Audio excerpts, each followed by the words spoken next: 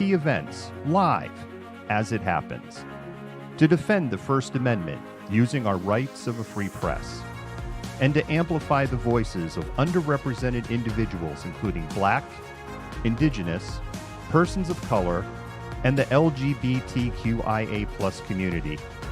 Our team is committed to seeking equality for all and holding those in power accountable. The easiest way to support Malcontent News is to bookmark our website at malcontentnews.com, like and follow us on Facebook, subscribe to us on YouTube, and follow us on Twitter, Twitch, Instagram, and in the Google News app. To provide financial support, you can become a patron, make a one-time donation through Venmo, or link your Twitch account to your Amazon Prime account and use your free subscription to subscribe to Malcontent News. Thank you for supporting independent journalism and for being a malcontent.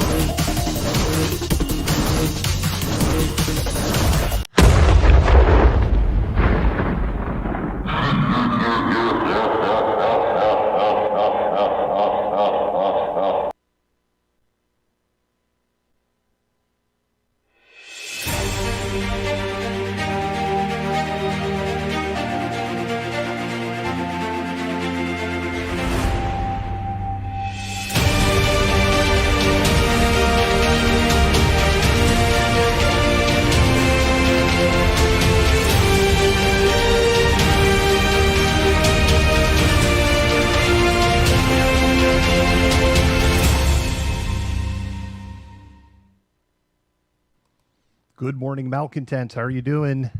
This here's the Malcontent. Let me go ahead and turn this studio volume down. Need to move that volume knob a little closer. Here we are, day 2.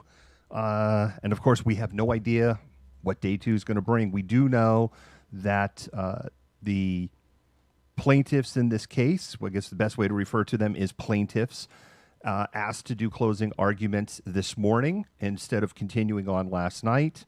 That was done by unanimous consent. I've jumped on a few minutes early because there's some things we have to unpack. There's some news stories that have come out, and I want to stress we are doing happy hour tonight.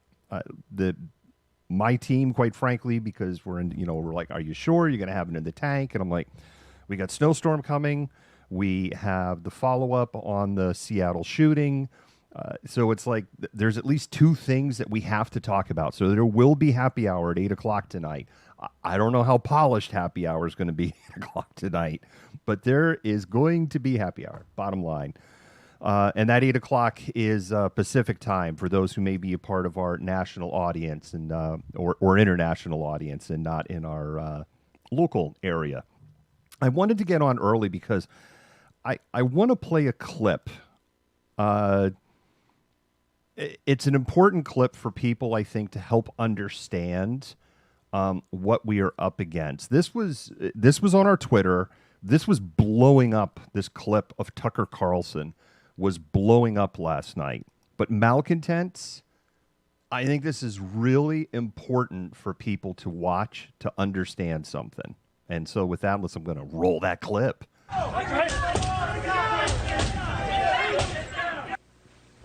So what does all of this mean exactly? We're not sure what it means, and we're not going to speculate. We do know for certain that the known facts of what happened on January 6th deviate in very important ways from the story they are now telling us, including the story they told us today in the impeachment hearings. And in many places, the known facts bear no resemblance to the story they're telling. They're just flat out lying. There's no question about that. The question is, why would they lie about this? For an answer, think back to last spring. Beginning on Memorial Day, BLM and their sponsors in corporate America completely changed this country. They changed this country more in 5 months than it had changed in the previous 50 years. How'd they do that? They used the sad death of a man called George Floyd to upend our society. Months later, we learned that the story they told us about George Floyd's death was an utter lie. There was no physical evidence that George Floyd was murdered by a cop. The autopsy showed that George Floyd almost certainly died of a drug overdose, fentanyl. But by that point, facts didn't matter. It was too late. Cities had been destroyed, along with the fabric of this country itself. Scores of people had been killed. Democratic partisans used a carefully concocted myth, a lie, to bum rush America into overturning the old order and handing them much more power. It worked flawlessly. So why wouldn't they do it again? The only thing that Tucker Carlson has right on that is on the screen. We've seen this type of false narrative before. Tucker Carlson's 100% correct in that. We have seen this type of false narrative before. We've seen it in Germany. We saw it in Germany from 1925 to 1932. This is how deep the big lie is. This is what Fox News viewers watched last night. There's like, I could spend an hour unpacking that and going into like a history lesson. And that's part of the reason why I wanted to open this hearing up with this. So that way the hearing comes on and I don't end up going on a rant. And I am watching the screen over on this side for them to go live. It's saying I got 4 minutes to talk about this. This is seriously Germany, 1932 Nazi propaganda. I'm not saying Tucker Carlson's a Nazi. That's not what I'm saying. But I am saying this is right out of the playbook of that. Anybody who's actually been paying attention knows, like this thing that, you know, the United States has changed more in 5 months than 50 years because the Black Lives Matter movement, knows that's just utter bullshit. His claims of cities destroyed. Remember, he used the word destroyed. Scores of people dead. Scores. So he's claiming dozens and dozens of people killed. We know that's completely untrue. Certainly, not a whole hell of a lot's changed since George Floyd's murder. We also know that this is a false narrative that the police were not complicit with the murder of George Floyd because the police officers have been criminally charged. See, now you have to get down into this deep rabbit hole and how much disrespect there is. But the other thing is this narrative of that the attack on the Capitol is a lie. Yet it played out live on television. Fox News reporters were assaulted live on television. We watched this in horror. You have Tucker Carlson saying it didn't happen. Now, here's the other terrifying thing. Here's the part you don't know about this story. When the plaintiffs in the case for impeaching Donald Trump started playing the videos yesterday, and when they got to the part where they were starting to show the parts of videos that no one had seen before, and Fox News was covering, Fox News stopped their coverage. So if your crazy uncle, what you call your crazy uncle in Tulsa, Oklahoma, who calls you up and says, I was seeing that Seattle burned down on the ground and I'm worried for you out there because of all of those friggin' liberals. And you're like, what are you talking about, Uncle Jerry? Well, it's on Fox News. They burned the city down. You're like, Uncle Jerry, we're fine. They didn't burn the city down, Uncle Jerry. It's because Uncle Jerry's watching Fox News. See, Fox News didn't even show the testimony when the testimony came. And then here is the other amazing punchline about this with Tucker Carlson. Tucker Carlson in that same broadcast went on to say he didn't watch 1 minute of the impeachment hearing. The impeachment hearings that he then went on to say were simply just a tissue of lies. And he knows that it's lies. How does he know that it's lies if he never watched it? And then that got me thinking about other things. And what that got, wow, I'm doing really good on time on this. That got me thinking about other things. We're still waiting for the feed to start, which is we're really in trouble as a country because if people are in their bubble and they're just consuming Fox News, and that's what they consume, then they absolutely believe this. So the narrative that is being fed to Donald Trump's supporters is this insurrection never happened. Not that this was BLM in disguise, not that this was Antifa. It never happened. It's a lie.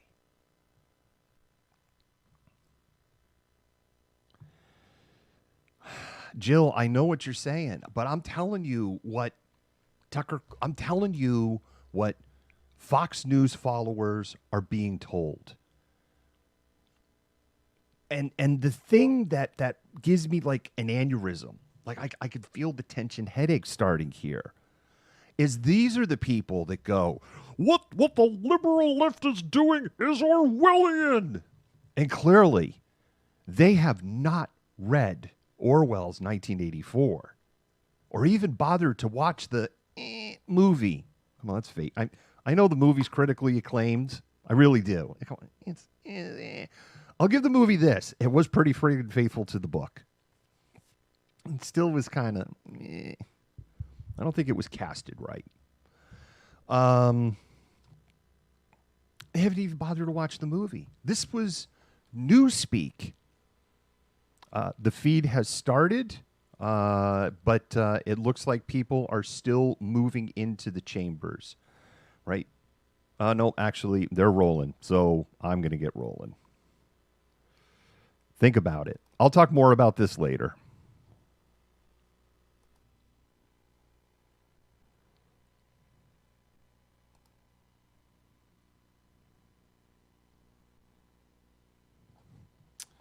I'll fix the audio. It's not a mute issue. I know exactly what the issue is. I thought I had everything all set up in here. There's one virtual switch I didn't flip. From ruin. Illuminate their minds with your truth as you speak through the whispers of conscience. Remind them that the seeds they plant now will bring a harvest. May the choices they make bring blessings, healing, and prosperity to our land. We pray in your merciful name. Amen. Please join me in the Pledge of Allegiance. Extraordinarily prophetic words.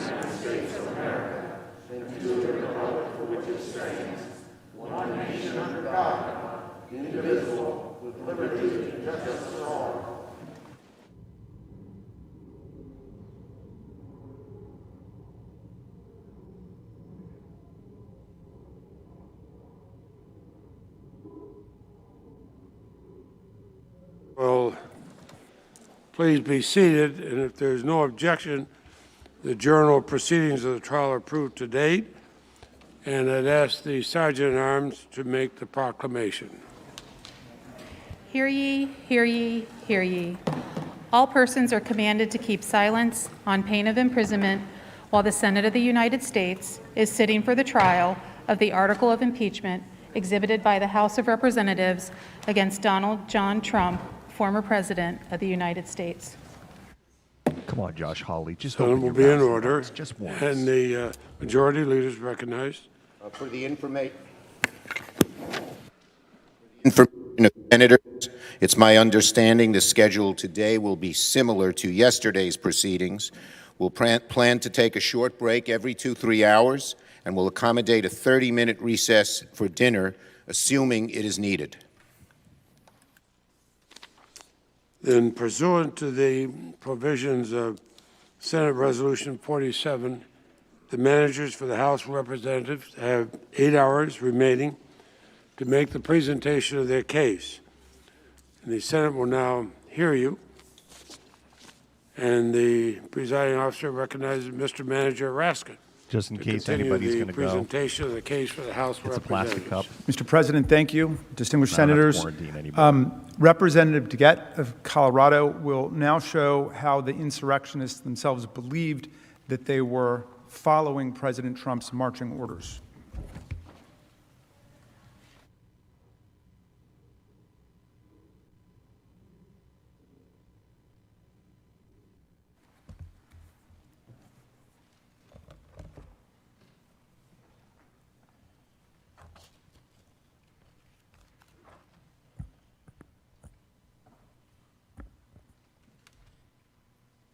My friends and colleagues, yesterday was an emotionally wrenching day.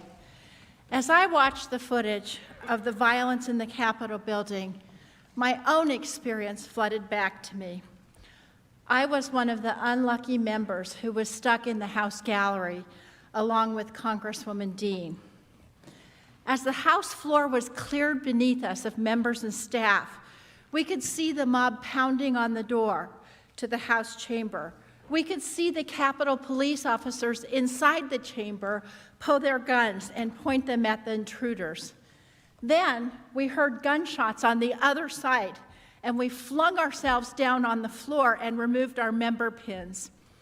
Then we heard pounding on the very flimsy gallery doors right up above us. Finally, after that situation for some time, we were told to run out of a door at the end of the gallery. As we ran through a line of police towards a staircase, this is what I saw. The SWAT team pointing automatic weapons at marauders on the floor. Looking at these people makes you wonder, who sent them here?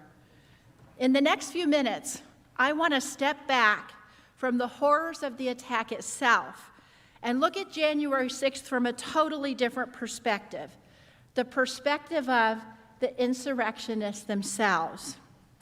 Their own statements before, during, and after the attack make clear the attack was done for Donald Trump, at his instructions, and to fulfill his wishes. Donald Trump had sent them there. They truly believed that the whole intrusion was at the president's orders, and we know that because they said so. Many of them actually posed for pictures, bragging about it on social media, and they tagged Mr. Trump in tweets. Folks, this was not a hidden crime. The president told them to be there, and so they actually believed they would face no punishment. The defense argued in their briefs, and they argued again here on Tuesday, that the insurrectionists were acting on their own, that they were not incited by President Trump or acting in his direction. This is in their brief, quote, "They did so of their own accord and for their own reasons and are being criminally prosecuted." But that's just not the case. It's not what the insurrectionists actually said. They said they came here because the president instructed them to do so. Leading up to the attack, the insurrectionists said they were coming to D.C. for President Trump. He invited them with clear instructions for a specific time and place and with clear orders. Stop the fight, or to fight to stop the certification in Congress by any means necessary. The crowd at Donald Trump's speech echoed and chanted his words. And when people in the crowd followed his direction and marched to the Capitol, they chanted the same words as they breached this building. Now let's return to this speech for a moment. During the rally, President Trump led the crowd in a Stop the Steal chant. Here's what that chant sounded like from the crowd's perspective. Here's a favorite term that all of you people really came up with. We will stop the steal. Stop the steal! Stop the steal! Soon after, the president basked as the crowd chanted, "Fight for Trump." And when he incited the crowd to show strength, people responded. Storm the Capitol, invade the Capitol. Here are both of those moments, but from the crowd's perspective.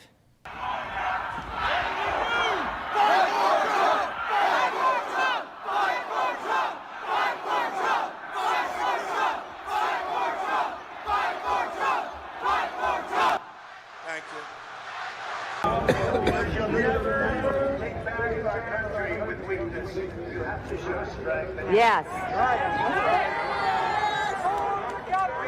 Invade the Capitol building.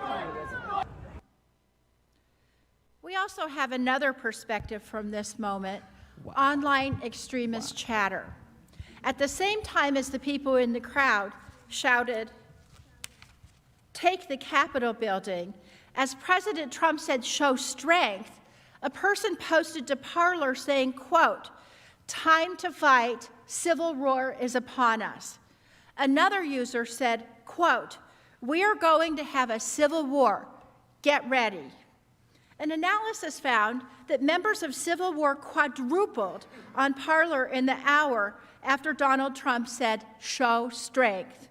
When the insurrectionists got to the Capitol, they continued those rally cries. Insurrectionists holding Confederate flags and brandishing weapons cheered the president's very words.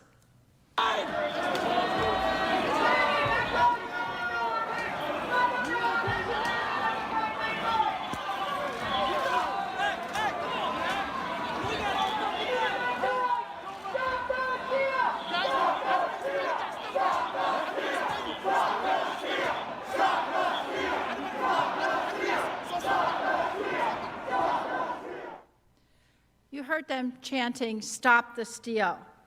And as the crowd chanted at the rally, the crowd at the Capitol made clear who they were doing this for. They also chanted, "Fight for Trump."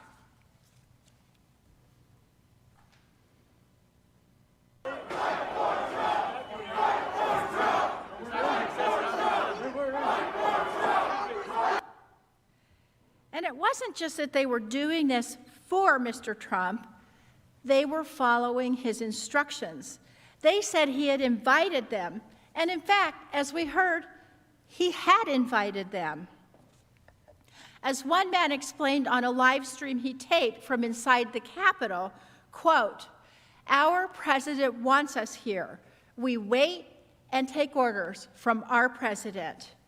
Footage from inside the Capitol shows when the insurrectionists first got into the building and confronted police, the mob screamed at the officers that they were listening to President Trump. We're outnumbered. There's a fucking million of us out there, and we are listening to Trump. You're the boss.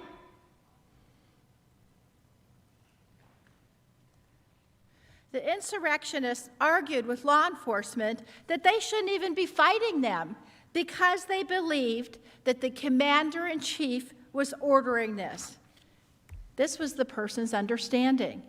When President-elect Biden went on television that day to demand an end to the siege, one woman asked this. Does he not realize President Trump called us to siege the place? The examples of these types of comments are endless. Don't worry, I won't play all of them. But it wasn't just the words of the insurrectionists that proved that they did this in response to orders from their commander-in-chief. We can see this in the fact that they were not hiding. One rioter in a live stream at the Capitol said, quote, "He'll be happy. We're fighting for Trump." Let's call Trump, yes! Dude, let's tell Trump what's up. Trump would be very upset. And he'd be like, "No, just say we love him. We love you, bro." No, he'll be happy. What do you mean? We're fighting for Trump. And again, this was not an isolated incident. The individuals in this slide posted photos of themselves committing these crimes. Trump supporters who had broken into the Capitol were taking selfies, streaming live videos, and posing. In fact, they wanted the president to know, "This is me." In fact, you can see the person wrote on his own posting, "This is me." And if there were any remaining doubt, after hours of prompting, when President Trump finally told the insurrectionists to go home, only then did some of them begin to listen. As you previously saw, at 4:17 p.m., Mr. Trump released a pre-recorded video saying to the mob, "Go home, we love you, you're very special." Shortly after he tweeted this video, a few of the insurrectionists who had seen it could be claiming victory and telling people to go home because of Donald Trump's message and instructions. You saw earlier the insurrectionist Jacob Chansley, who told someone, quote, "We won the day." A little before that video of Chansley, he said the same thing to the crowd through a bullhorn and instructed them to go home because of the video that President Trump had tweeted. Let's watch. Today is ours. We won the fucking day. Today is ours. We won the day. That's why Donald Trump has asked everybody to just go home. You can look it up on his Twitter. He just did a video. It's a minute long. He asked everybody to go home. Even after the attack, the insurrectionists made clear to law enforcement that they were just following President Trump's orders. They didn't shy away from their crimes because they thought they were following orders from the commander-in-chief, and so they would not be punished. They were wrong. After the attack, there were dozens of arrests. These were federal offenses, including assaulting the police. When law enforcement interviewed the people who were at the Capitol on January 6th, they once again said it was because the president told them to be there. Robert Sanford was seen in this widely circulated video throwing a fire extinguisher that struck a Capitol police officer outside the building.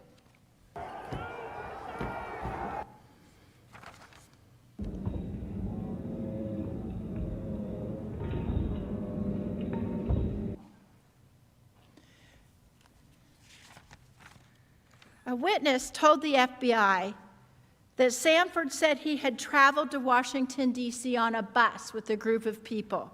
The group had gone to the White House and listened to Donald J. Trump's speech and then had followed the president's instructions and gone to the Capitol. Folks, the insurrectionists didn't just make this up. As Sanford's lawyer explained, you're being told you've got to fight like hell. Does fight like hell mean you throw things at people? Maybe. The lawyer added that his client, quote, wouldn't have been there if it weren't for the president. Now, Sanford wasn't the exception. He was the rule. In their statements after the attack, insurrectionists routinely echoed what they had said before and during the attack. They were there because the president told them to be. Now look, the lawyers who are saying that their clients were told to commit these acts by Mr. Trump, well, they know that putting the blame on the president doesn't exonerate their clients. They're just saying it, frankly, because that's exactly what happened. Another Trump supporter who's been federally charged is Texas real estate agent Jennifer Ryan. Now, Ms. Ryan has given many TV interviews in which she says she was only doing what the president asked her and others to do.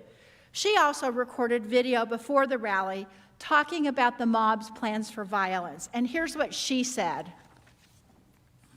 Personally, I do not feel a sense of shame or guilt from my heart from what I was doing. I thought I was following my president.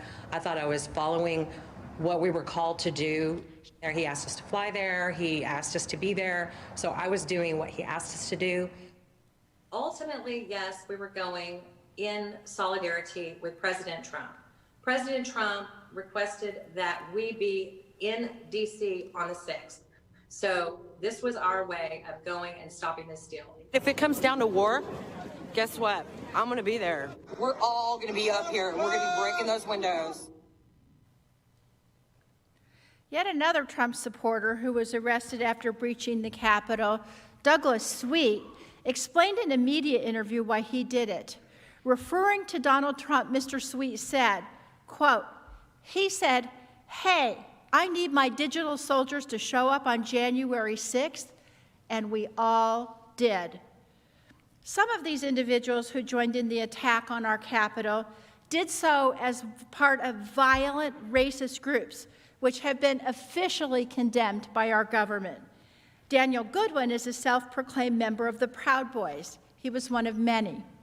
On November 7th, Goodwin tweeted a picture showing the Proud Boys logo surrounded by "Stand back and stand by," and the quote, again, "Stand back and stand by," and "Await orders from our Commander-in-Chief." Look closely at this slide. You are looking at an image of Goodwin's own tweet. He was such a loyal follower of President Trump that he used the president's photo as his own profile picture on Twitter. Now remember, President Trump told them to stand back and stand by at the debate. They took it as a call to arms. And when he called them to arms, they were all ready to act. They were waiting for their orders, which they got on January 6th.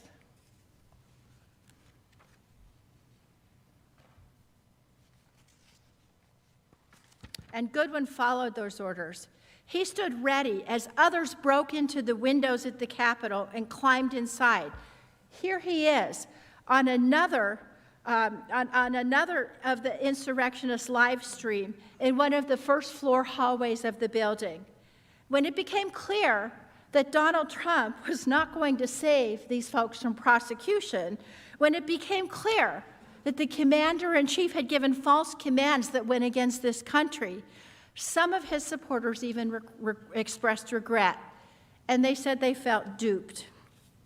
Here's Jacob Chansley again, who we saw in a video claiming victory after the president told the rioters to go home. Earlier in the afternoon, as you'll recall, Chansley carried a spear as he breached the Capitol, entered the Senate through the gallery, and went right here onto the Senate floor. Chansley left a threatening note for Vice President Pence right there on the Senate dais. It read, quote, "It's only a matter of time. Justice is coming." On January 7th, Chansley spoke to the FBI, and he said that he came as part of a group effort with other patriots from Arizona at the request of the president that all patriots come to D.C. on January 6, 2021. On January 14th, Chansley's lawyer gave an interview to Chris Cuomo in which he said that Chansley was there, quote, "at the invitation of our president, who said he would walk down Pennsylvania Avenue with him." In fact, Chansley's lawyer now says that Chansley felt duped by the president, and he regrets what the president brought him to do. This man who ran through our halls, who ran into this chamber, who sat right there on the dais, and who wrote a note for Vice President Pence that he was coming for him, he and those with him declared they would remove us from office if we went against Donald Trump. Now he's saying he would not have done any of that if Mr. Trump had told him not to. Chansley's not alone in his post-arrest confession that he was following the directions of Donald Trump. As more and more of these people have been charged, the confession and the regret simply cascades. More and more insurrectionists are admitting that they came at Trump's direction. When Riley June Williams, known for allegedly helping steal a laptop from Speaker Pelosi's office, appeared in court on January 21st, her lawyer said to the judge, quote, "It is regrettable that Ms. Williams took the president's bait and went inside the Capitol." Troy Smocks, who was in the Capitol riot on January 6th, posted online that day, quote, Today, President Trump told us to fight like hell. He also posted that the president, quote, "said that our case was a matter of national security." Samuel Fisher was charged with disorderly conduct and illegally being in the Capitol on January 6th. That day, before the attack on this building, he wrote on his website, quote, "Trump just needs to fire the bat signal," and quote, "then the pain comes." The lawyer for Dominic Pizzola, a leader of the Proud Boys, who was the first person to break inside the Capitol, said that President Trump effectively told his client and others, quote, "People of the country, come on down. Let people know what you think." Quote, logical thinking was, he invited us down. Pizzola's lawyer went on, "These were people acting in a way they've never acted before." And it begs the question, who lit the fuse? End quote. On January 6th, we know who lit the fuse. Donald Trump told these insurrectionists to come to the Capitol and stop the steal. And they did come to the Capitol. And they tried to stop the certification. They came because he told them to. And they did stop our proceedings, but only temporarily, because he told them to. Have you noticed throughout this presentation the uncanny similarity over and over and over again of what all these people are saying? They said what Donald Trump said, and they echoed each other. Stand back and stand by. Stop the steal. Fight like hell. Trump sent us. We are listening to Trump. The riots that day left at least 7 people dead, more than 150 people injured, members, senators, and our staffs, all traumatized to this day. Damage and pain to our Capitol, damage and pain to Americans, damage to our police force, and damage to other nations who have always seen us as a bastion of democracy. All of these people who've been arrested and charged, they're being held accountable for their actions. Their leader, the man who incited them, must be held accountable as well. But, as I said earlier, you don't have to take my word for it that the insurrectionists acted at Donald Trump's direction. They said so. They were invited here. They were invited by the President of the United States. To the Constitution, not your paycheck! We were invited here! We were invited! Hey, we were invited here! They're leaving so you can take care. They're leaving so you can. We were invited by the President of the United States! Waiting on their brothers, man.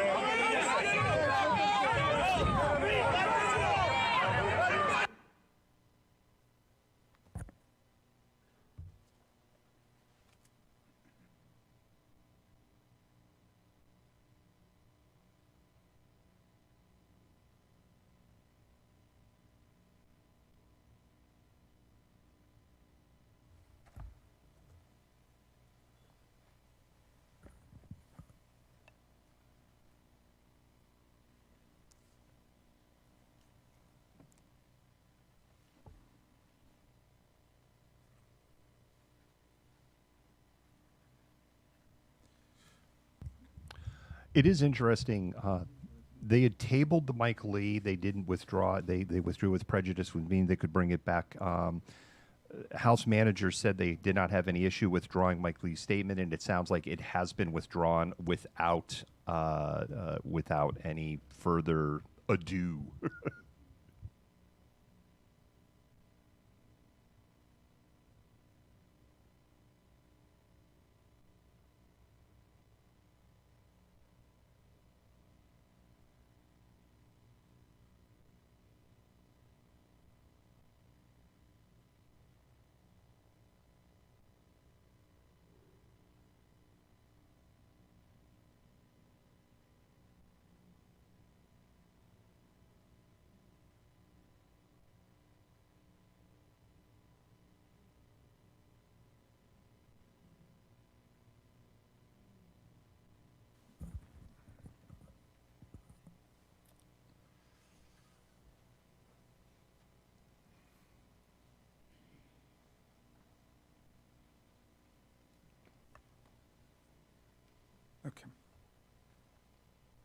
Representative DeGette just showed how the insurrectionists believed and understood themselves to be following President Trump's marching orders. She explained in chilling detail how they were acting in perfect alignment with his political instructions and his explicit strategy to retain power. They did what he told them to do. This pro-Trump insurrection did not spring into life out of thin air. We saw how Trump spent months cultivating America's most dangerous extremist groups. We saw how he riled them up with corrosive lies and violent rhetoric, so much so that they were ready and eager for their most dangerous mission, invalidating the will of the people to keep Donald Trump in office. But we must remember that this was not the first time Donald Trump had inflamed and incited a mob. Trump knew that his incitement would result in violence, not only because of the thousands of violent messages that were posted all over the forums and the widespread news of preparations for violence among extremist groups and his communications on Twitter with the insurrectionists themselves. He knew it also because he'd seen many of the exact same groups he was mobilizing participate in extremist violence before. Moreover, he'd seen clearly how his own incitement to violence and praise after the violence took place galvanized, encouraged, and electrified these extremist followers. These tactics were road tested. January 6th was a culmination of the president's actions, not an aberration from them.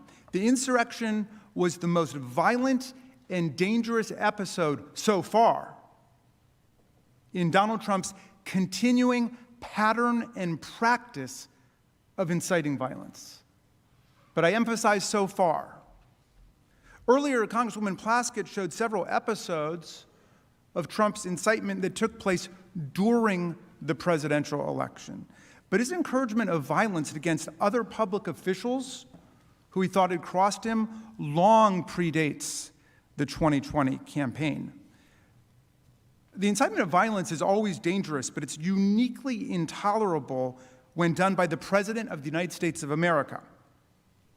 But that became the norm. On President Trump's watch, white supremacists and extremist groups have spread like wildfire across the land. His own Department of Homeland Security called homegrown terrorism the #1 threat facing Americans today. But no matter how many people inside and outside government begged him to condemn extreme elements, promoting violence, and indeed civil war in America, and race war in America, he just wouldn't do it. And that's because he wanted to incite and provoke their violence for his own political gain and for his own strategic objectives. Ever since he became president, Trump revealed what he thought of political violence. For his side, he praised it and he encouraged it.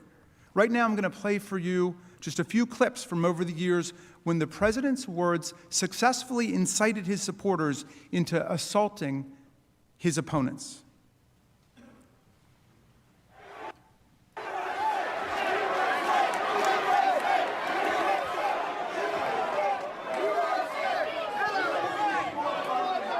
See, the first group, I was nice. Oh, take your time. The second group, I was pretty nice. The third group, I'll be a little more violent. And the fourth group, I'll say, get the hell out of here.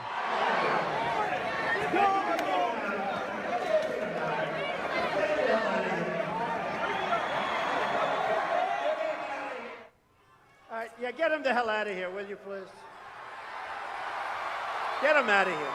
Throw him out.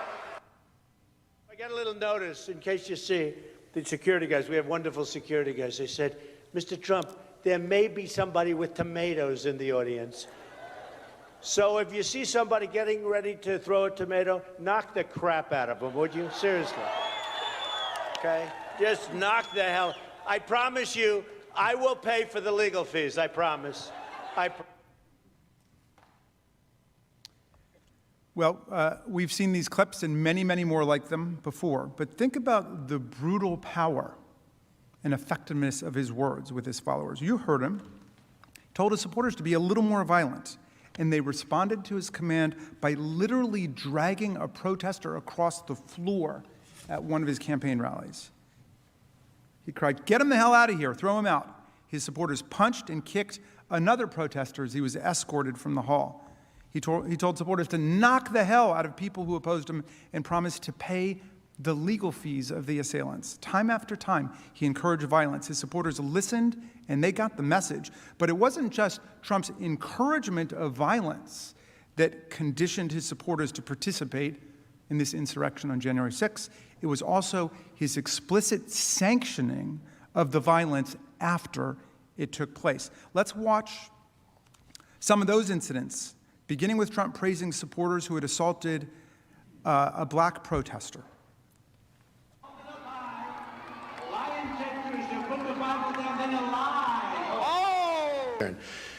But we've had a couple that were really violent, and the particular one, when I said, like to bang him, that was a very vicious, he was a guy who was swinging, very loud, and then started swinging at the audience. And you know what? The audience swung back.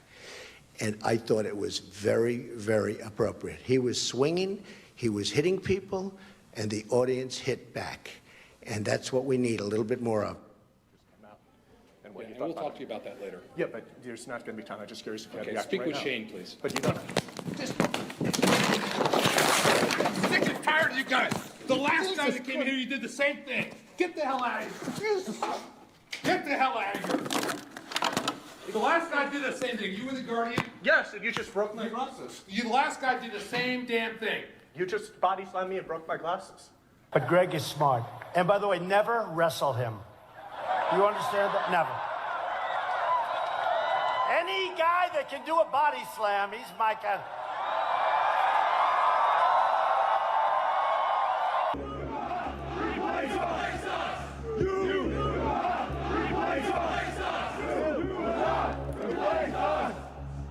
Jews will not replace us! Jews will not replace us! Jews will not replace us!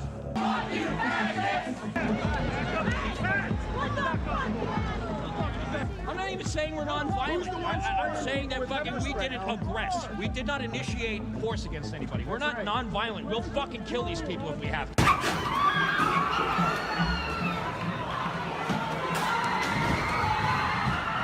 Well, I do think there's blame. Yes, I think there's blame on Malcontent, both they sides. had no You look at- warning. you look You at saw both and I sides. saw that they were going to be I think playing there's some of this blame on stuff. both sides. So And you also had viewer people discretion that advised. were very fine people on both sides. So just in case you didn't catch all of that, the president praised a Republican candidate who assaulted a journalist as my kind of guy. He said there were, quote, very fine people on both sides when the neo-Nazis, the Klansmen, and Proud Boys invaded the city, the great city of Charlottesville, and killed Heather Heyer. And he said that an attack on a black protester at one of his rallies was very, very appropriate. Does that sound familiar? Listen to how President Trump responded when asked about his own conduct on January the 6th. So if you read my speech, and many people have done it, it's been analyzed, and people thought that what I said was totally appropriate. So there the pattern is, staring us in the face. Very, very appropriate, he said after a man was assaulted at one of his rallies. Totally appropriate was how he characterized his incitement on January 6th, meaning that, of course, if given the chance, he would gladly do it again, because why would he not engage in totally appropriate conduct? An examination of his past statements makes it clear that when Donald Trump tells a crowd, as he did on January 6th, fight like hell, or you won't have a country anymore, he meant for them to fight like hell. On January 6th, that became clear to all of America. Now, let's consider the events, senators, that took place last year in Michigan, where President Trump demonstrated his willingness and his ability to incite violence against government officials who he thought were getting in his way. When responding to extremist plots in Michigan, Trump showed he knew how to use the power of a mob to advance his political objectives. Beginning in March, Trump leveled attacks on Michigan Governor Gretchen Whitmer for the coronavirus policies in her state.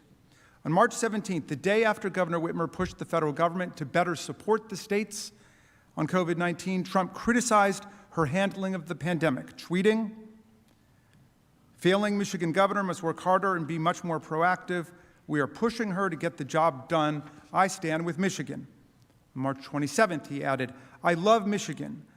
One of the reasons we're doing such a great job for them during this horrible pandemic. Yet your governor, Gretchen Whitmer, is way in over her head. She doesn't have a clue, likes blaming everyone for her own ineptitude." #MAGA. By April, Trump's rhetorical attacks and name-calling turned to calls for mass mobilization of his supporters. This was a sign of things to come. On April 17th, 2020, he tweeted, quote, "Liberate Michigan." Not even 2 weeks later, on April 30th, his supporters marched on the Michigan State Capitol in Lansing. They stormed the building. Trump's marching orders were followed by aggressive action on the ground. We have a right. Let us in. Let us in. Let us in. No more rainbows. No more. Heil Hitler. Heil Hitler. The winner. The winner. The winner. You policemen are all cowards. You betrayed us. The police have betrayed the people. Lock her up! Lock her up! Lock her up! Lock her up! Lock her up!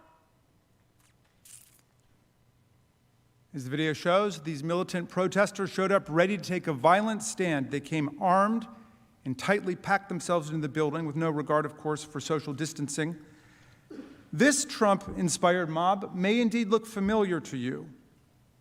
Confederate battle flags, MAGA hats, weapons, camo army gear, just like the insurrectionists who showed up and invaded this chamber on January 6th.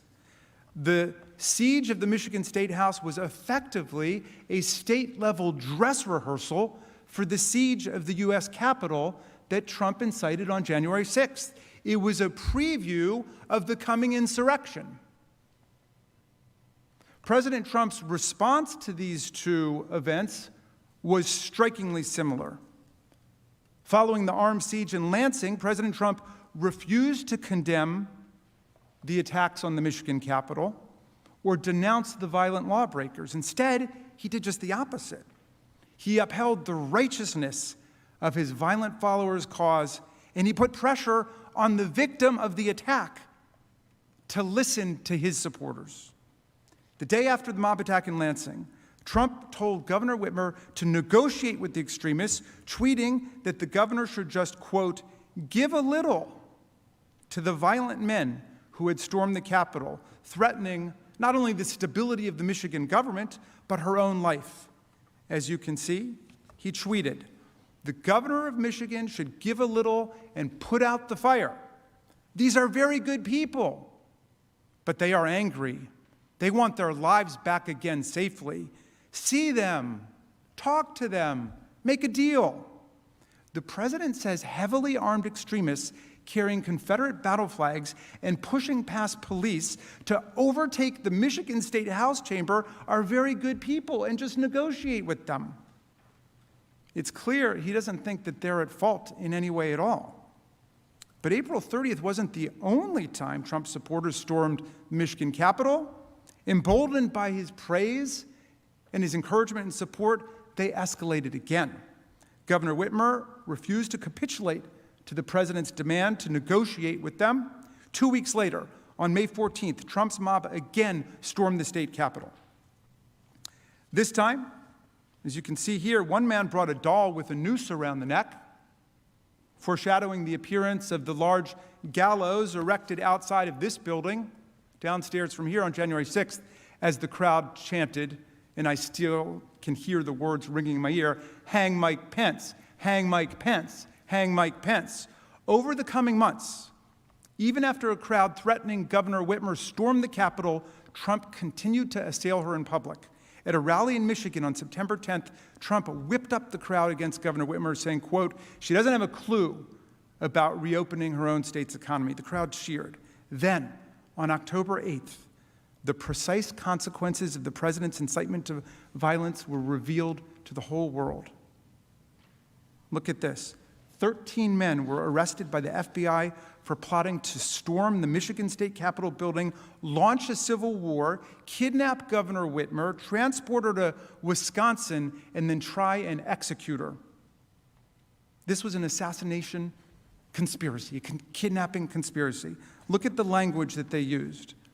In the charging document, the FBI reported that one of the conspirators said he needed, quote, 200 men to storm the Capitol building and take political hostages, including the governor. The suspect called it a snatch and grab, man. Grab the effing governor. One of those men has already pled guilty to this conspiracy. The plot was well organized, just like the one that was coming on January the 6th. The men in Michigan even considered building Molotov cocktails to disarm police vehicles and attempted to construct their own IEDs, something that actually happened here on January 6th. Police authorities arrested extremists who had weapons and materials to build explosive devices, including one man found with an assault rifle and enough materials to make 11 Molotov cocktails. On September 17th, 2020, one of the Michigan conspirators posted, "When the time comes, there will be no need to strike fear through presence. The fear will be manifested through bullets." And what did Donald Trump do as President of the United States to defend one of our nation's governors against a plotted kidnapping by violent insurrectionists? Did he publicly condemn violent domestic extremists who hoped and planned to launch a civil war in America? No, not at all. He further inflamed them by continuing to attack the governor who was the object of their hatred in this kidnapping conspiracy. The very night this conspiracy became public, and that Governor Whitmer learned that there were 13 men who were planning to kidnap and likely kill her, Trump did not condemn the violence. He did not criticize the extremists. He didn't even check on Governor Whitmer's safety. He chose to vilify Governor Whitmer again, and then, amazingly, took credit for foiling the plot against her, demanding her gratitude. And then he quickly, of course, changed the subject to Antifa. He tweeted, "Governor Whitmer has done a terrible job." He demanded that she thank him for the law enforcement operation that had foiled the kidnapping conspiracy that had been encouraged by his rhetoric. On October 17th, a little over a week after these people were arrested for preparing to kidnap Gretchen Whitmer, Trump riled up a boisterous crowd in Muskegon with more slashing personal attacks on Whitmer, driving the crowd to chant, "Lock her up, lock her up." He had now seen that some of his followers were prepared to engage in criminal violence with orchestrated attacks, deadly weapons, and willing bodies to storm a state capitol building and to attack his perceived political enemies. And so as the crowd chanted, "Lock her up," he pivoted to his next goal. He told them they couldn't trust the governor to administer fair elections in Michigan. He used a crowd that he knew would readily engage in violence to prepare his followers for his next and, of course, his paramount political objective, claiming the election was stolen and inciting insurrectionary action. And he did it again on October 27th during a pre-election rally speech in Lansing, Michigan, where the Capitol had been stormed. Trump openly joked with the crowd about critics saying his words had provoked the violent plot against Governor Whitmer. Check it out. It's telling. We got to get her going. I don't think she likes me too much.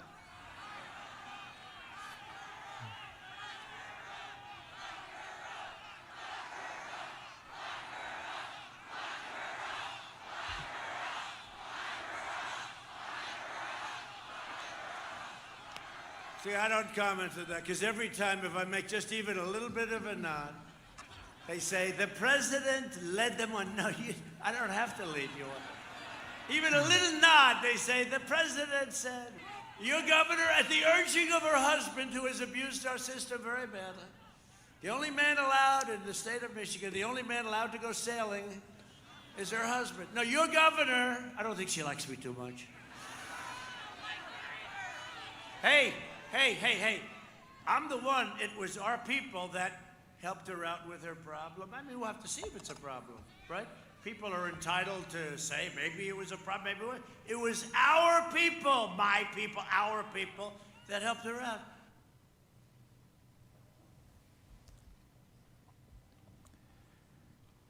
So President Trump offered them a little winking inside joke about his constant incitement of the mob and how much can actually be communicated by him with just a little nod. Just a little nod. He presided over another pounding, rhythmic rendition of his trademark chant, lock her up, lock her up. Then, referring to the FBI's foiling of the kidnapping conspiracy, which was deadly serious, he said that he helped her out with the problem. Maybe it was a problem, maybe it wasn't. We'll have to see. Maybe it was a problem, maybe it wasn't. The President of the United States of America. He could not bring himself to publicly oppose a kidnapping and potential assassination conspiracy plot against a sitting governor of one of our 50 states. Trump knew exactly what he was doing in inciting the January 6th mob. Exactly. He had just seen how easily his words and actions inspired violence in Michigan. He sent a clear message to his supporters. He encouraged planning and conspiracies to take over Capitol buildings and threaten public officials who refused to bow down to his political will. Is there any chance Donald Trump was surprised by the results of his own incitement? Let's do what Tom Paine told us to do. Use our common sense. The sense we have in common as citizens. If we don't draw the line here, what's next? What makes you think the nightmare with Donald Trump and his lawmaking and violent mobs is over? If we let him get away with it, and then it comes to your state capitol, or it comes back here again, what are we going to say? These prior acts of incitement cast a harsh light on Trump's obvious intent, his unavoidable knowledge of the consequences of his incitement, the unavoidable knowledge of the consequences of his incitement, and the clear foreseeability of the violent harm that he unleashed on our people and our republic. January 6th was not some unexpected radical break from his normal law-abiding and peaceful disposition. This was his state of mind. This was his essential MO. He knew that, egged on by his tweets, his lies, and his promise of a wild time in Washington to guarantee his grip on power, his most extreme followers would show up bright and early, ready to attack, ready to engage in violence, ready to fight like hell for their hero, just like they'd answered his call in Michigan. President Trump has said over and over his supporters are loyal. In his own words, his supporters are the most loyal that we've seen in our country's history. Sadly true. And he knew that his most hardcore supporters were willing to direct violence at elected officials, indeed to attack and lay siege to a Capitol building. And he knew they would be ready to heed his call on January 6th to stop the steal by using violence to block the peaceful transfer of power in the United States. He knew they were coming. He brought them here, and he welcomed them with open arms. We hear you and love you from the Oval Office. My dear colleagues, is there any political leader in this room who believes that if he is ever allowed by the Senate to get back into the Oval Office, Donald Trump would stop inciting violence to get his way? Would you bet the lives of more police officers on that? Would you bet the safety of your family on that? Would you bet the future of your democracy on that? President Trump declared his conduct totally appropriate. So, if he gets back into office and it happens again, we'll have no one to blame but ourselves.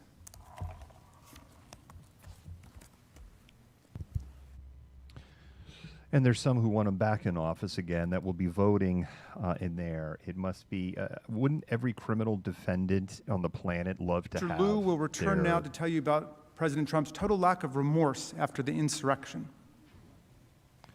Wouldn't you love as a criminal defendant to have your co-conspirator sitting on your jury, which is exactly what Donald Trump has? Good afternoon. My colleagues walked you through President Trump's actions leading up to January 6th and then the horrific events on January 6th.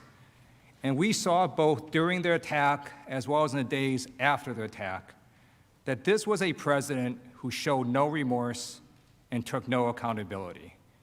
In fact, quite the opposite. As Representative Raskin showed you, President Trump claimed that his actions were, quote, totally appropriate.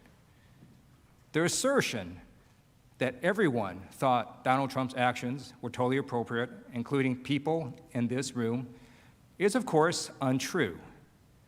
It is also dangerous. And that's why members of Congress and U.S. senators, former and current administration officials, state and local officials, all unequivocally confirmed what we witnessed with our own eyes, that Donald Trump's conduct was wrong, it was destructive, dishonorable, and un-American. President Trump's lack of remorse and refusal to take accountability during the attack shows his state of mind. It shows that he intended the events of January 6th to happen, and when it did, he delighted in it. President Trump's lack of remorse and refusal to take accountability after the attack poses its own unique and continuing danger. It sends the message that it is acceptable to incite a violent insurrection to overthrow the will of the people, and that a president of the United States can do that and get away with it. That is why we have to hold President Trump accountable, to send the message that it is never patriotic to incite a violent attack against our nation's capital, and that future presidents will know that they cannot follow in Donald Trump's footsteps and get away with it. So let's start with the day of the attack. On Insurrection Day, January 6th, President Trump did not once condemn the attack, not even once. Even when he finally asked the violent extremists to go home, which was 3 hours after attack began, he sends this video, and he ends it with, "You're very special. We love you." That was his message to people who perpetrated this violent, gruesome attack. We love you. And then 2 hours later, he tweets, "Remember this day forever." This is not a man who showed remorse. But it's worse than that. After that tweet, it took him another full day to even condemn the attack itself. The very next day, President Trump was eerily silent. And then at 7:01 p.m., he releases a pre-recorded video.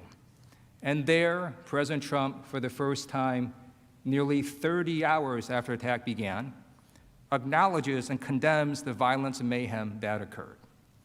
He said the demonstrators defiled the seed of American democracy. He said that these demonstrators didn't represent this country, and if they broke the law, they would pay. But even in that video, he says more lies. He says in that very same video that he immediately deployed the National Guard. That, again, is not true.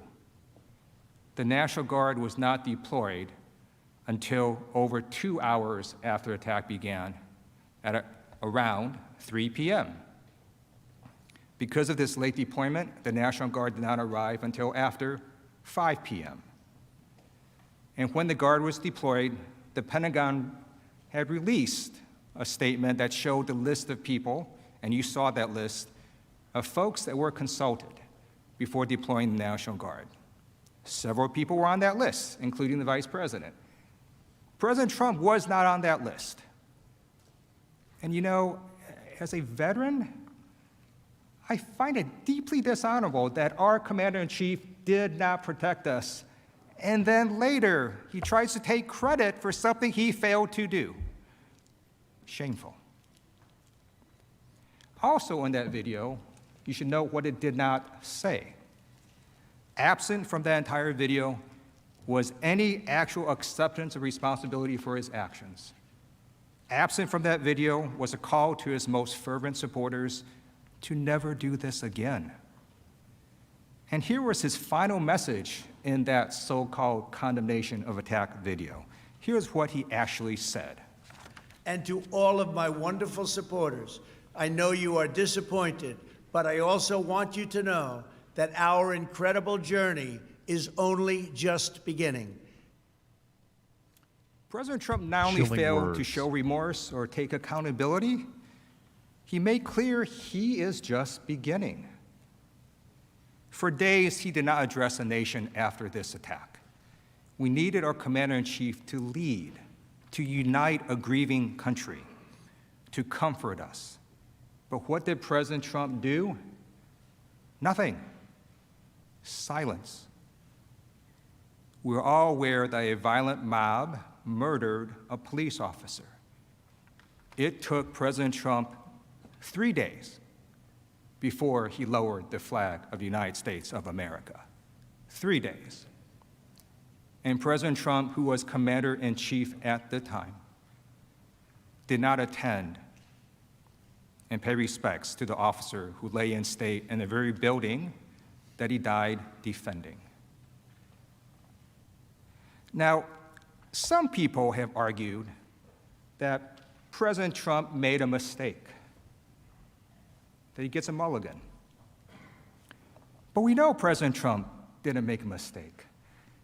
Because you see, when you or I make a mistake and something very bad happens, we would show remorse. We would accept responsibility.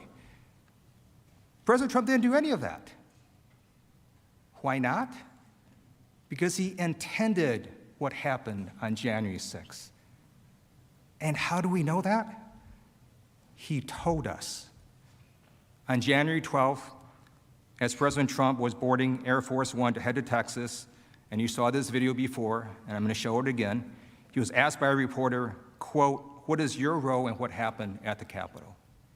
What is your personal responsibility?" And this was his response.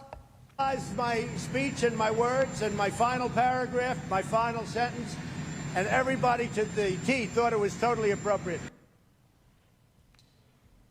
On January 12th, President Trump had seen the violent attack on the Capitol. He knew the people that died.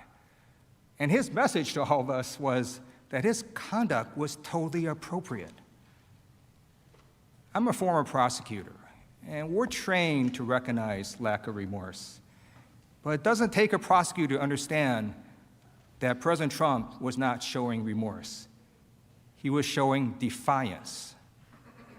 He was telling us that he would do this again, that he could do this again, that he and future presidents can run for national election, lose the election, inflame the supporters for months, and then incite an insurrection, and that would be totally appropriate. 1 week after the attack, on January 13th, President Trump, in response to continuing bipartisan criticism, releases another video. Here's part of what he said. "I want to be very clear. I unequivocally condemn the violence that we saw last week. Violence and vandalism have absolutely no place in our country and no place in our movement." President Trump, of course, had to make that statement. He needed to unequivocally condemn the attack. But he also needed to mean those words. You saw Donald Trump tweet endless attacks, sometimes 108 tweets in a day, and in public speeches and across rallies, repeating words of fight and stop the steal and never surrender. You know what it looks like when President Trump wants to convey a message. Forcefully, loudly, and repeatedly, he does that. This video sent after a week of the attack was not that. And we know this because in this video, he again does not show remorse, does not take responsibility. He again does not acknowledge his role in the insurrection. He does not say in that video, for example, everything I said in the months prior went too far. And he does not say the one sentence that matters. He does not say the one sentence that would stop future political violence. The election was not stolen. He still hasn't said that sentence. That is why National Guard troops in full body armor still patrol outside.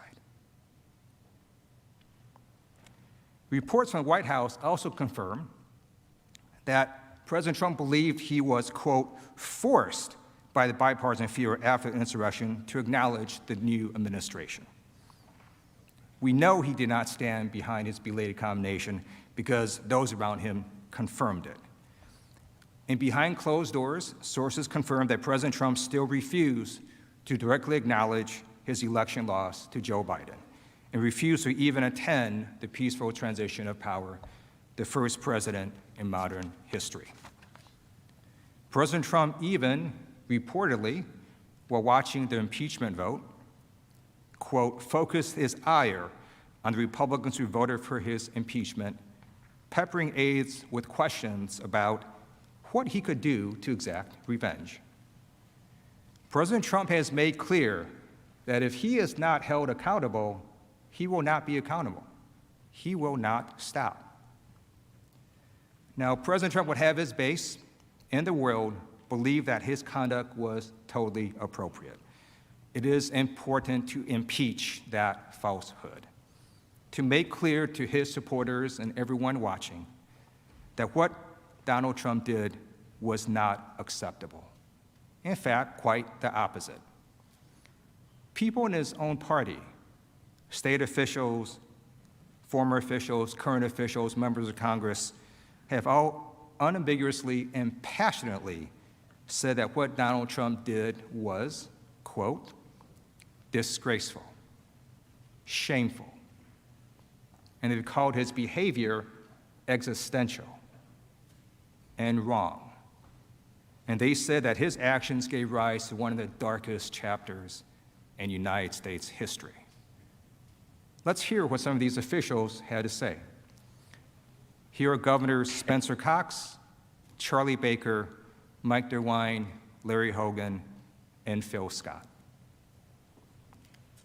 People have to be held accountable, and yes, that includes the president. It's important to remember that they were the culmination of months of President Trump repeating over and over again that the American electoral system is a fraud. After he stoked the flames of outrage for weeks leading up to the events of yesterday, he refused to adequately prepare the U.S. Capitol for the possibility of violence and left it nearly defenseless. His remarks during and after the travesty of the attack on the Capitol were disgraceful. President Trump's continued refusal to accept the election results without producing credible evidence of a rigged election has started a fire that has threatened to burn down our democracy. This incendiary speech yesterday, when he gave preceding the march that he gave to the protesters, served only to fan those flames. I proudly stood by my father's side at age 12 on the floor of the House chamber as we both took the oath of office, an oath to support and defend the Constitution of the United States. It's clear to me that President Trump has abandoned this sacred oath. Seeing our capital, a symbol of democracy around the world, stormed by an angry mob was heartbreaking. And let me be clear, these actions were not patriotic, and these people are not patriots. The fact that these flames of hate and insurrection were lit by the President of the United States will be remembered as one of the darkest chapters in our nation's history. One of the darkest chapters in our nation's history. Former members of the Trump administration, long-standing Republicans, also made clear that President Trump incited this insurrection and it went against our democracy.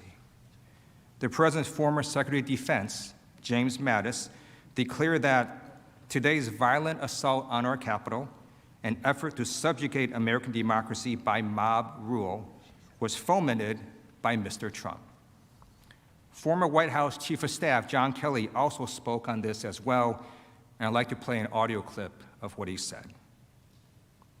What happened on Capitol Hill yesterday is a direct result of his poisoning the minds of people with the lies and the frauds. If you couldn't hear that, what John Kelly said about President Trump was that what happened on Capitol Hill was a direct result of him poisoning the minds of people with the lies and the fraud. Former Speaker of the House, John Boehner, declared that, quote, the invasion of our Capitol by a mob, incited by lies from some entrusted with power, is a disgrace to all who sacrificed to build our republic. This was echoed by former Trump official after former Trump official. Here is what former National Security Advisors John Bolton and H.R. McMaster, former White House Communications Director Alyssa Farah, and former Chief of Staff Mick Mulvaney said. Only the best. Let me just ask you, do you think President Trump has blood on his hands?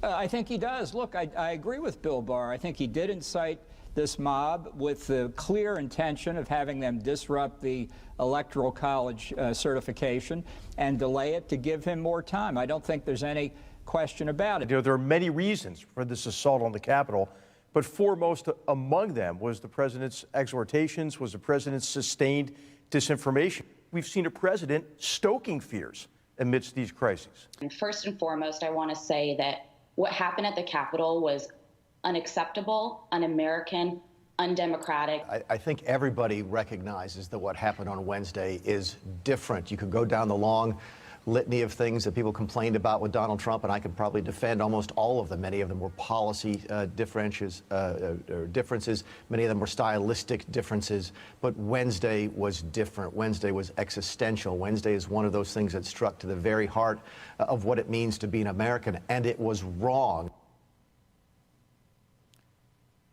Mick Mulvaney, President Trump's former chief of staff, is clearly saying what we all felt, that January 6th was different. It was existential. It was wrong. It was un-American. And this sentiment was echoed not just from people outside the administration, but from people inside the Trump administration. Perhaps most telling was the flood of resignations from people inside President Trump's administration with firsthand access to President Trump. His own officials felt so betrayed by his conduct that numerous officials resigned in protest days before the end of President Trump's term. 16 officials resigned in protest. 16. They all took this dramatic action of resigning because they saw the clear link between President Trump's conduct and the violent insurrection. Here are some of what they said. Secretary DeVos, who was in administration the entire term, told President Trump in her resignation letter that, quote, "There's no mistaking the impact your rhetoric had on the situation, and it is an inflection point for me." Secretary Chow, who was in administration their entire term, explained, "Yesterday, our country experienced a traumatic and entirely avoidable event as supporters of the president stormed the Capitol building following a rally he addressed. As I'm sure is the case with many of you, it has deeply troubled me in a way I simply cannot set aside. Deputy Costello told his associates the attack was his, quote, breaking point, and he hoped, quote, a wake-up call. These rebukes and resignations from President Trump's own administration make clear that President Trump's conduct was anything but totally appropriate. They also remind us that this can and must be a wake-up call. As Representative Fred Upton so eloquently put it, President Trump expressed no regrets for last week's violent insurrection at the U.S. Capitol. This sends exactly the wrong signal to those of us who support the very core of our democratic principles and took a solemn oath to the Constitution. It is time to say, enough is enough. Now, no one is saying here that President Trump cannot contest the election. Of course he can. But what President Trump did, as his former chief of staff explained, was different. It was dishonorable, it was un-American, and it resulted in fatalities. President Trump spent months inflaming his supporters, spread lies to incite a violent attack on the Capitol, on our law enforcement, and on all of us. And then he lied again to his base to tell them that this was all okay, that this was all acceptable. And that is why President Trump is so dangerous. Because he would have all of us, all Americans, believe that any president who comes after him can do exactly the same thing. That's why lack of remorse is an important factor in impeachment. Because impeachment, conviction, and disqualification is not just about the past, it's about the future. It's making sure that no future official, no future president does the same exact thing President Trump does. President Trump's lack of remorse shows that he will undoubtedly cause future harm if allowed, because he still refuses to account for his previous high-grade crime against our government. You know, I'm not afraid of Donald Trump running again in 4 years. I'm afraid he's going to run again and lose, because he can do this again. We're in an unusual situation, because despite President Trump's claim that everyone thinks what he did was fine, so many have come out and spoken so strongly and passionately about what happened here. I'd like to highlight a statement by Representative Anthony Gonzalez. He said, "The Vice President and both chambers of Congress had their lives put in grave danger as a result of the President's actions and the events leading up to and on January 6th. During the attack itself, the President abandoned his post while many members asked for help, thus further endangering all present. These are fundamental threats not just to people's lives, but to the very foundation of our republic." And now I'd like to show what members of Congress said leading up to the most bipartisan impeachment vote in U.S. history. Because I do want everyone watching, especially President Trump's supporters, to see firsthand what I believe we all feel, that what President Trump did was not appropriate, that it was not American, and that it absolutely cannot stand. What he has done and what he has caused here is something that we've never seen before in our history. All indications are that the president has become unmoored, not just from his duty, nor even his oath, but from reality itself. The president's role in this insurrection is undeniable, both on social media ahead of January 6th and in his speech that day. He deliberately promoted baseless theories, creating a combustible environment of misinformation and division. To allow the President of the United States to incite this attack without consequences is a direct threat to the future of this democracy. After this trial, I hope you'll come together and cast your vote and make absolutely clear how we as a Congress and as a nation feel about what Donald Trump did by convicting him. And to prevent this from being only the beginning, as President Trump said, and to deter future presidents who do not like the outcome of a national election from believing they can follow in President Trump's footsteps. It is what our Constitution requires. It is what our country deserves.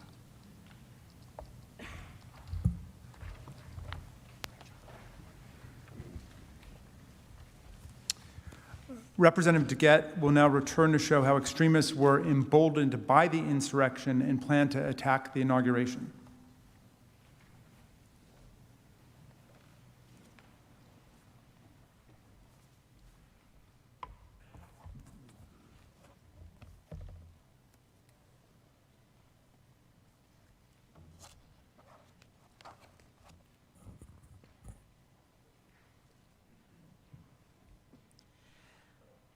My colleagues have showed you the overwhelming evidence of how President Trump's conduct assembled, incited, and inflamed the mob.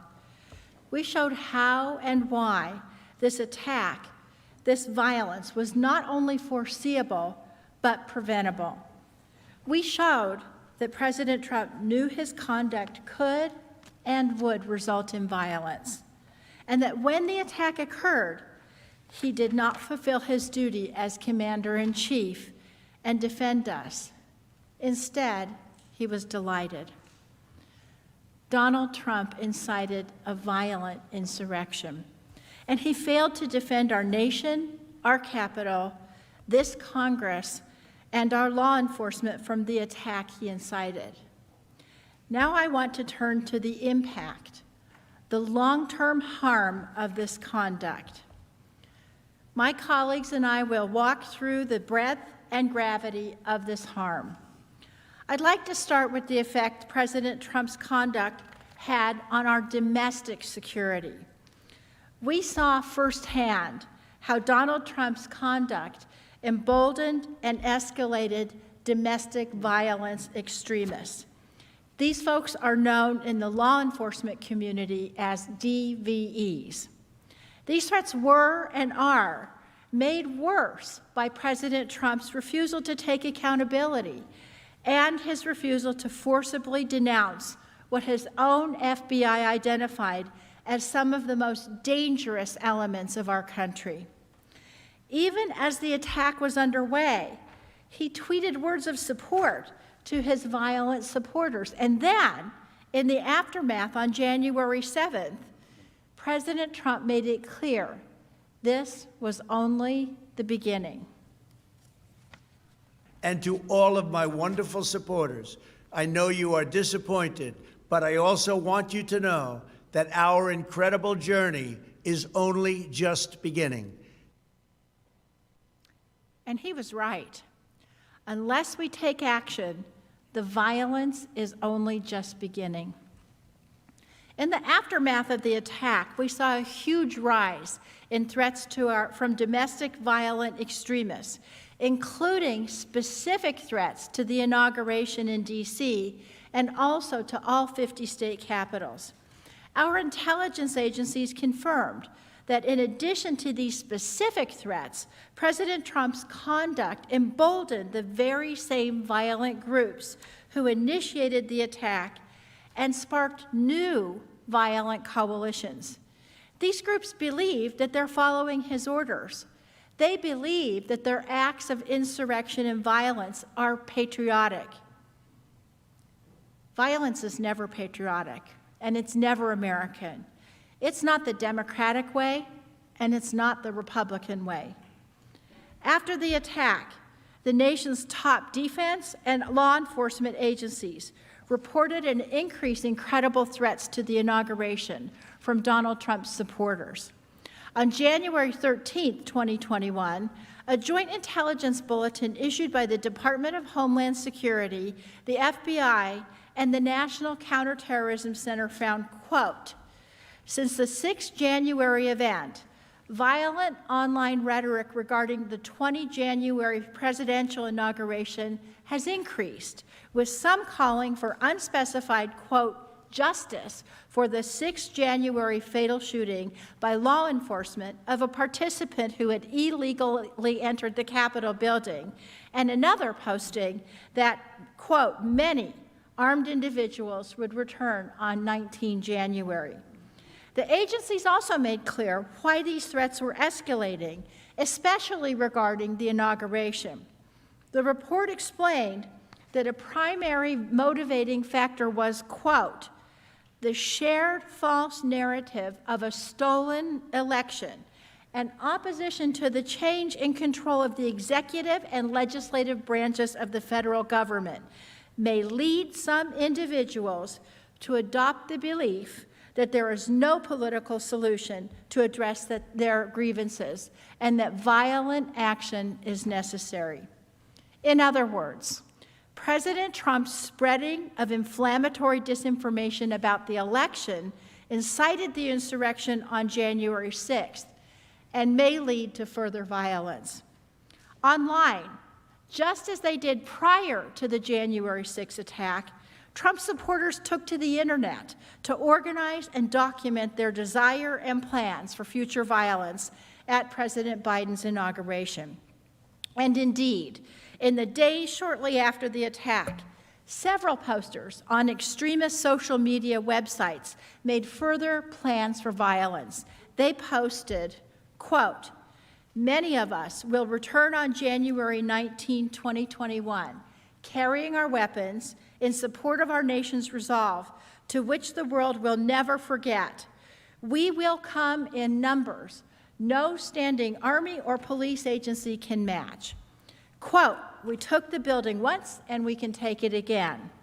Other users, eager to participate in additional attacks, confirmed that they were waiting on President Trump's instructions about what to do next. Referring to a future planned attack, a user on the online platform known as Gab posted, quote, I'd like to come do this, but want to know, does our president want us there? Awaiting instructions. In fact, in the days leading up to the inauguration, multiple individuals, many potentially in an attempt to carry out the plots that I just previewed, were arrested in Washington, D.C., including on serious weapons charges.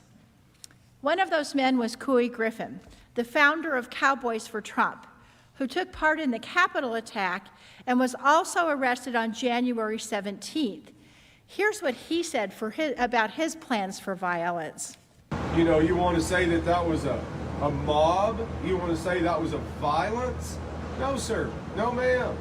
No, we could have a Second Amendment rally on those same steps that we had that rally yesterday. You know, and if we do, then it's going to be a sad day because there's going to be blood running out of that building. But at the end of the day, you mark my word, we will plant our flag on the desk of Nancy Pelosi and Chuck Schumer. Blood running out of the building, this building, the Capitol, where all of us are right now.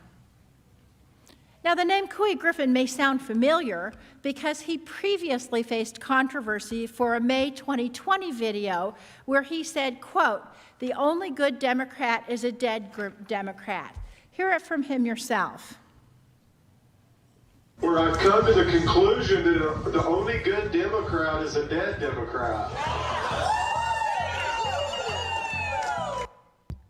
Now, when he said well, I'm glad I this, don't identify as President Democrat. Trump actually retweeted Griffin and thanked him for that sentiment. When Donald Trump retweeted this, he was no stranger to Griffin. In fact, in March 2019, over a year earlier, Griffin and Trump had spoken on the phone for nearly 30 minutes. President Trump's conduct, without a doubt, made it clear that he supported Griffin. In fact, Griffin even said so himself. As Griffin later said about President Trump retweeting his inflammatory comment about the dead Democrats, quote, it really means a lot to me because I know the President of the United States has my back. Remember, This is a man who was here on January 6th, who was arrested after threatening to come back here to make blood come running out of this building. Threats like Griffin's have triggered a deployment of forces, the likes of which we have never seen. There were approximately 25,000 National Guard troops brought in from around the country to protect D.C. leading up to and on Inauguration Day. As you know, many of those troops are still here. Take a look at that.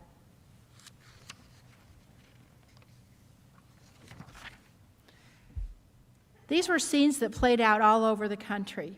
5 days following the siege on the Capitol, on January 11, 2021, the FBI warned that, quote, armed protests are being planned at all 50 state capitals from 16 January through at least 20 January, and at the U.S. Capitol from 17 January through 20 January.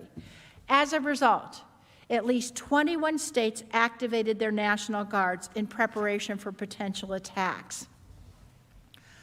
President Trump's incitement has reverberated around the country, prompting massive law enforcement mobilization in several state capitals, including Washington, Illinois, Michigan, and Georgia.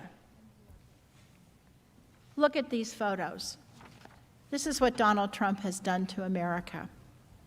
I wonder this if they're gonna play massive any video deployment of from law Washington. enforcement has cost the taxpayers dearly.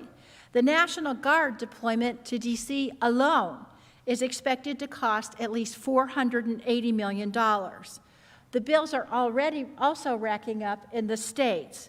North Carolina, South Carolina, Pennsylvania, Utah, and Wisconsin have each spent about $500,000 to safeguard their capitals in the run-up to the inauguration.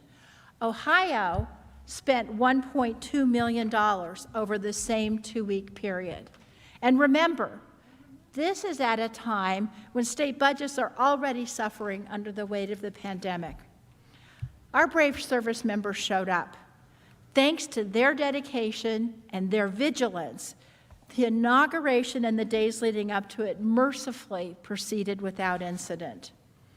In fact, after news broke of law enforcement's preparedness for further attacks, leaders of the Proud Boys, the Three Percenters militia, the organizers of the Million MAGA March, they all now told their followers to avoid protests up to or leading up to the inauguration for fear that law enforcement would crush them and arrest rioters who showed up. Thank God there wasn't an insurrection sequel here on January 20th. But look at the price we've paid. The price that we're still paying. It's not just dollars and cents. This Capitol has become a fortress, as state capitals have all across the country. Our constituents no longer have access to the elected representatives.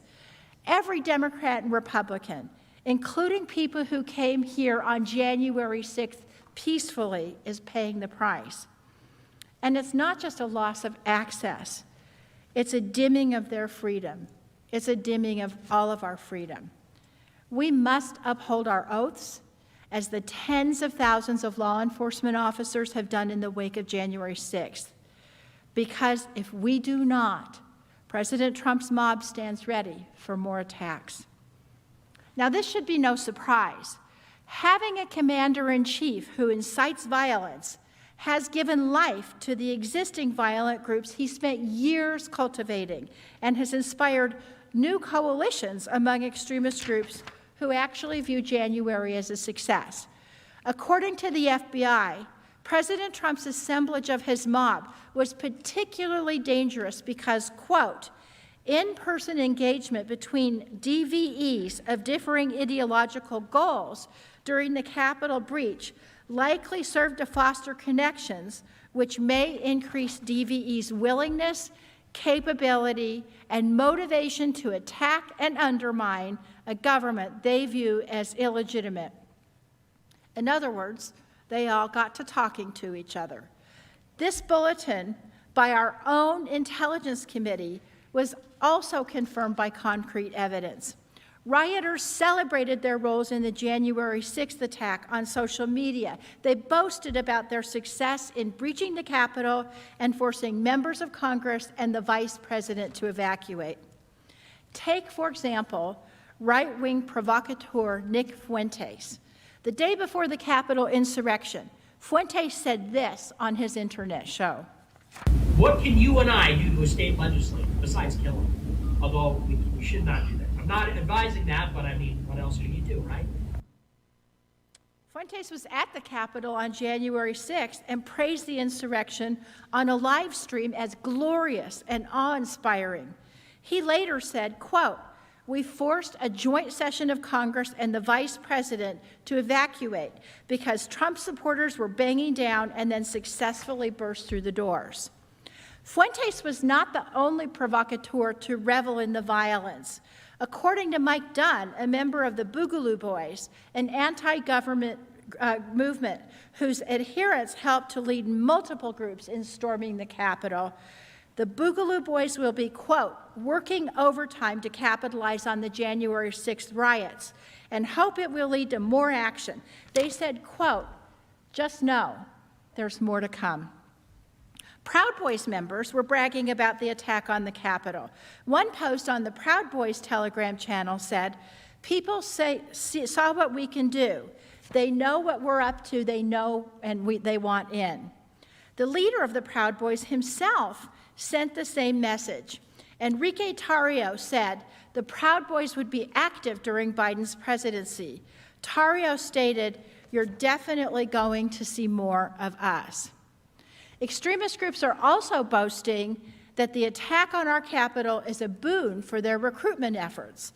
3% Security Force leader Chris Hill says he's been contacted by several people interested in joining since the insurrection. And as one expert who focuses on domestic extremism, Jared Holt explained, by all measurable effects, this was a far-right extremist, one of the most successful attacks that they've ever launched. They're talking about this as the first stab in a greater revolution.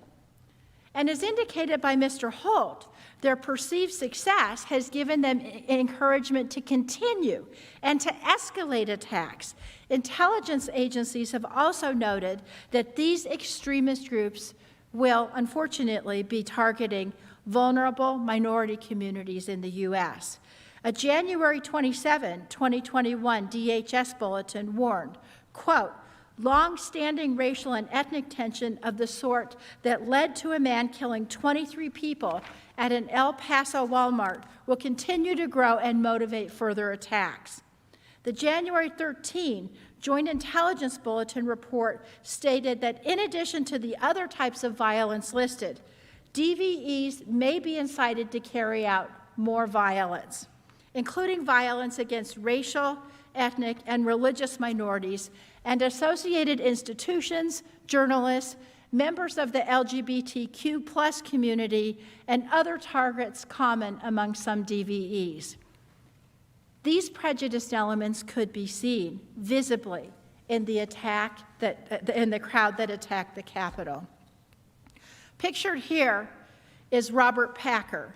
Robert Packer is an avowed white supremacist and Holocaust denier who proudly wore that sweatshirt which states, quote, "Camp Auschwitz." These prejudiced elements could also be heard from the crowds. As you've heard, the insurrectionists that attacked the Capitol on January 6th hurled racial slurs, including at black police officers.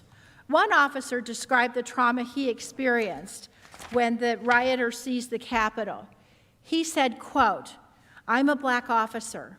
There was a lot of racism that day. I was called racial slurs, and in the moment, I didn't process this as traumatic. I was just trying to survive. I just wanted to get home, to see my daughter again. I couldn't show weakness. I finally reached a safe place, surrounded by officers. I was able to cry, to let it out, to attempt to process it." These extremist groups were emboldened because President Trump told them repeatedly that their insurrectionist activities were the pinnacle of patriotism.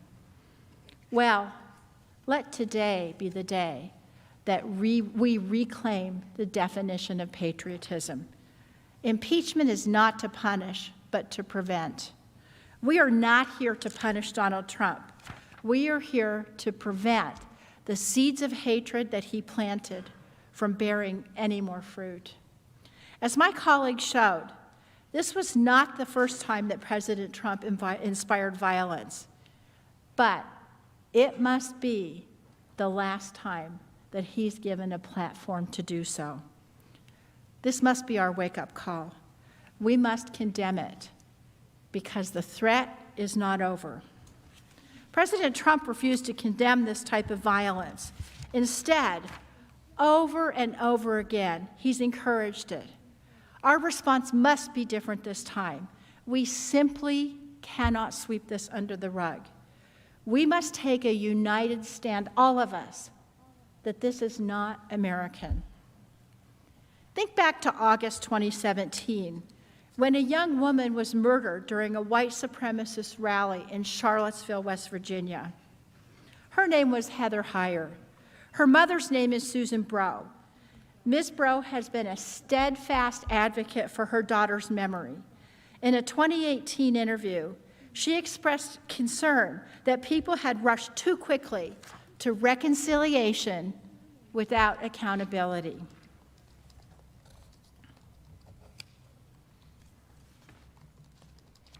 If you rush to heal, if you rush to everybody grab each other and sing Kumbaya, then we've accomplished nothing and we'll be right back here in a few years.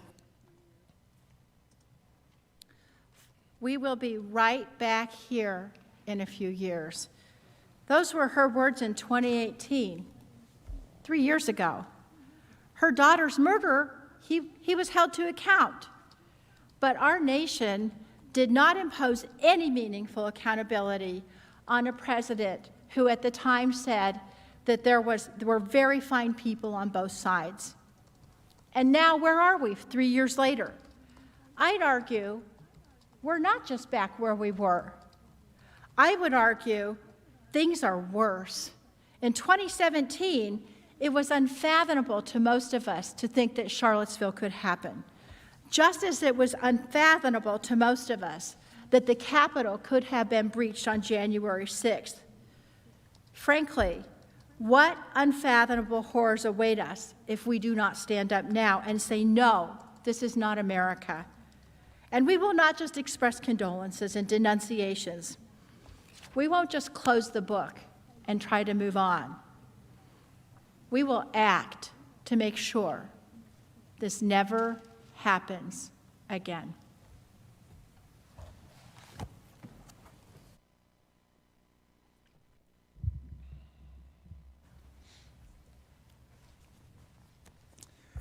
Wow. Representatives Cicilline and Liu will now come to show the harm done and the damage done to Congress and our democratic process.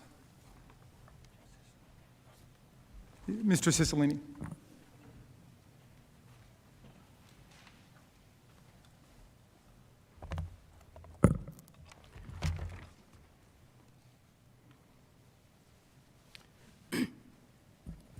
Mr. President, distinguished senators, you just heard from my colleague, Manager DeGette, how the conduct of Donald Trump dramatically increased the threats to our security and emboldened violent domestic extremists.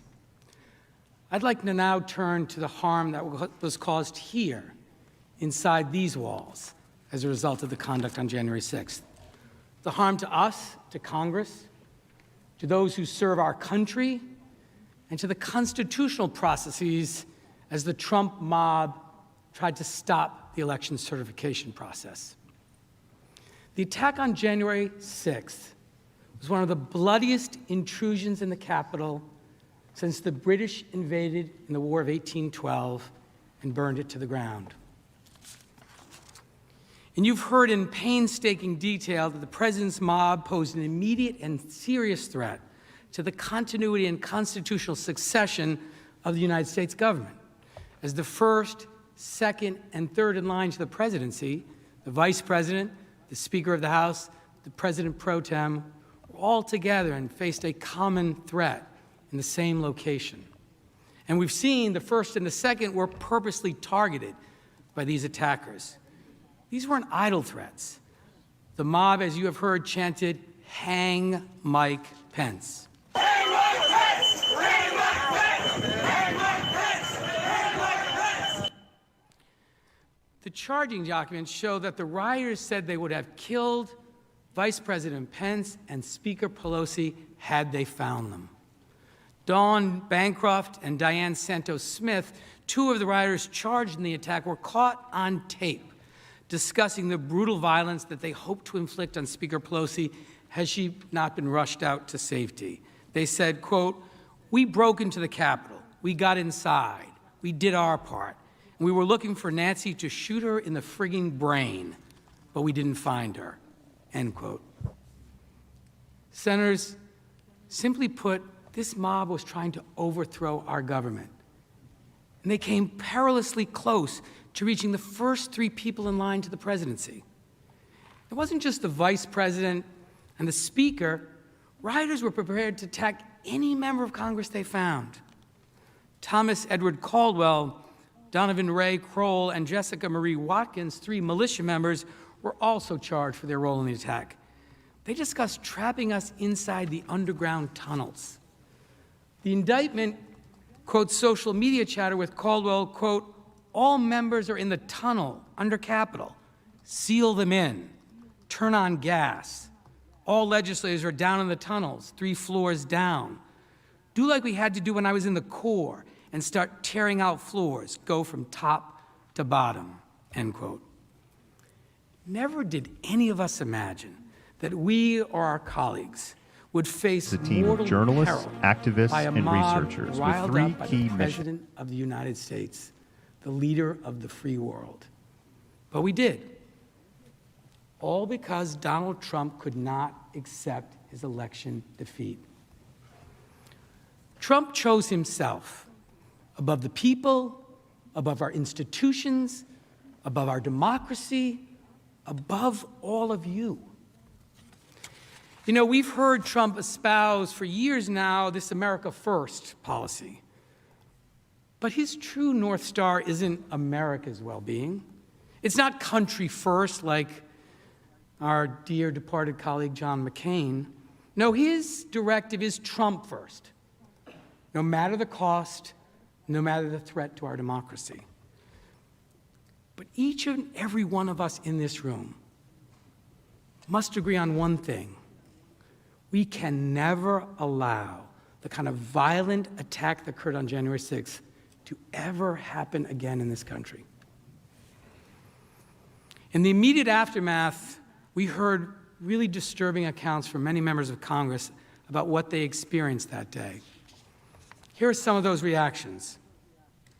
Following the attack, Representative Dusty Johnson expressed concerns that we had gotten to the point where so many of us had sown the seeds of anger and division.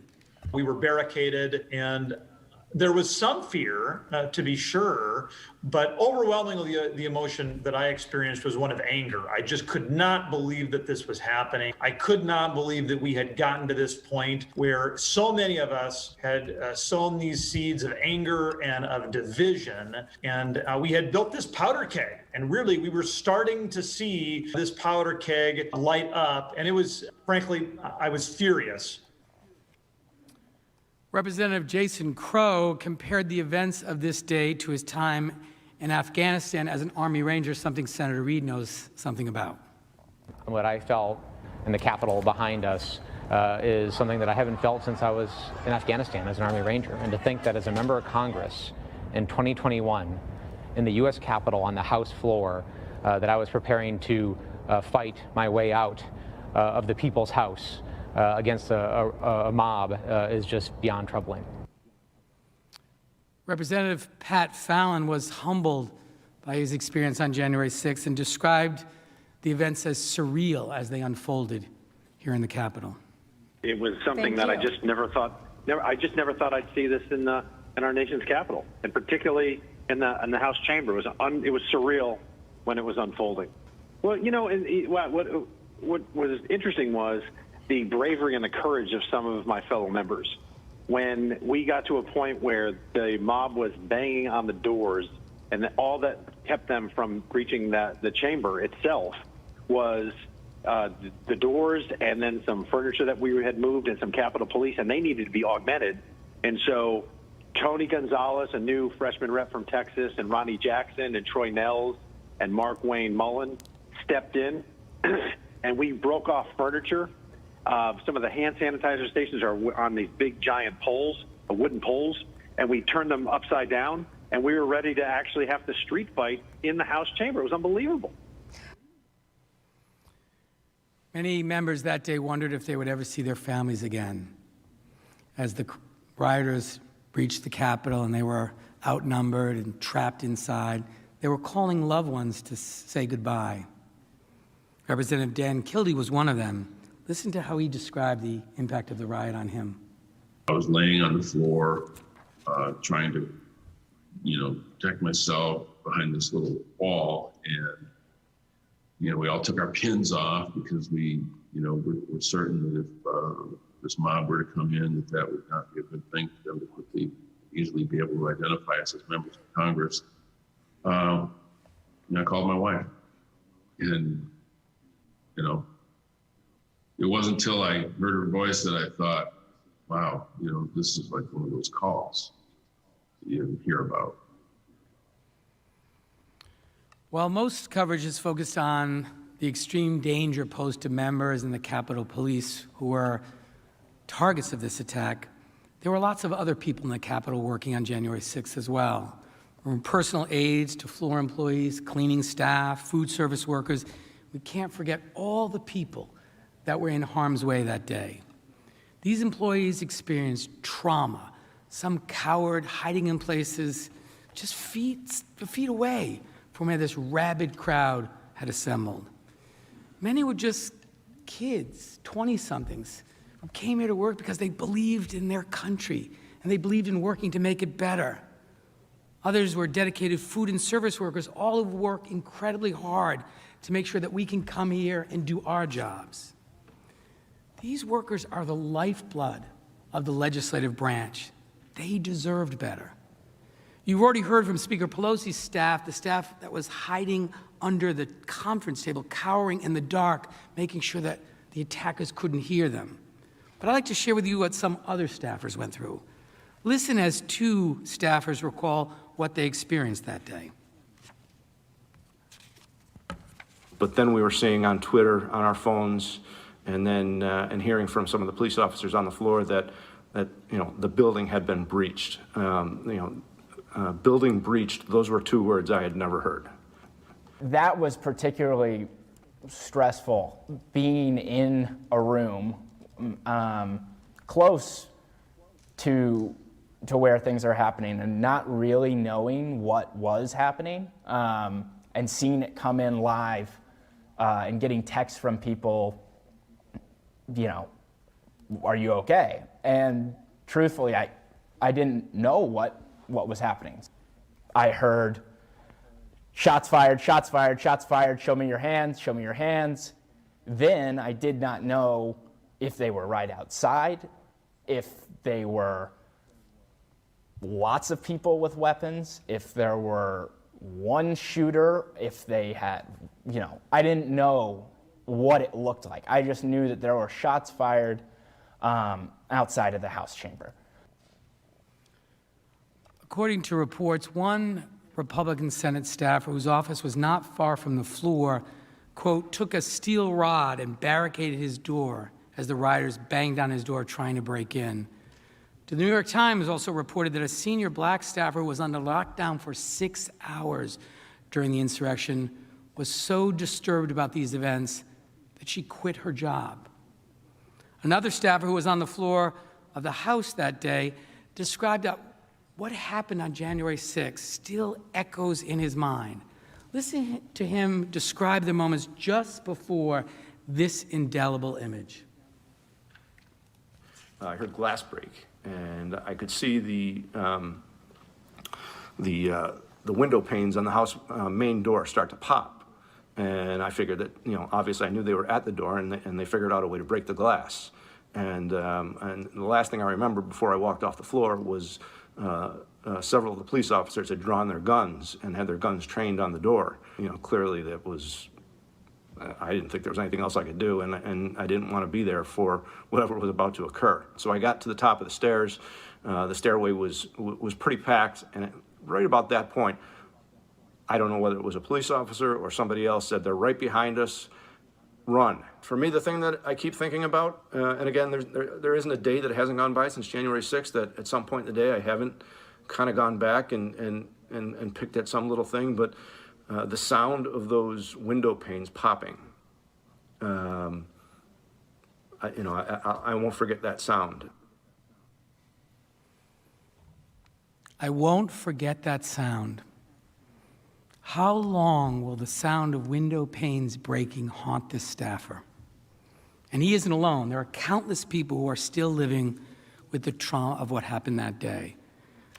This includes, by the way, another group of people who were with us in the Capitol on that day, and that's the press. They were in danger, particularly after years of being derided by President Trump as fake news. Kristen Wilson, a reporter for CNN, recently tweeted about her experience. She said, "I have 14 people on my team. We were scattered everywhere.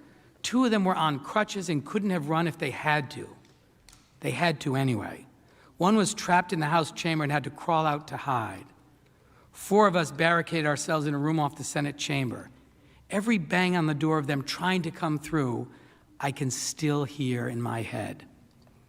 The janitorial and custodial staff of the Capitol, the people who day after day tend to our home away from home, were also traumatized.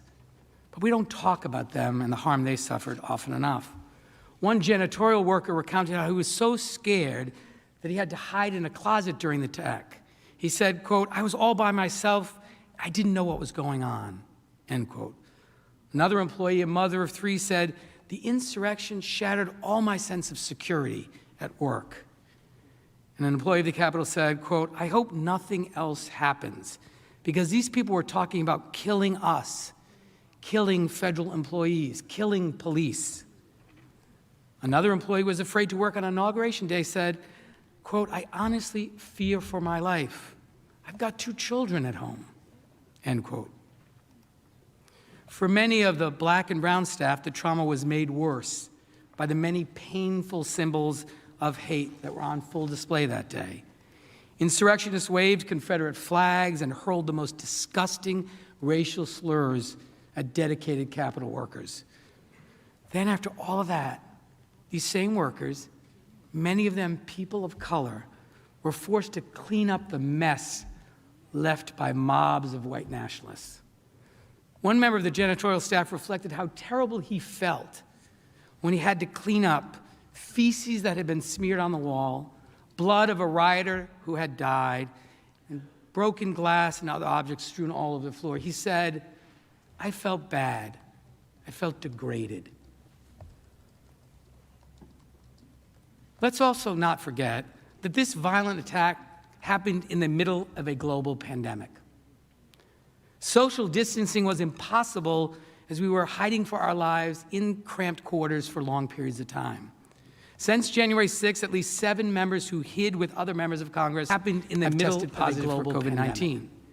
At least 38 Capitol Police officers have either tested positive or been exposed, and nearly 200 National Guard troops who were deployed to our nation's capital to provide all of us protection have tested positive. The Capitol Police and the National Guard came here to keep us safe, to serve, and they put their lives in danger. They deserved better than this. We all did. That brings me to the next harm. Now, all of us in this room made it out alive, but not everyone was so lucky. 3 law enforcement officers tragically lost their lives as a result of the riot on January 6th. These officers, Capitol Police Officer Brian Sicknick, Capitol Police Officer Howard Liebengood, and Metropolitan Police Officer Jeffrey Smith, all honorably served to protect and defend. My colleague, Mr. Swalwell, told you about Officer Sicknick. He was a 42-year-old military veteran who dedicated his entire life to public service. On January 6th, he fought a mob of rioters as they streamed into the Capitol and ultimately lost his life protecting us. Officer Liebengood was a 15-year veteran of the Capitol Police. His father served as Sergeant-at-Arms here in the Senate, and Officer Liebengood followed his extraordinary example of public service. Officer Smith served for 12 years with the Metropolitan Police Department. He heeded the call of duty on January 6th by coming to stand with the Capitol Police to help secure our democracy. Earlier, my colleague, Manager Swalwell, showed you terrible videos of the police being physically abused and injured. You remember what happened to Officer Fanone and Officer Hodges of the MPD, but there were scores of other officers whose names we don't know who were also brutalized that day. Injuries to the U.S. Capitol Police and the Metropolitan Police Department include concussions, irritated lungs, serious injuries caused by repeated blows from bats, poles, and clubs. Capitol Police officers also sustained injuries that will be with them for the rest of their lives. One officer lost the tip of a right index finger. In a statement issued on January 7th, the chairman of the Capitol Police Officers Union said, and I quote, "I have officers who were not issued helmets prior to the attack, who have sustained brain injuries. One officer has 2 cracked ribs and 2 smashed spinal discs. One officer is going to lose his eye, and another was stabbed with a metal fence stake," end quote. In total, at least 81 members of Capitol Police and 65 members of the Metropolitan Police Department were injured during the attack on January 6th. Former Capitol Police Chief Son described the insurrection as violent, unlike anything he'd seen in his 30-year career in law enforcement. D.C. Police Chief Robert J. Conti III, who had spoken with an officer who had been beaten and injured with a stun gun, said, quote, "I've talked to officers who have done 2 tours in Iraq who said this was scarier to them than their time in combat," end quote. Of course, the physical violence is not the only thing that will have a lasting effect on our brave sworn officers. Trump's mob verbally denigrated their patriotism, questioned their loyalty, and yelled racial slurs. They called them traitors, Nazis, un-American, for protecting us. For example, in the next clip, a rioter wearing a hunting jacket accosts a police officer. Are you an American? Act like fucking you know what? You don't have no idea what the fuck you're doing. You guys have no idea what the fuck you're doing. Now once again, you're American. Now one idea. Don't touch me, don't. Get the fuck out of here. Don't touch me, motherfucker. Easy, man. Take it easy. No, they work for us. Fuck that. Could you imagine a BLM Listen to how protester the doing Trump that? mob And what would talked happen to to a these BLM officers. protester doing that? You heard that with your own ears.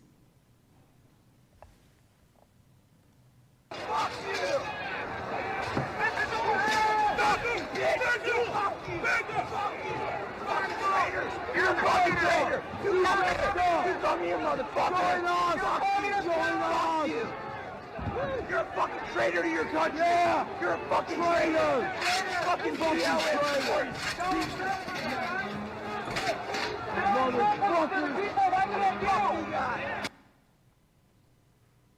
Effing traitor. So much for backing the blue. There's a couple more examples. Out over your paycheck! Fuck you guys! You can't even call yourself American! You broke your fucking oath today! 1776, bitch! You're running out of pepper spray, officers.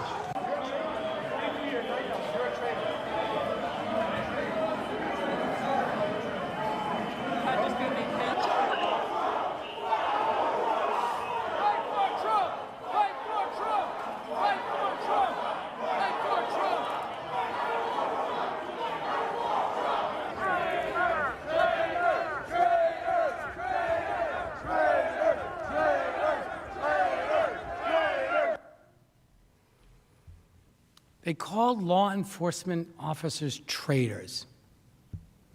You have to wonder, who are these rioters sworn to? To whom do they believe the police owe their loyalty? To the people?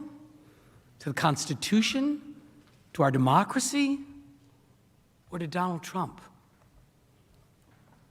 Even those who were not outwardly injured, the mental toll has been significant. Several Capitol Police officers have reportedly threatened self-harm in the days following the riot, and in one case, an officer voluntarily turned in her gun because she was afraid of what might happen. Black police officers were also met with racist vitriol. You heard lead manager Raskin reference a black police officer who, weary from racialized violence that he had experienced that day, saying, "Tears just started streaming down my face. I said, what the F, man? Is this America?" Is this America, lead manager Raskin asked. Is this America? What is your answer to that question? Is this okay? If not, what are we going to do about it? These people matter. These people who risk their lives for us. So I ask you respectfully to consider them, the police officers, the staff of this building, when you cast your vote. These people are in deep pain because they showed up here to serve the American people, to serve their government, to serve all of us. And I ask each of you, when you cast your vote, to remember them and honor them and act in service of them as they deserve. I also want to recognize that 4 individuals, 4 insurrectionists, who also lost their lives during the attack. These people were led here by the words and actions of an individual who made them believe that they were patriots. The loss of human life is, of course, the most consequential. But that was not the only damage wrought that day. The Trump mob also damaged this building. They defiled some of the most sacred places. Statuary Hall, the Rotunda, where some of America's greatest champions, presidents, Supreme Court justices, civil rights heroes, and other defenders are honored after their death. Trump's violent mob had little respect for this place. This video shows the wreckage left in the Senate parliamentarian's office by the insurrectionists.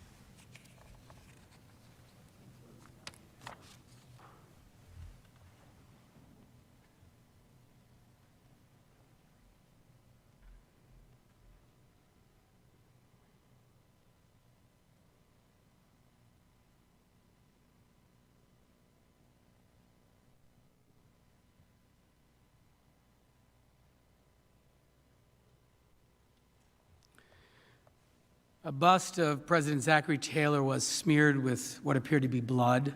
An empty picture frame, presumably robbed of its contents, was found on the floor. And videos of the insurrection captured one man stealing a framed photo, another one tearing a scroll from the wall and ripping it up and throwing those pieces on the floor. A sign paying tribute to John Lewis was also shamefully destroyed, and only a broken piece of the memorial was found on the ground next to a trash can. The photo of Mr. Lewis was gone. The damage done to this building is a stain on all of us and on the dignity of our democracy. The attack we saw had a purpose: stop the certification, stop our democratic process. Fortunately, they did not prevail. Newspapers across America on January 21st, the day after the inauguration, proclaimed democracy has prevailed. President Biden said that in his inauguration speech. The headline was in so many places because the world's oldest constitutional democracy and the principles underlying it had been attacked and challenged. This wasn't just an attack on the Capitol building and the dedicated people inside. It was an attack on what we were elected to preserve: our democracy. This attack on our elections, on the peaceful transfer of power from one president to the next, didn't even happen during the Civil War. But it did just happen because of the cold, calculated, and conspiratorial acts of our former President, Donald J. Trump. We showed you that the insurrectionists were deliberate, that they came looking for Vice President Pence and Speaker Pelosi, ready to kill.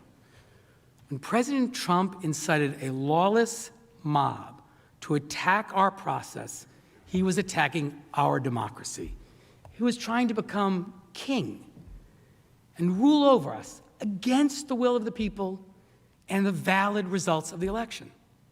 For the first time ever in our history, a sitting president actively instigated his supporters to violently disrupt the process that provides for the peaceful transfer of power from one president to the next. Think about that for a moment. What if President Trump had been successful? What if he had succeeded in overturning the will of the people in our constitutional processes? Who among us is willing to risk that outcome by letting Trump's constitutional crimes go unanswered? The founders included impeachment in our Constitution not as a punishment, but to prevent. We have to prevent every president, today, tomorrow, or at any time in the future, from believing that this conduct is acceptable. Today, we have to stand up for our democracy and ensure we remain a country governed by the people, for the people, by telling Donald Trump and people all across this country and all across the world that his crimes will not and cannot stand.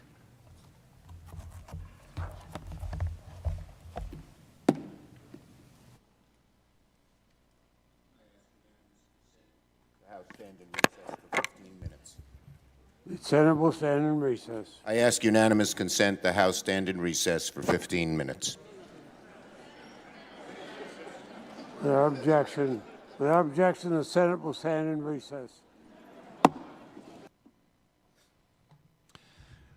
Well, Senator Leahy looks like he's feeling a little better than he did yesterday.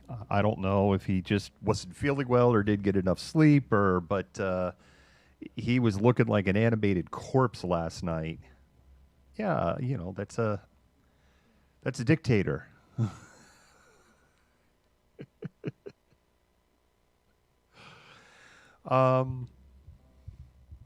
This has been, yeah, that's funny. Everyone's like, I'm starving. It's like, I haven't had breakfast yet either. Yoda needs to go outside. I think this is what we're going to do for this break. Let me go ahead and I think we're going to fill with the martial law band again. Everybody loves some martial law band. So I'm going to throw up some martial law band. Let me just put a thing in the comments.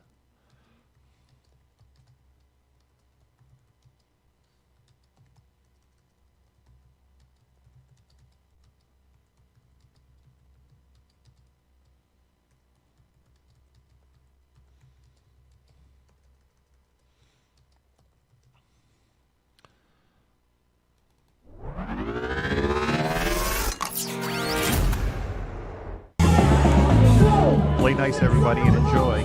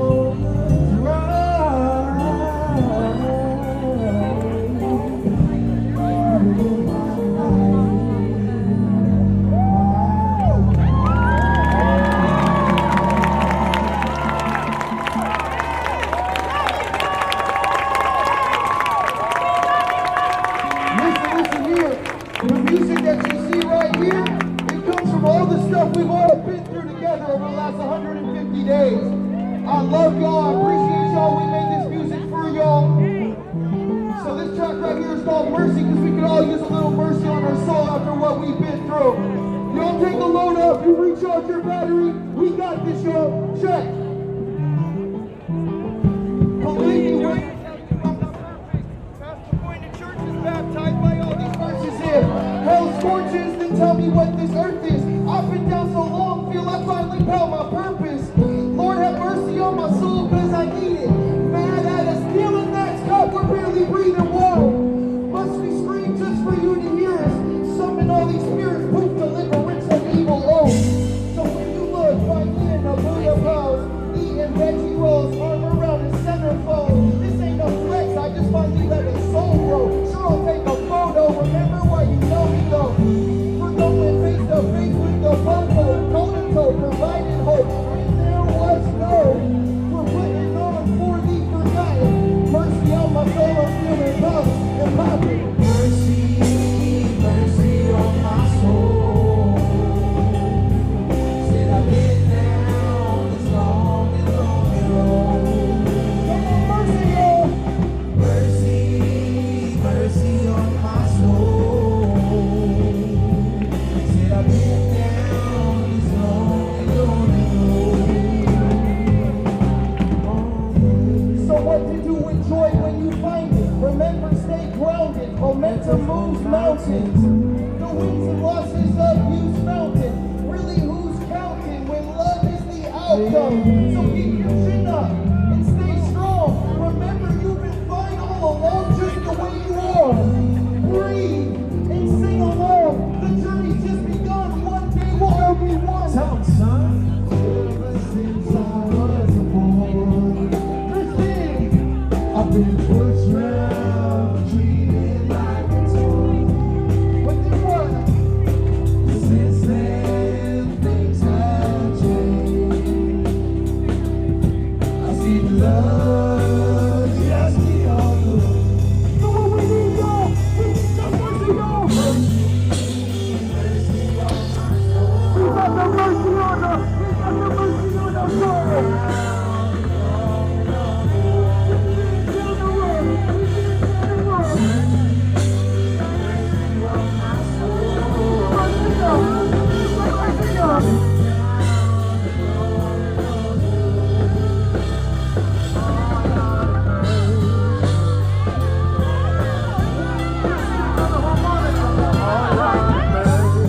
Hey, Fox News, how come you don't show this?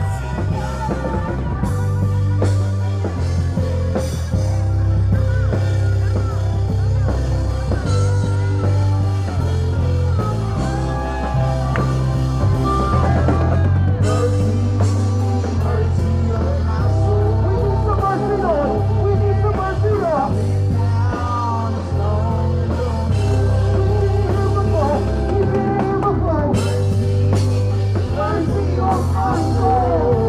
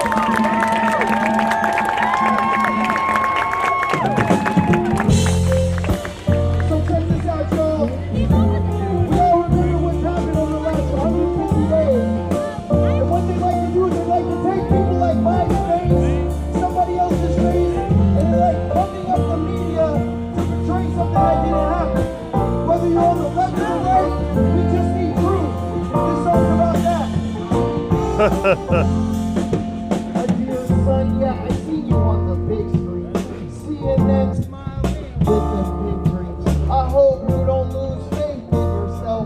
I raised you to play the cards that you were dealt. Sorry, mama, Ivy League dropped out. Left my peers all proud of me. Backpackers grounded me on like the Justice League. Lizzie's on an odyssey. Homer hit a homer, now they speak on the team globally.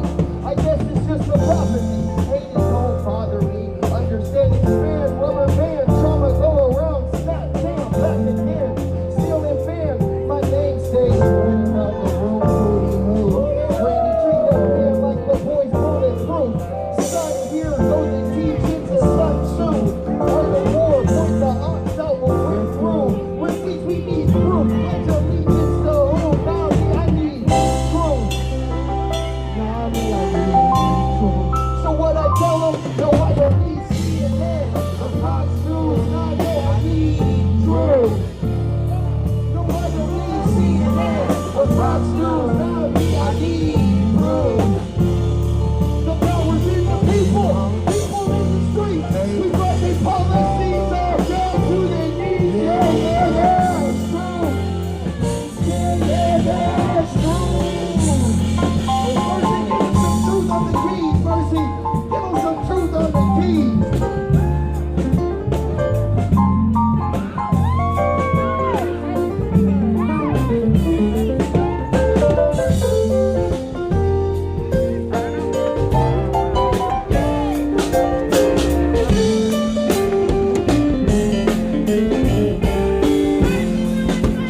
Why they always make it about what's black and what's white when they should really report what's wrong and what's right. Stop trying to play us like it's just left or it's right. We know there's more to decide. Put our lives in this fight. Press thanks for the coverage. Gotta change the subject. Stop putting us against each other. But we all got more in common. No need to be dishonest, just to lie some more dollars in your pockets. Yeah, you got options when your platform is popping.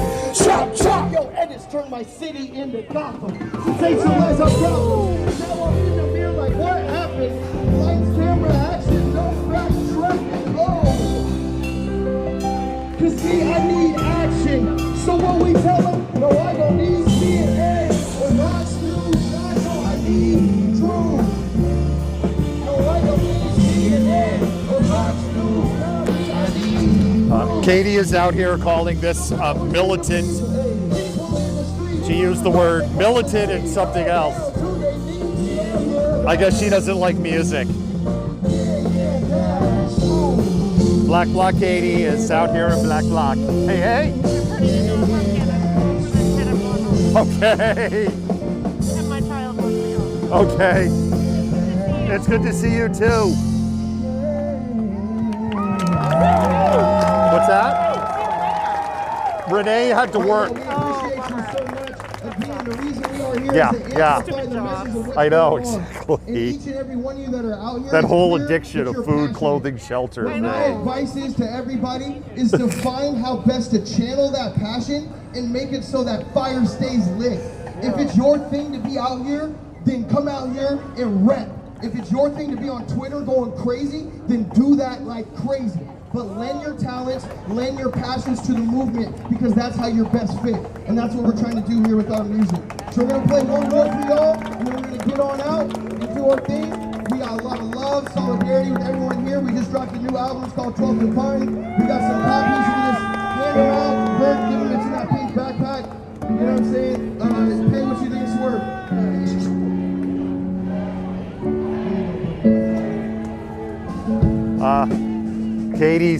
Sounds like Katie's getting heckled. And as much as I know some people would love me to go over there and heckle her, because I know everyone would love the heckling I did, we're staying here with the music. Told you time to go, you gotta hit the road. Don't let them hold you back, leave them in the past. They don't like it when you stand on a hater like that. Oh, now you got them mad. Hey, get your dance. They don't wanna see you laugh, rather see you all sad, rather see us do it bad. They'd rather see us doing bad. We're talking flat. They said that wasn't lyrical. Said rap isn't spiritual. Act like me standing right here ain't a miracle. Confirmed with the oracle. Turned into a warrior. Worded ya euphoria. Moving in my story, yeah. Wasn't no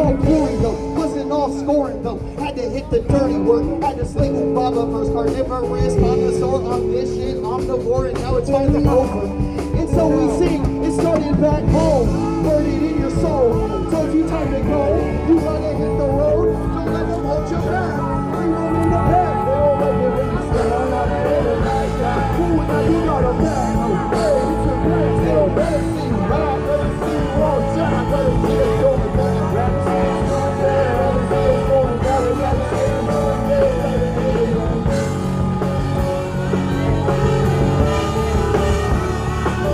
Yeah. Go ahead and jam. Yeah. Jam. They say it's martial law, it's martial law, it's martial, yeah, it's martial law. Jam. The labyrinth of near the sun I've flown. Here with Cupid's bow, got Penelope at home. Yeah, I always needed goals. Flute person, it's flute person. Look, hey, I went far on my journey, got scars on my journey hit, pause on my journey found, causing my journey, you ain't get it, you ain't with it, you ain't respond when I said it, you weren't riding in that Civic with that vision so vivid, like, who'll wait till I hit this opera, who'll like march, wait till I am a doctor, we big as our nostril, haha. It wasn't always hostile, it wasn't always docile, but look, we did it proper.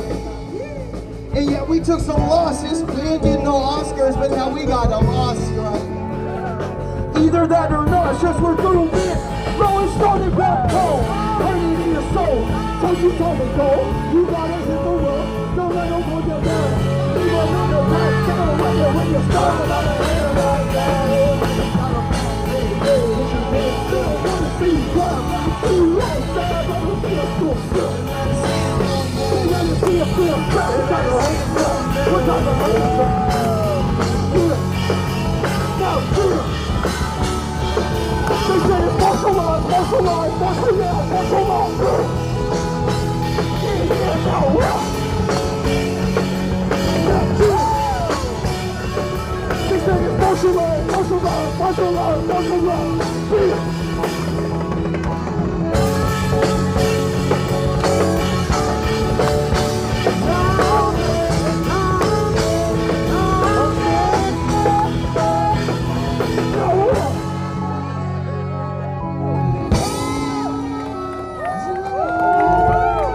We love you, Seattle.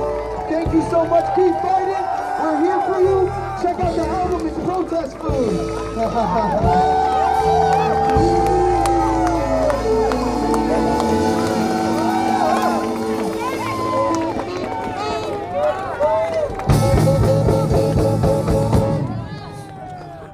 Y'all make some noise!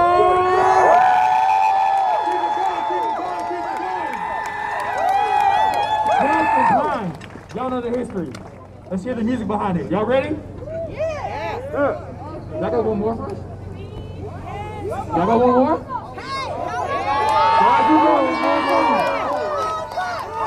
Let's go one more. Let's have everybody move on in so we can get ready to roll out. Once this song ends, we're gonna hit it. We're gonna get everybody back up to Cal. Y'all down for that? Yeah! Y'all down to keep going? Yeah! Y'all want one more song? Make some noise for Marshall Lawson! We put the Venmo in the comments if you want to tip the band, and we strongly encourage you to support our Black, Indigenous, and person of color artists. If you're enjoying this music, tip the band. That's right. Hey, I'm sorry. They actually gave a trigger warning. That's how I apologize. All right, get ready.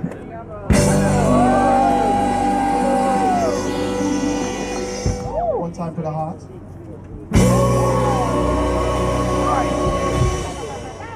Just like Holy Ghost, this motherfucking crowd.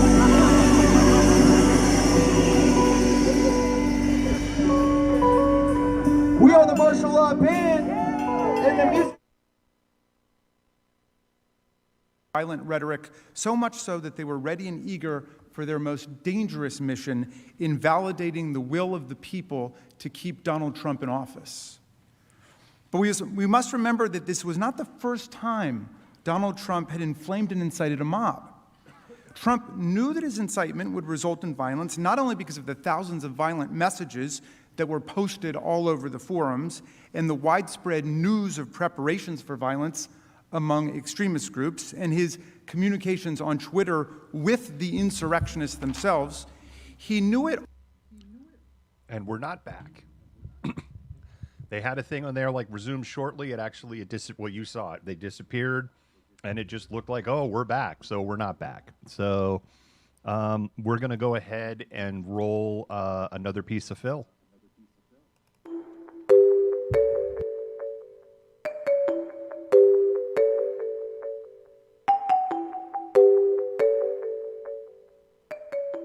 President Lyndon B. Johnson signed the Civil Rights Act of 1964 on July 2nd of the same year. The act outlaws discrimination based on race, color, religion, gender, or national origin. It also prohibits racial segregation in schools and employment. Just how far have we come in 56 years? The improvements since 1964 are undeniable. However, the inequality Black, Indigenous, and persons of color, called BIPOC, remain part of the American fabric. The challenges we face as a nation extend beyond the boardroom and include the classroom and the courtroom. According to the Brookings Institute, white American households have a mean net worth of $171,000, compared to just $17,150 for Black families. This disparity cannot be explained away by income, indebtedness, or educational attainment. When a BIPOC child enters preschool, they are behind their white peers in language and math development, with Blacks even further behind. Preschool programs shrink this gap by the time the students reach the first grade, but those gains evaporate during primary education. By high school graduation, non-whites are 2 grades behind their peers in equivalency testing. Black graduates, 2.5 grades behind. The challenges go beyond equivalency in education. A K-12 Black student is 380% more likely to receive a school suspension, and a gifted Black student is 54% less likely to be recommended to a gifted, talented program. When it comes to high school graduation, success also sees a significant gap. 91% of whites graduate high school, compared to 86% of Blacks, but just 66% of Hispanics and 65% of Indigenous Americans. In the courtroom, BIPOC populations face similar discrimination. 35% of juveniles arrested are Black, despite making up only 15% of the youth population. Data collected since 2015 indicates a Black suspect is twice as likely to be killed by police versus a white suspect. 56% of those serving life sentences in the U.S. prison system, the largest in the world, are Black. The United States judicial system is overwhelmed, with 80% of cases ending in a plea deal and never even going to trial. Between socioeconomic, educational, and judicial disparity, the college and career level impacts is dramatic. 72% of white students that complete high school goes on to an undergraduate program, compared to 44% of Black students and 50% of Hispanic students. While 59% of white students who attend college go on to graduate, only 43% of Black women and 35% of Black men do. And that disparity is maintained even among the elite universities. By the time a BIPOC American reaches the workforce, they have a higher chance of having a criminal record. They are 2 grade levels behind their classroom peers and face a lifetime of reduced opportunity. These issues combine to prevent the building of generational wealth, and the cycle repeats. Hashtags of Black Lives Matter, marketing campaigns, and one-time donations won't change these systemic problems. Unweaving these threads from our fabric will require a generational effort. If we bring true equality to American society, everyone will benefit through less crime, higher GDP, better health, better productivity, and a better standard of living for all. This is the challenge of a generation.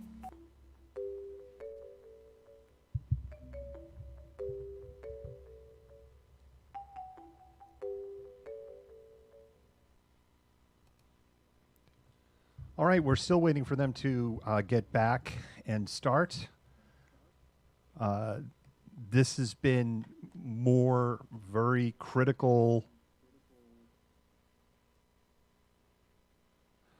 This has been more. I'm watching as headlines are going through, and there's just a ton of little comments from a bunch of different Congress critters and senators on the events of the last day and a half that's been going on, that we've all been witnessing and living through history again every freaking day. I don't know about the rest of you. I'll get a little tired of living through history. I would like to. Wasn't it nice? Like after the inauguration, there were like 4 or 5 days where it was like, oh, things are kind of normal. Yeah, and things are, of course, all freaky and crazy. We're seeing strong argument. I think one of the central arguments that we're seeing here is that if Donald Trump is acquitted by the Senate, then we're just setting the stage for this to happen again, of which I fully agree, and I talked about that on the first day of the impeachment hearings, where I had said that we are, and I explained the parallels to November, December 1923 in Germany and the rise of the DRP, which then became, at that point it was called the Nazi Party, but was founded in the DRP. And the actions that the Weimar Republic took after the failed beer hall putsch. And I have referred to what happened on the insurrection, the beer belly putsch, which was failed. It failed in part because the insurrectionists believed that the police and the military would be on their side. I'll be very interested to see in testimony if they're going to point out that Donald Trump started to stack loyalists into the Pentagon, into decision-making roles immediately after the election happened, in steps that people who were paying attention called alarming. I was paying attention. I called it alarming. And I mean, ultimately what happened, and of course you have these other questions of why were the Capitol Police so ill-equipped? And the Capitol Police are asking themselves the same question. And the Capitol Police are not accepting the answers from their leadership. The Capitol Police Union is not accepting the answers that they're getting from leadership. And I know it puts you, why are you defending the police? You hate the police. You're an abolitionist. Never said I was an abolitionist. Chuds. I don't have the Chud button on this screen. Chud button's not on every screen. We're still waiting for him to come out of recess if you're just tuning in. If you're just tuning in, welcome. And welcome to Malcontent News, a.k.a. the Malcontent Tango. We are having our continuing coverage and commentary and moderated chat for the ongoing impeachment hearings that are going on in the Senate. And I would remind people, if you weren't tuned in before things started this morning, hello, Fluffy Kitty. Come here, Fluffy Kitty. The world wants to see you, Fluffy Kitty. There you go. Fluffy Kitty. No, they actually want to see you. Kitty, kitty, kitty, kitty. How do I turn off the cat mask? How do I turn off the cat mask? Is that nuts or what? I'm a real host. I'm not a cat. It's a very realistic cat mask. Oh, this is my car, kitty. Yes, it is. Yes, it is. We had played a clip from Tucker Carlson in his coverage from last night. Careful there, Makarov. You're going to fall through the... There you go. I mean, if you want off my lap, that's fine. Just don't fall through the armrest. Such a cat. And now he's down there rubbing on my legs, giving me the, hey, pick me up. He's such a friggin' cat. We played this Tucker Carlson clip where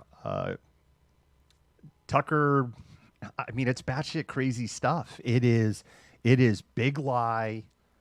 Goebbels is smiling in hell. Conspiracy theory stuff. And hey, seriously?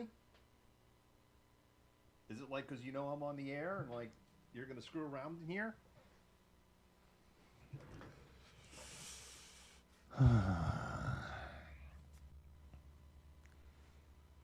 Yeah, he left. Smart. I'm not a cat. I'm actually 5 ducks in a man suit. All right, I'm trying to spit this out about this Tucker Carlson clip. The thing is like, I guess I can play it. Let me play it. Worst case scenario, we'll have to unpack it later. I'm going to roll the Tucker Carlson clip.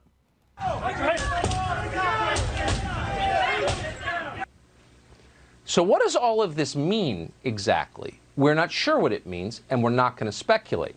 We do know for certain that the known facts of what happened on January 6th deviate in very important ways from the story they are now telling us, including the story they told us today in the impeachment hearings. And in many places, the known facts bear no resemblance to the story they're telling. They're just flat out lying. There's no question about that. The question is, why would they lie about this? For an answer, think back to last spring. Beginning on Memorial Day, BLM and their sponsors in corporate America completely changed this country. They changed this country more in 5 months than it had changed in the previous 50 years. How'd they do that? They used the sad death of a man called George Floyd to upend our society. Months later, we learned that the story they told us about George Floyd's death was an utter lie.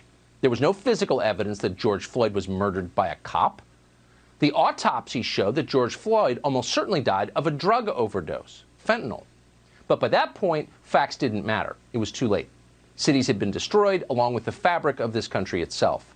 Scores of people had been killed. Democratic partisans used a carefully concocted myth, a lie, to bum rush America into overturning the old order and handing them much more power. It worked flawlessly. So why wouldn't they do it again? I mean, there's so much to unpack there, right? But terms of the old order, that is right out of that's right out of Nazi propaganda. Old order affected more change in 5 months than in 50 years. Like, what? Anybody's paying attention knows that that isn't the case either. And what is his argument for the insurrection? The argument about the insurrection is it's a hoax. It didn't happen. That's his argument.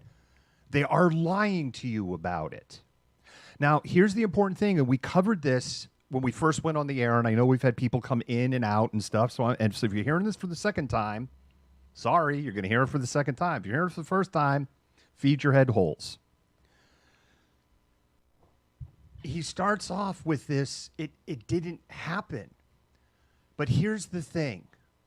Yesterday, when the videos were playing, the videos that we had not seen before, the stuff that was making people, the senators in Congress, gasp and point, and had people like Mitt Romney see for the first time how close they came to dying, and other senators watching the videos and like pointing because they were on the videos, and the insurrectionists were 50, 60, 80, 100 feet away in the same video clips in the hallways, and the only thing that saved their life is maybe they were walking down the hallway, and in the cross hall, the insurrectionists were going this way, and nobody of those insurrectionists moving this way ever turned to look and go, there's somebody down that hall, because that's all it would have taken.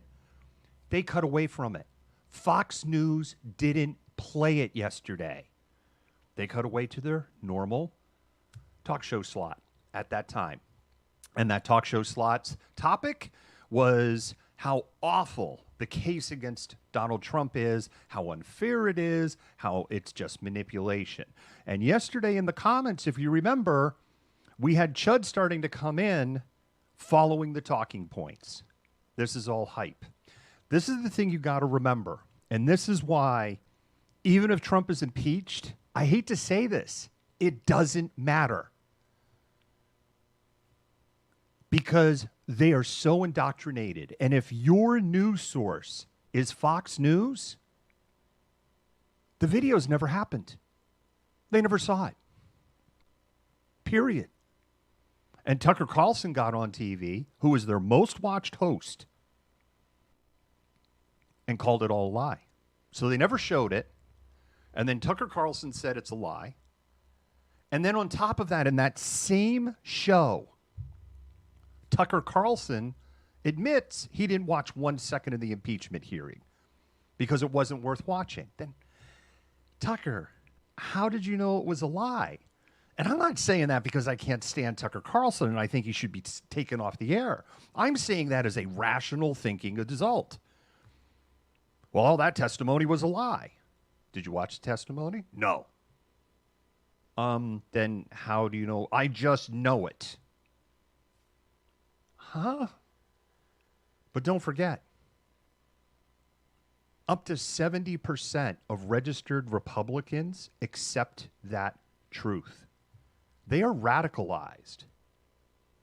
The question was raised in testimony earlier today. What had happened if they had been successful? What had happened if Trump had been successful? Well, history could teach us a lesson on that, on what would have happened if Trump was successful.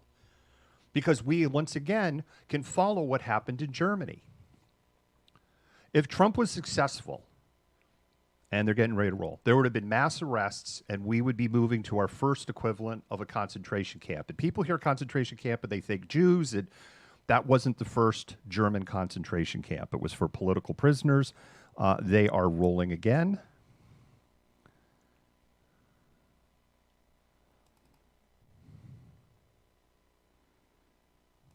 Mr. Castro will now return to address the harm visited upon America's national security by these events and the damage to our international reputation.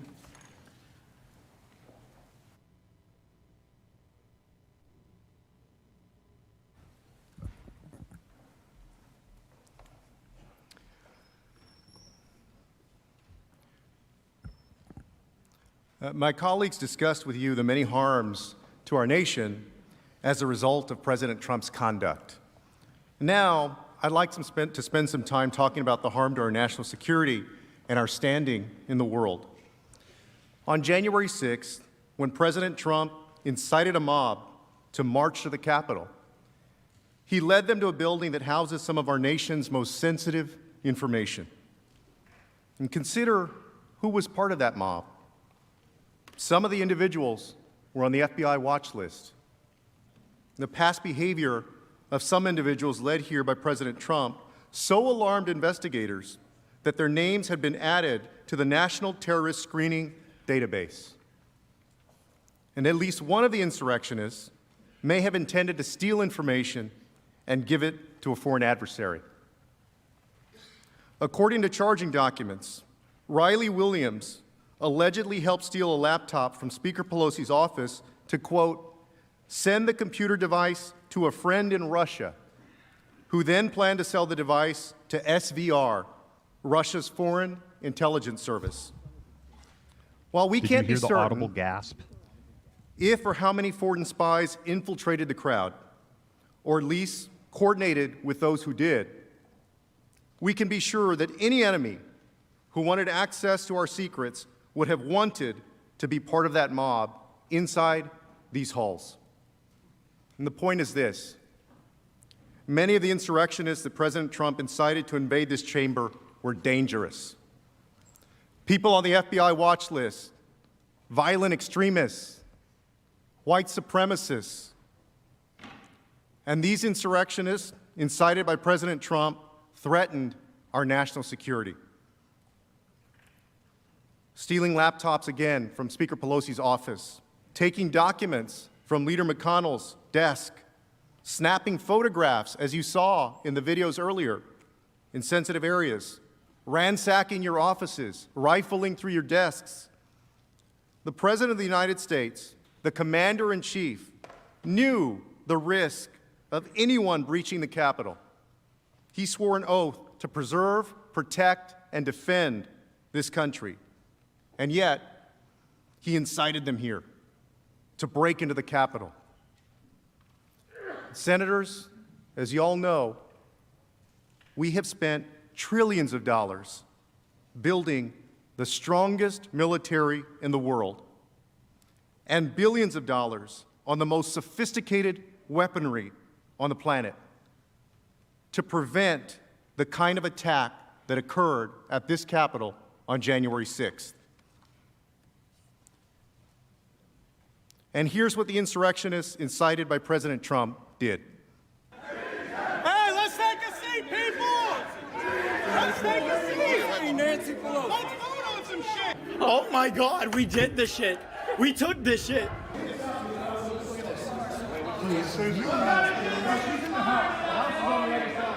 want to just get a snap of that. Yeah, I took a picture.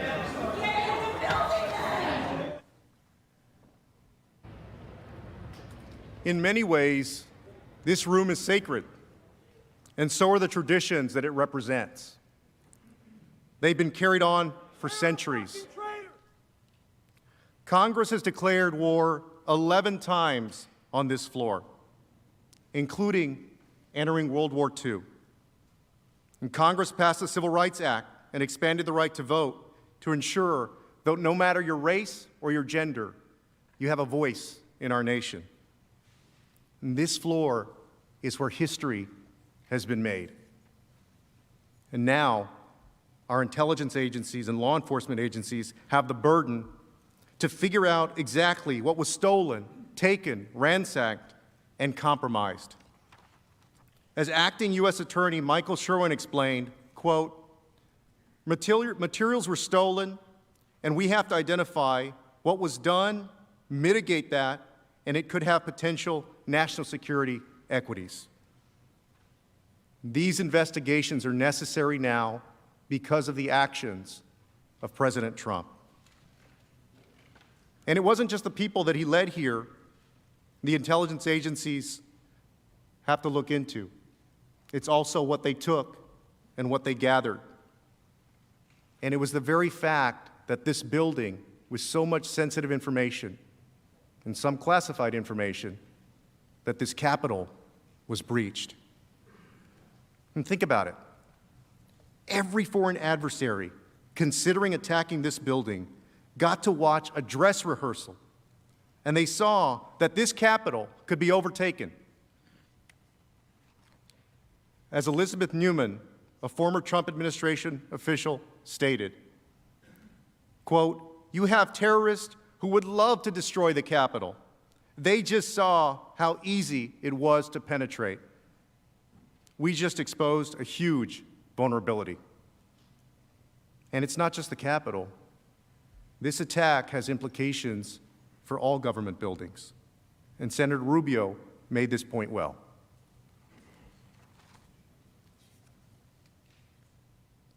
If you're a terrorist right now and you're sitting out there watching this, you're saying to yourself, hey, it's not that hard to get into the Capitol. Maybe that's not hard to get into the White House or the Supreme Court building or somewhere else. Our government, our intelligence agencies, and our law enforcement have implemented additional safety measures since the attack on January 6th. But while we secure this physical space, what message will we send the rest of the world? We already know that the message our adversaries took from January 6th. This is how some of them responded after the attack. Quote, "For America's adversaries, there was no greater proof of the fallibility of Western democracy than the sight of the U.S. Capitol shrouded in smoke and besieged by a mob whipped up by their unwillingly outgoing president." And to make matters worse, our adversaries are even using the events of January 6th not only to denigrate America, but to justify their own anti-democratic behavior, calling America hypocritical. Here's what the Chinese government is saying. The spokesperson for China's Ministry of Foreign Affairs said the Capitol riot should spark, quote, "deep reflection among U.S. lawmakers regarding how they discuss the pro-democracy movement in Hong Kong, suggesting that the U.S. is hypocritical in denouncing Beijing's crackdown in the city while it struggles with its own unrest at home." In the Global Times, an outlet affiliated with the Chinese Communist Party, even tweeted a series of side-by-side photos of two events, the siege of the U.S. Capitol and a July 2019 incident in which pro-democracy protesters in Hong Kong broke into the city's Legislative Council building. Think about that.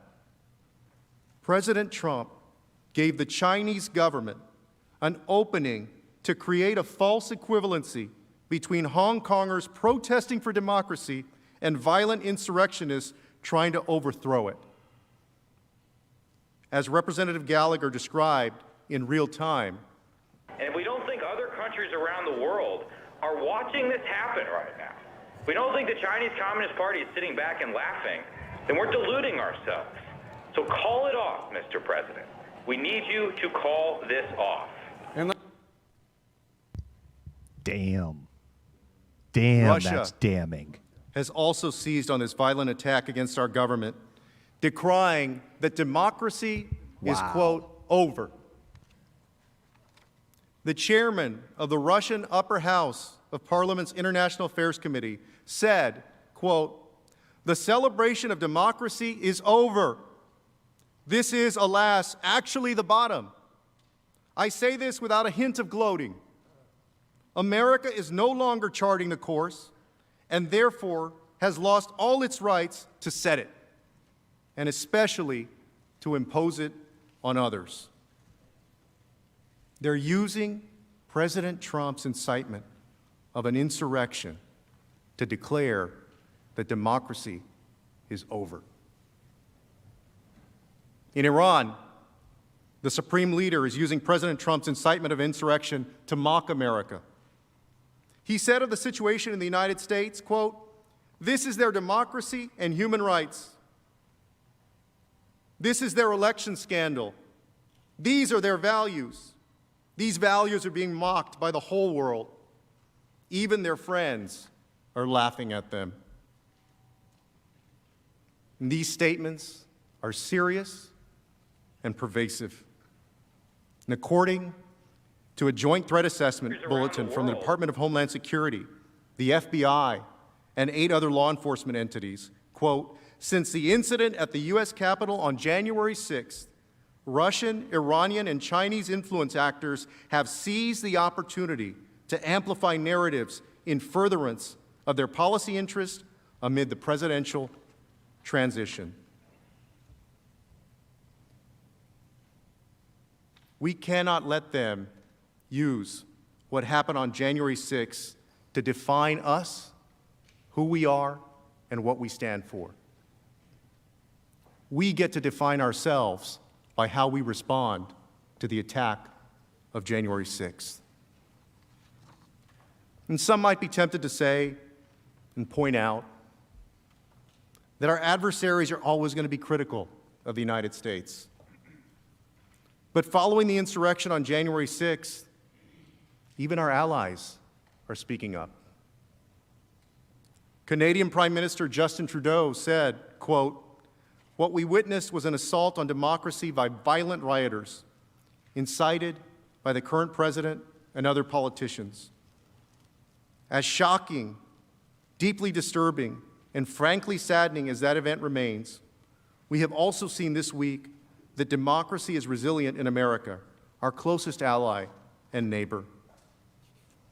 The German foreign minister said, quote, "This closing of ranks begins with holding those accountable who are responsible for such escalations. That includes the violent rioters, and it also includes their instigators." The world is watching and wondering whether we are who we say we are. Because when our other countries have known chaos, our Constitution has helped keep order in America. This is why we have a Constitution. We must stand up for the rule of law, because the rule of law doesn't just stand up by itself. After the insurrection, my colleagues on the House Foreign Affairs Committee, the chairman and the ranking member, issued a bipartisan statement that said, quote, "America has always been a beacon of freedom to the world, proof that free and fair elections are achievable and that democracy works.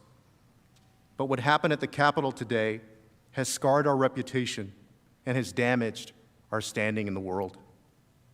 today's violence an inevitable result when leaders in positions of power misled the public will certainly empower dictators and damage struggling democracies.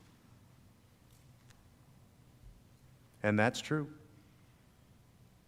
For generations, the United States has been a North Star in the world for freedom, democracy, and human rights, because America is not only a nation, for many, it's also an idea.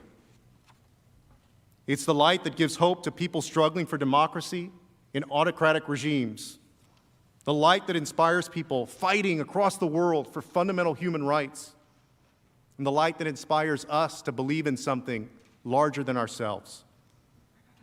And this trial is an opportunity to respond and to send a message back to the world. And I say this as somebody who loves my country, our country, just as all of you do. There is a lot of courage in this room, a lot of courage that has been demonstrated in the lives of the people in this room.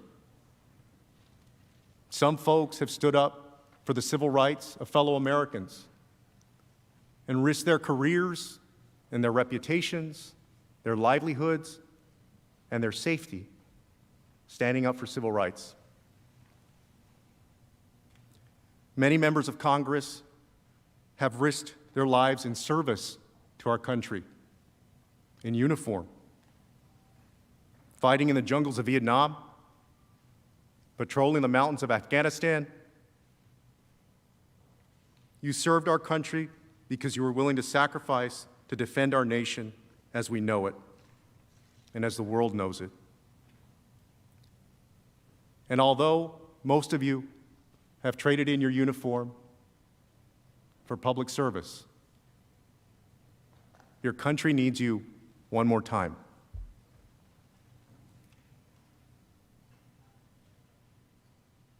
The world watched President Trump tell his big lie.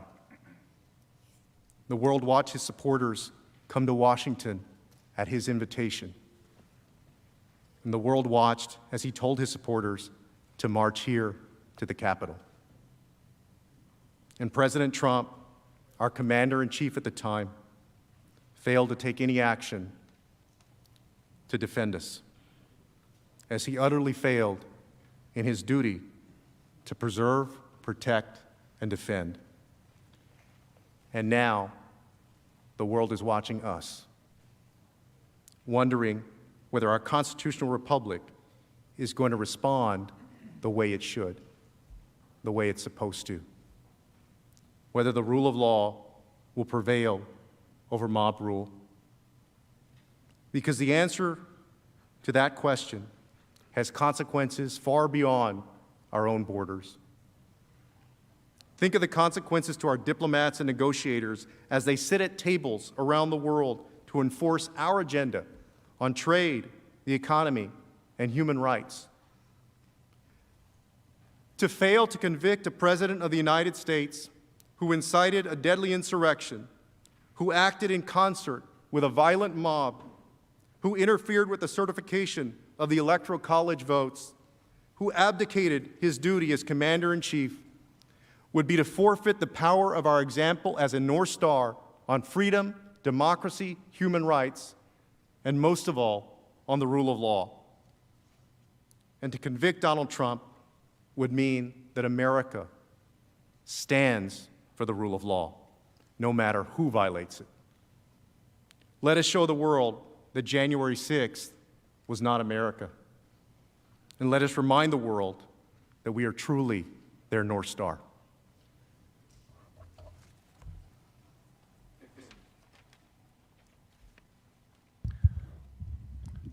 Some particularly damning testimony. Representative Neguse and I will now address the First Amendment argument that's being offered by President Trump's lawyers to try to excuse his incitement to this insurrection, and Mr. Neguse will begin.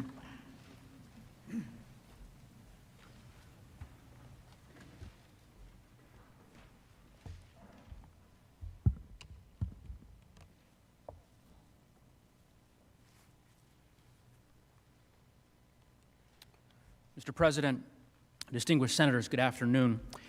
You have heard over the course of the last several days overwhelming evidence that President Trump incited an insurrection. But as Lead Manager Raskin mentioned, as we prepare to close, we'd be remiss if we didn't just briefly address apparently the principal defense that the President will offer to excuse his conduct, and that is this notion that he can't be held accountable for what happened on January 6th because his actions are somehow protected by the First Amendment. Now, let's stop a moment and try to really understand the argument that they are making.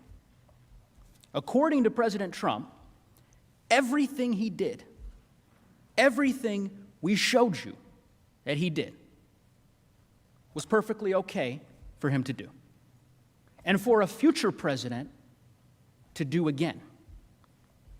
And the Constitution, apparently, in their view, forbids you from doing anything to stop it.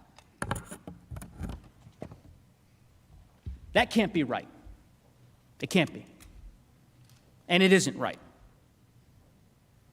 Their argument is meant as a distraction. They are concerned not with the facts that actually occurred, the facts that we've proven, but with an alternative set of facts, where President Trump did nothing but deliver a controversial speech at a rally. Of course, that's not what we've charged in the article of impeachment, and it's not what happened. You will hear from my colleague, Lead Manager Raskin, the many myriad reasons why this argument that they make is wrong on the law, completely. Not just around the edges. They make major, fundamental mistakes of constitutional law, the kind that Lead Manager Raskin tells me wouldn't cut it in his first-year law course, which, of course, he certainly would know, since he has taught this subject for decades. And that explains why so many lawyers who've dedicated their lives to protecting free speech, including many of the nation's most prominent conservative free speech lawyers, have described President Trump's First Amendment claims as, quote, legally frivolous. There's another quote from a recent letter from prominent free speech lawyers that, quote, the First Amendment is no bar to the Senate convicting former President Trump and disqualifying him from holding future office. Their argument is wrong on the facts, wrong on the law, and would flip the Constitution upside down. Let's start with the facts, because as you'll see, his free speech claim depends on an account of what he did, of why we're here, that has no basis in the evidence. To hear his lawyers tell it, he was just some guy at a rally expressing unpopular opinions. They would have you believe that this whole impeachment is because he said things that one may disagree with. Really? And make no mistake, they will do anything to avoid talking about the facts of this case. That I can assure you. Instead, we expect they will talk about a lot of other speeches, including some given by Democratic officials, and they will insist with indignation that the First Amendment protects all of this as though it were exactly the same. We trust you to know the difference because you've seen the evidence that we've seen. You've seen, as we've proven over the last 3 days, that his arguments completely misdescribe the reality of what happened on January 6th. They leave out everything that matters about why we're here and what he did. Because President Trump wasn't just some guy with political opinions who showed up at a rally on January 6th and delivered controversial remarks. He was the President of the United States. And he had spent months, using the unique power of that office, of his bully pulpit, to spread that big lie that the election had been stolen, to convince his followers to stop the steal, to assemble them just blocks away from here on January 6th, at the very moment that we were meeting to count the electoral college votes, where he knew, where it had been widely reported that they were primed and eager and ready for violence at his signal.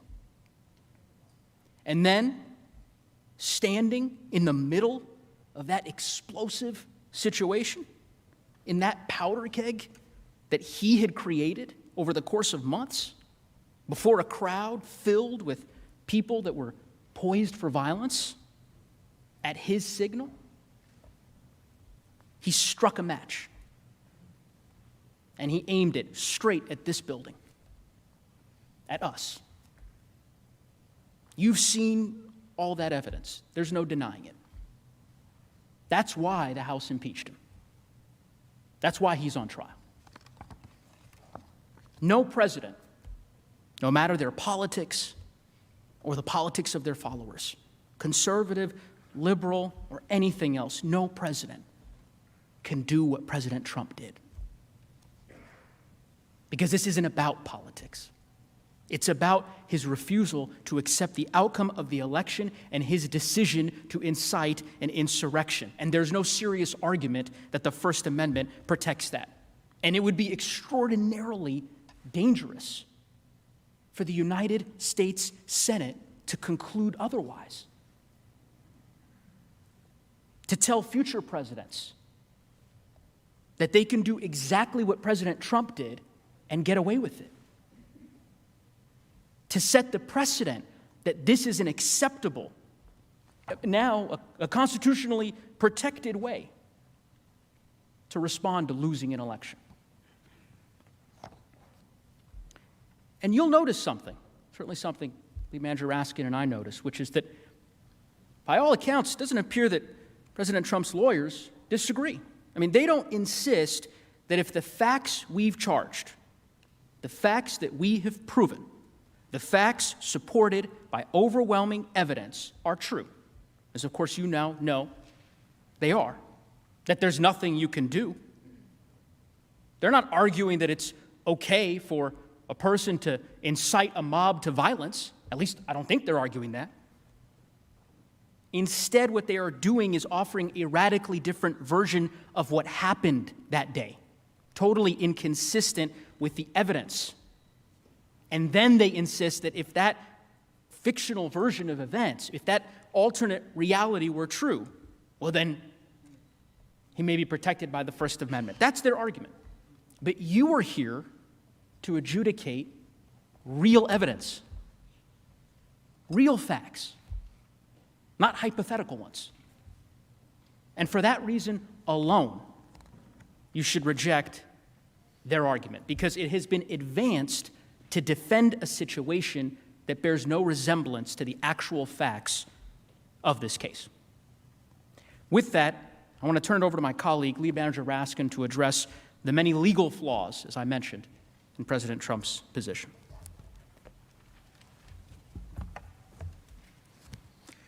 So Mr. Neguse just explained why President Trump's last-ditch First Amendment arguments got nothing to do with the actual facts of the case. He's been impeached for inciting violent insurrection against the government. Incitement to violent insurrection is not protected by free speech. There is no First Amendment defense to impeachment for high crimes and misdemeanors. The idea itself is absurd. And the whole First Amendment smokescreen is a completely irrelevant distraction from the standard of high crimes and misdemeanors governing a president who has violated his oath of office. Yet, President Trump, we know, has a good way of treating up as down and wrong as right. He tried to pull off the biggest election fraud in American history by overturning the results of the 2020 election, even as he insisted that his own fraud was in fact an effort to stop the steal, to stop a fraud. A vast Don't forget his lawyer's conspiracy opening that he arguments blamed were on he lost the local election. and state officials of both political parties, being the Donald media, election officials, the judiciary, federal, state, members of Congress, many others. Anybody who wouldn't go along with him was part of the conspiracy.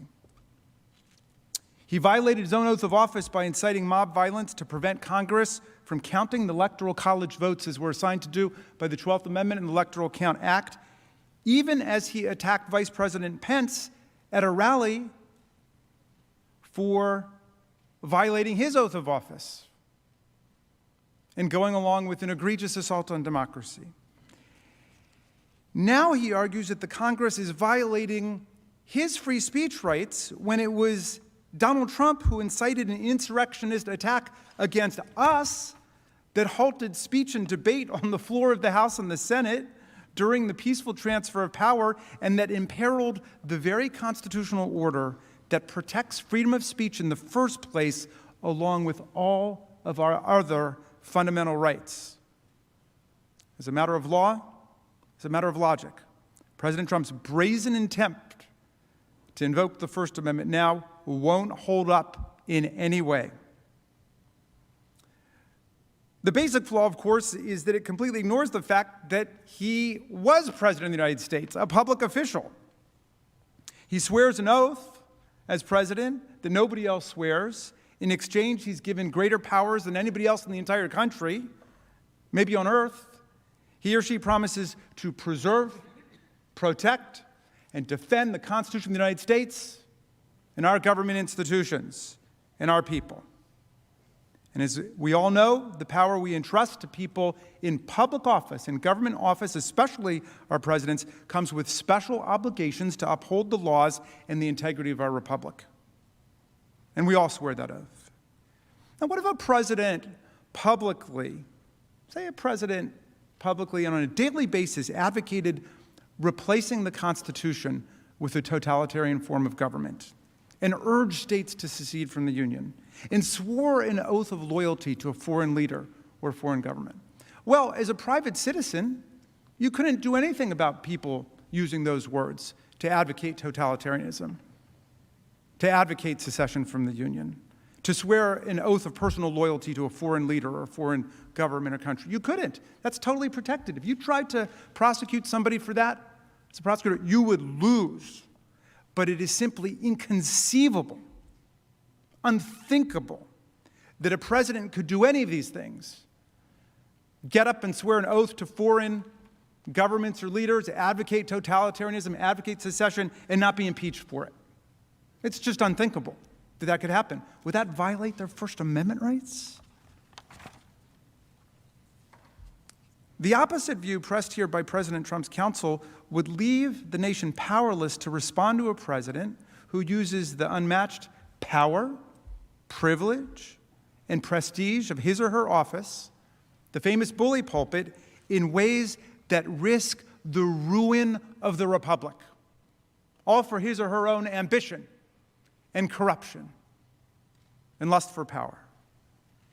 Everyone should be clear. There's nothing remotely exotic about what we're saying. It should be common sense to everybody. Common sense about this understanding of the First Amendment as it applies to public servants, cops, firefighters, teachers, everybody across the land. My daughter, who I mentioned earlier in the trial, she's a teacher in a public school. The courts have said teachers teach, but if they go off script and they start advocating totalitarianism, treason, or what have you, they're not living up to the duties of their office as teacher, they can be fired. Everybody knows that. And it happens all the time, by the way, including to cops and firefighters and people on the front lines. It happens all the time. In fact, it happened countless times to people fired by President Trump for their statements or ideas about things, including on election fraud, not long ago. There were people in the government who lost their jobs because the president didn't like what they said or what they wrote. Now, as I mentioned yesterday, and I can't help but repeat it, Justice Scalia got it exactly right on this. He wrote on these cases about how the First Amendment affects people who take on a public office, who take on public employment. And he summed it up like this. He said, you can't ride with the cops, but root for the robbers. You can't ride with the cops, but root for the robbers. That's what Justice Scalia said. And when it comes to the peaceful transfer of power, to the rule of law, to respecting election outcomes, our president, whoever he or she is, must choose the side of the Constitution. Must. And not the side of the insurrection or the coup or anybody who's coming against us. And if he or she chooses the wrong side, I'm sorry. There's nothing in the First Amendment or anywhere else in the Constitution that can excuse your betrayal of your oath of office. It's not a free speech question. But there's more. Let's play make-believe and pretend that President Trump were just a run-of-the-mill private citizen, as my colleague Mr. Nagu said, just another guy at the rally who's just expressing a deeply unpopular opinion, because we shouldn't overlook the fact that while there were thousands of people in that violent mob, they represent a tiny, tiny, tiny part of less than 1% of the population, and the vast majority of the American people reject the kind of seditious mob violence that we saw on January 6th. But let's say that he were just another guy in the crowd that day. It is a bedrock principle that nobody can incite a riot. First Amendment doesn't protect it. Key case, Brandenburg versus Ohio. There's no First Amendment protection for speech directed to inciting or producing imminent lawless action and likely to produce such action. And for all the reasons you've heard, based on the voluminous, comprehensive, totally unrefuted, and we think irrefutable, but we're eager to hear our colleagues, based on all the evidence you've heard, and for all the reasons you've heard, that definition of proscribable speech fits President Trump's conduct perfectly. This is a classic case of incitement. And you don't have to take my word for it. The 144 free speech lawyers Mr. Nagus mentioned, who include many of the nation's most dedicated, most uncompromising free speech advocates, unlike Mr. Trump, of course, but these people agree that there is a powerful case for conviction under the Brandenburg standard, even if the President of the United States were just to be treated like some guy in the crowd. And they add, the First Amendment is no defense to the article of impeachment leveled against the former president. And I mention the Brandenburg standard not because it applies here. Of course it doesn't, since this is an impeachment. It's not a criminal trial, and there's no risk of jail time. Let's be clear about that. The president doesn't go to jail for 1 week, 1 day, 1 hour, or 1 minute based on impeachment and conviction and disqualification from further office. Rather, I mention it to emphasize that absolutely nobody in America would be protected by the First Amendment if they did all the things that Donald Trump did. Nobody made Donald Trump run for president and swear an oath to preserve, protect, and defend the Constitution on January 20th, 2017. But when he did, by virtue of swearing that oath and entering this high office, he took upon himself a duty to affirmatively take care that our laws would be faithfully executed under his leadership. All of the laws against federal destruction of property, all of the laws. We expected him in everything he said and everything he did to protect and preserve and defend our constitutional system, including the separation of powers. But instead, he betrayed us. And as Representative Cheney said, it was the greatest betrayal of a presidential oath in the history of the United States of America. The greatest. As I mentioned yesterday, President Trump is not even close to the proverbial citizen who falsely shouts fire in a crowded theater. He is like the now proverbial municipal fire chief who incites a mob to go set the theater on fire and not only refuses to put out the fire, but encourages the mob to keep going as the blaze spreads. We would hold that fire chief accountable. We would forbid him from that job ever again, and that's exactly what must happen here. There are hundreds of millions of citizens who can be president. Donald Trump has disqualified himself, and you must disqualify him too. Just like the fire chief who sends the mob, President Trump perverted his office by attacking the very Constitution he was sworn to uphold. In fact, that's one reason why this free speech rhetoric at this trial is so insidious. His conduct represented the most devastating and dangerous assault by a government official on our Constitution, including the First Amendment in living memory. We wouldn't have free speech or any other rights if we didn't have the rule of law, peaceful transfer of power, and a democracy where the outcome of the election is accepted by the candidate who lost.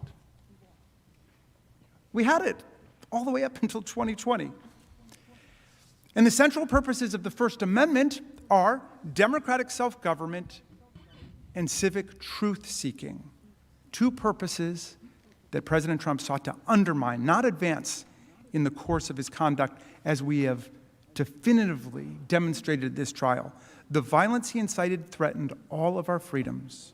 It threatened the very constitutional order that protects free speech, due process, religious free exercise, the right to vote, equal protection, and the many other fundamental rights that we all treasure and cherish as citizens of the United States.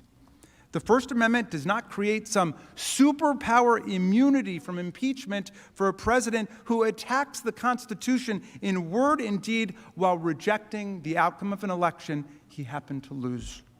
If anything, President Trump's conduct was an assault on the First Amendment and equal protection rights that millions of Americans exercised when they voted last year, often under extraordinarily difficult and arduous circumstances.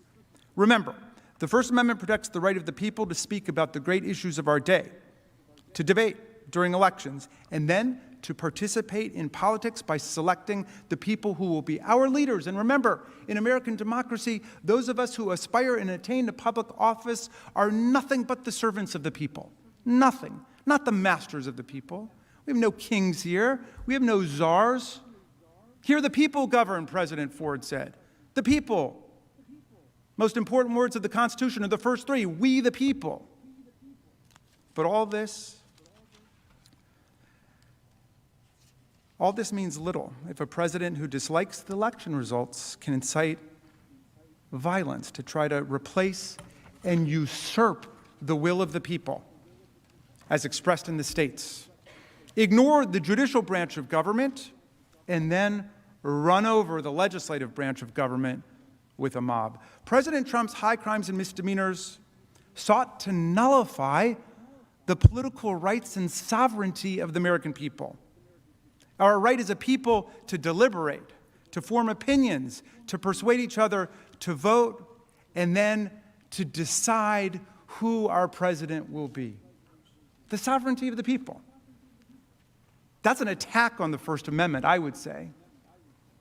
In addition, President Trump's actions were a direct attack on our own freedom of speech here in the Capitol. Members of Congress are sent here to speak for their constituents. That's why we have our own little mini free speech clause, the speech and debate clause. That's literally our job. We come here and represent the views of our people. The attack that President Trump incited forced members of Congress to stop speaking and to literally flee for our lives and the lives of our staffs and our families. The man whose statements and actions halted speech in Congress, speech related to the peaceful transfer of power, has no right to claim that free speech principles prevent this body from exercising its constitutional powers to hold him accountable for his offense against us. You know, Voltaire said famously, and our founders knew it, I may disagree with everything you say, but I will defend with my life your right to say it. President Trump says, because I disagree with everything you say, I will overturn your popular election and incite insurrection against the government. And we might take a moment to consider another Voltaire insight, which a high school teacher of mine told me when a student asked, when was the beginning of the Enlightenment? And she said, I think it was when Voltaire said, Anyone who can make you believe absurdities can make you commit atrocities. There's no merit whatsoever to any of the free speech rhetoric, the empty free speech rhetoric you may hear from President Trump's lawyers. He attacked the First Amendment. He attacked the Constitution. He betrayed his oath of office. Presidents don't have any right to do that. It's forbidden, so that our republic may survive. The people are far more important than that. The precedent he asked you to create, which would allow any future president to do precisely what he did, is self-evidently dangerous. And so there can be no doubt, none at all, the president lacks any First Amendment excuse or defense or immunity. He incited a violent insurrection against our government. He must be convicted.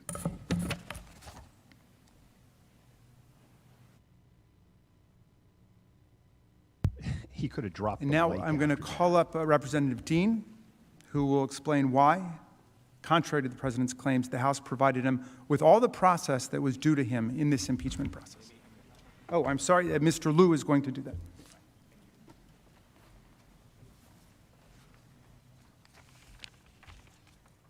All right.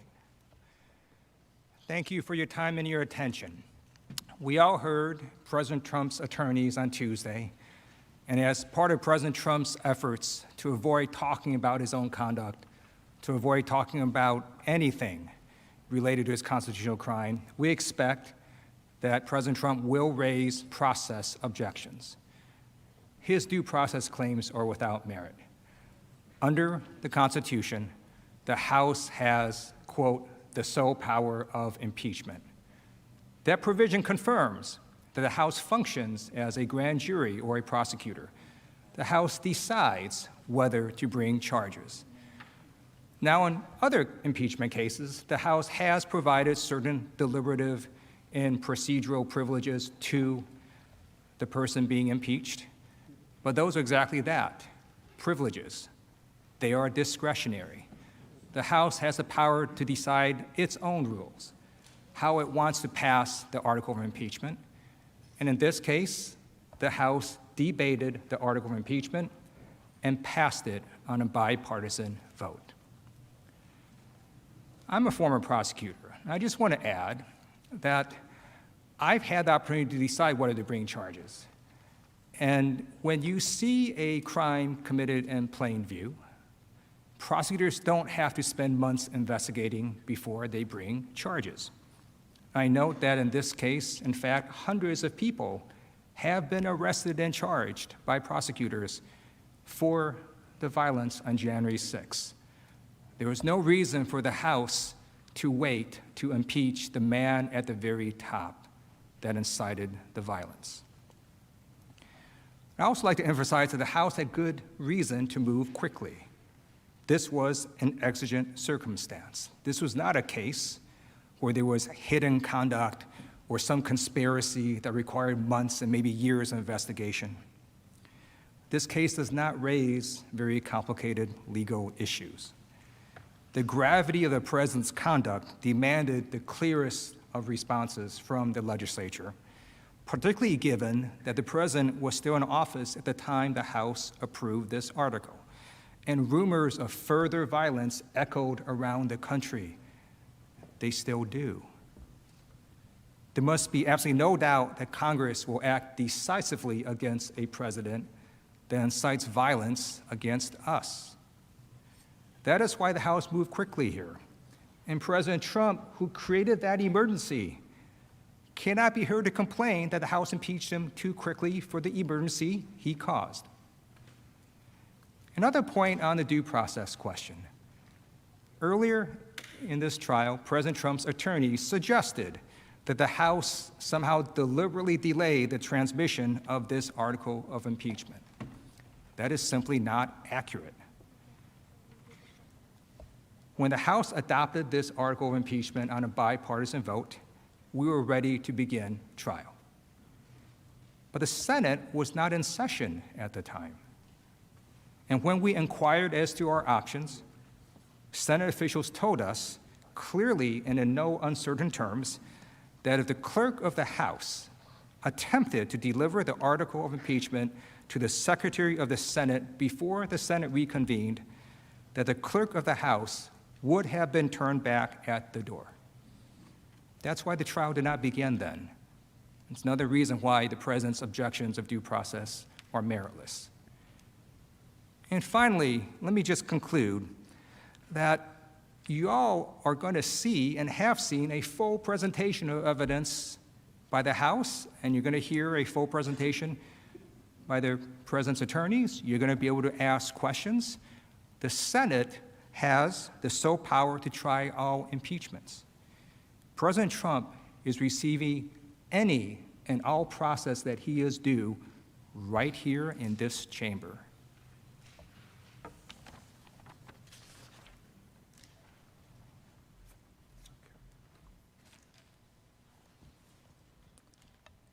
Mr. President, Senators, in just a moment, my colleague, Mr. Neguse, will return to show that we've established with overwhelming evidence that President Trump engaged in high crimes and misdemeanors. Before Mr. Neguse comes up, though, I'd like to emphasize what should be an uncontroversial point, but is really key to understand. If we have proven to you the conduct that we've alleged in this article, then President Trump has indeed committed a high crime and misdemeanor under the Constitution. Incitement of insurrection under these circumstances is undoubtedly, in the words of George Mason from the Constitutional Convention, a great and dangerous offense against the Republic. Indeed, it is hard to think of a greater or more dangerous offense against the Republic than this one.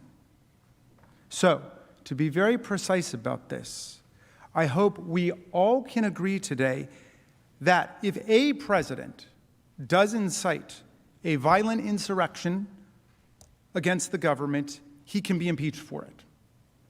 I hope we all can agree that that is a constitutional crime. Another key point. While President Trump's lawyers may be arguing otherwise, the question here is not whether President Trump committed a crime under the federal code or D.C. law or the law of any state. Impeachment does not result in criminal penalties, as we keep emphasizing. No one spends a day in jail. There are not even criminal or civil fines. Centuries of history, not to mention the constitutional text, structure, and original intent and understanding, all confirm the teaching of James Wilson, another framer who wrote that impeachments and offenses come not within the sphere of ordinary jurisprudence. Simply put, impeachment was created for a purpose separate and distinct from criminal punishment. It was created to prevent and deter elected officials who swear an oath to represent America, but then commit dangerous offenses against our republic. That's a constitutional crime. And senators, what greater offense could one commit than to incite a violent insurrection at our seat of government during the peaceful transfer of power? In circumstances where violence is foreseeable, where a crowd is poised for violence to provoke a mob of thousands to attack us with weapons and sticks and poles, to bludgeon and beat our law enforcement officers and to deface these sacred walls and to trash the place, and to do so while seeking to stop us from fulfilling our own oaths, our own duties to uphold the Constitution by counting the votes from our free and fair elections, and then to sit back and watch in delight as insurrectionists attack us, violating a sacred oath and engaging in a profound dereliction and desertion of duty? How can we assure that our Commander-in-Chief will protect, preserve, and defend us and our Constitution if we don't hold a president accountable in a circumstance like this? What is impeachable conduct if not this? I challenge you all to think about it. If you think this is not impeachable, what is? What would be? If President Trump's lawyers endorse his breathtaking assertion that his conduct in inciting these events was totally appropriate, and the Senate acquits Donald Trump, then any president could incite and provoke insurrectionary violence against us again. If you don't find this a high crime and misdemeanor today, you have set a new terrible standard for presidential misconduct in the United States of America. The only real question here is the factual one. Did we prove that Donald Trump, while President of the United States, incited a violent insurrection against the government? Incitement, of course, is an inherently fact-based and fact-intensive judgment, which is why we commend you all for your scrupulous attention to everything that took place. But we believe that we have shown you overwhelming evidence in this case that would convince anyone using their common sense that this was indeed incitement, meaning that Donald Trump's conduct encouraged violence, the violence was foreseeable, and he acted willfully in the actions that encouraged violence. Mr. Neguse will take you through that evidence again. Not the whole thing. We're almost done. We're almost done. But we don't want it to be said, they never proved this or they never proved that, because my magnificent team of managers has stayed up night after night after night through weeks to compile all of the factual evidence, and we have put it before you. And we have put it before all of you in this public trial because we love our country that much. Mr. Neguse will show you that we've proven our case and that President Trump committed this impeachable offense that we impeached him for on January 13th, and that you should convict him. And when he's finished, I will return and explain why it's dangerous for us to ignore this and why you must convict, and then we will rest. Mr. Neguse.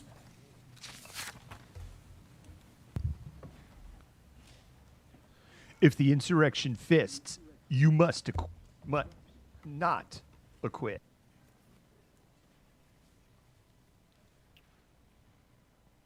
Mr. President, distinguished senators, good afternoon again.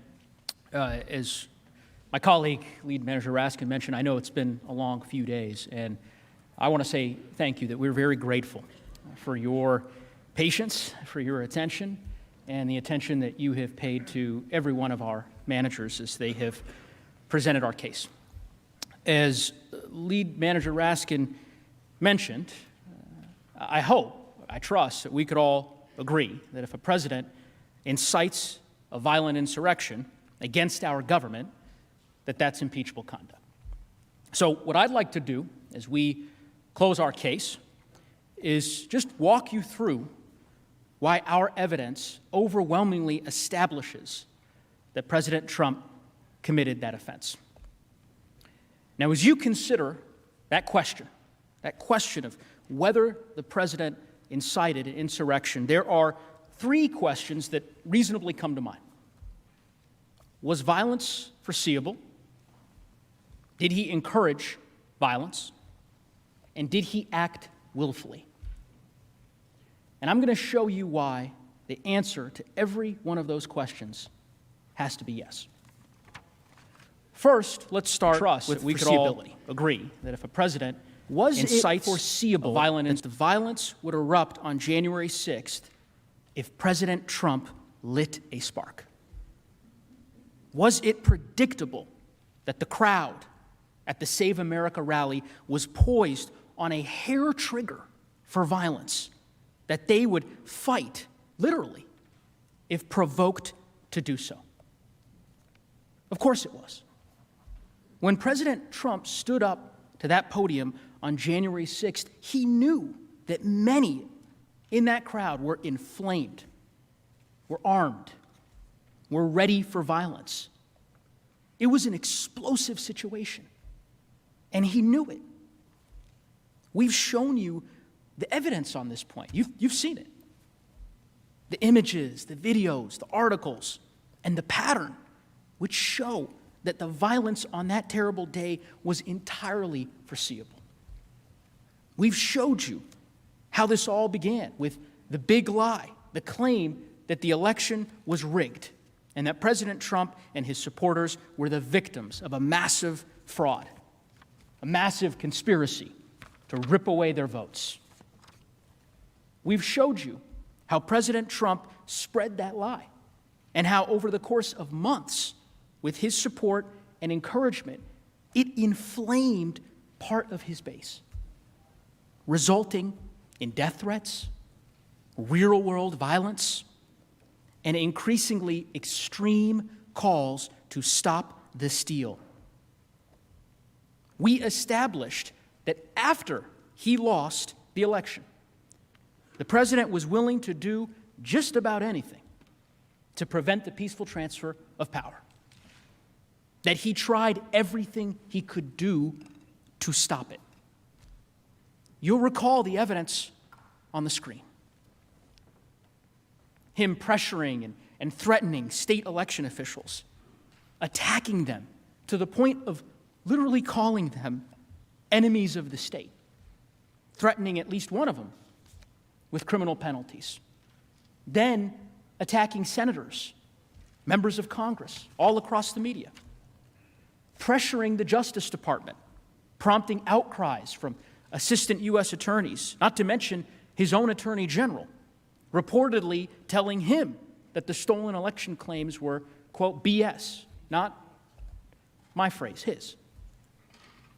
And then, as January 6th approached, he moved on to attacking his own vice president, openly and savagely.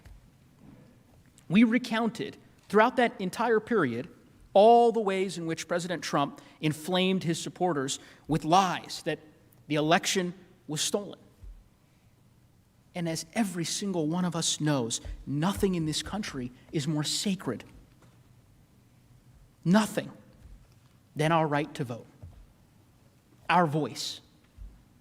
And here you have the President of the United States telling his supporters that their voice, that their rights as Americans were being stolen from them, ripped away.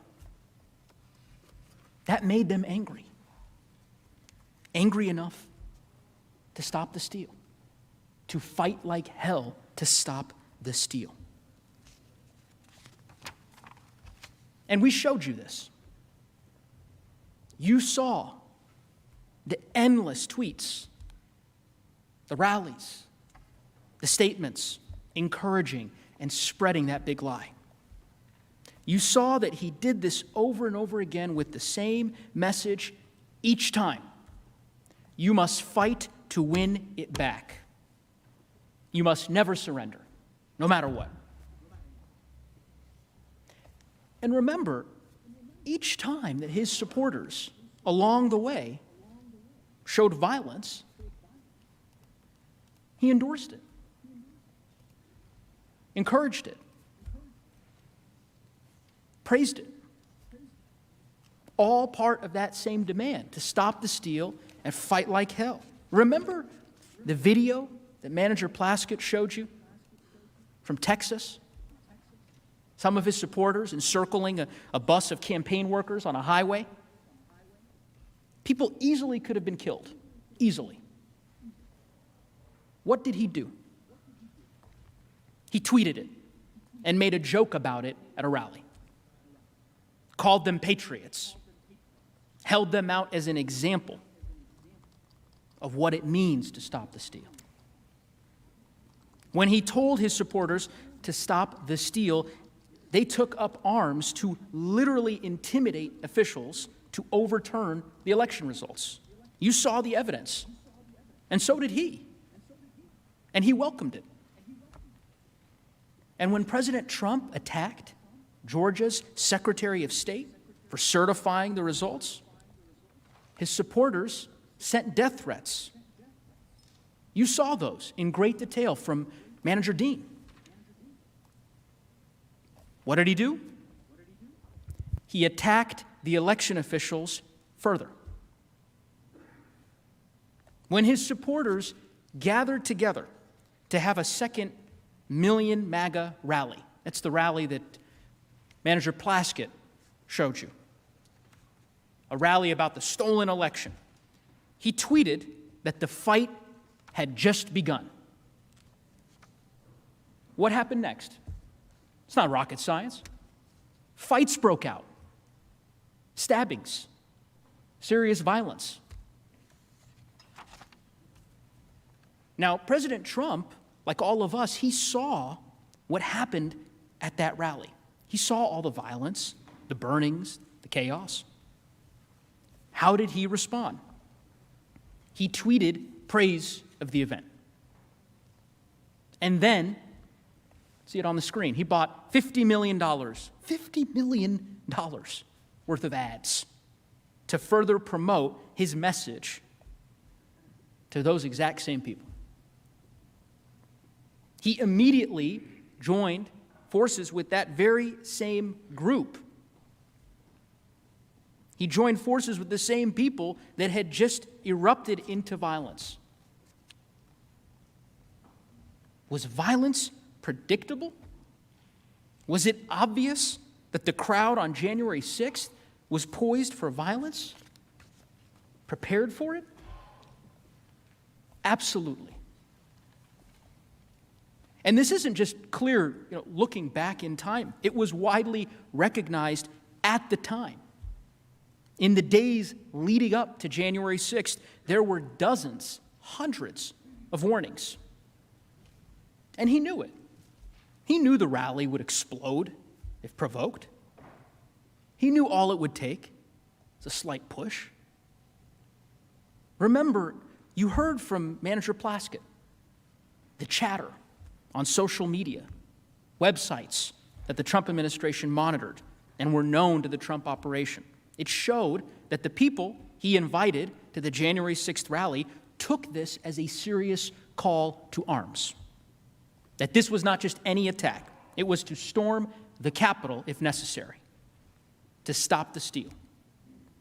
And it wasn't just clear on these websites that the Trump administration was monitoring. I mean, the FBI issued reports about this as a credible threat, a threat to target us. Law enforcement made 6 arrests that night before. 6 arrests. Newspapers across the city warned of the risk of the violence. There can be no doubt that the risk of violence was foreseeable. And what did he do in the days leading up to the rally? Did he calm the situation? Ask yourself. Did he call for peace? No. He didn't do that. He spread his big lie more. The most dangerous lie, as I mentioned, that Americans' votes were being stolen and that the final act of theft would occur here in the Capitol. And then he assembled all of those supporters. He invited them to an organized event on a specific day, at a specific time, matched perfectly to coincide with the joint session of Congress, to coincide with the steal that he had told them to stop by any and all means. Again, he was told by law enforcement and all over the news that these people were armed and ready for real violence. He knew it. He knew it perfectly well, that he had created this powder keg at his rally. He knew just how combustible that situation was. He knew there were people before him who had prepared, who were armed and armored. He knew they would jump to violence at any signal, at any sign from him that he needed them to fight, that he needed them to stop the steal. And we all know what happened next. Second question. Did he encourage the violence? Standing in that powder keg, did he light a match? Everyone knows the answer to that question. The hours of video you all have watched leave no doubt. Just remember what he said on January 6th. All of us here today do not want to see our election victory stolen. There's never been anything like this. It's a pure theft in American history. Everybody knows it. Make no mistake, this election was stolen from you, from me, and from the country. At the opening of... We will never give up. We will never concede. It doesn't happen. You don't concede when there's theft involved. And to use a favorite term that all of you people really came up with, we will stop the steal. We must stop the steal. We will not let them silence your voices. We're not going to let it happen. Not going to let it happen.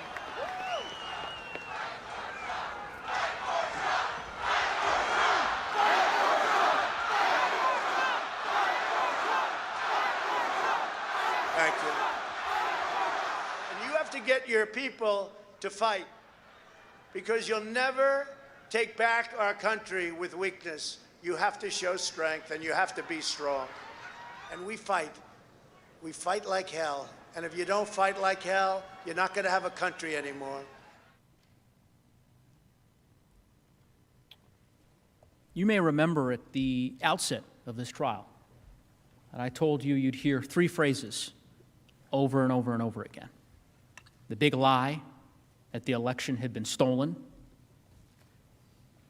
stop the steal and never concede, and fight like hell to stop that steal. You heard those phrases throughout the course of this trial, video after video, statement after statement, telling his supporters that they should be patriots, to fight hard to stop the steal. And on that day, where did he direct the crowd's ire? He directed them here, to Congress. He quite literally, at one part of that speech, pointed at us. He told them to fight like hell, and if you don't fight like hell, you're not going to have a country anymore.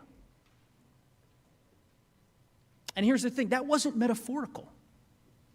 It wasn't rhetorical. He'd already made it perfectly clear that when he said fight, he meant it. And that when followers, in fact, fought, when they engaged in violence, that he'd praise and honor them as patriots. He implied that it was okay to break the law because the election was being stolen. You heard it. You remember the clip that Manager Dean showed you earlier in this trial. He told them, quote is on the screen, when you catch somebody in a fraud, you're allowed to go by very different rules. Remember how all of his supporters, some of his supporters across social media were treating this as a war, talking about bringing in the cavalry? Well, President Trump made clear what those different rules were. He'd been making it clear for months. So, let's have trial by combat. And Rudy, you did a great job. He's got guts. You know what? He's got guts, unlike a lot of people in the Republican Party. He's got guts. He fights.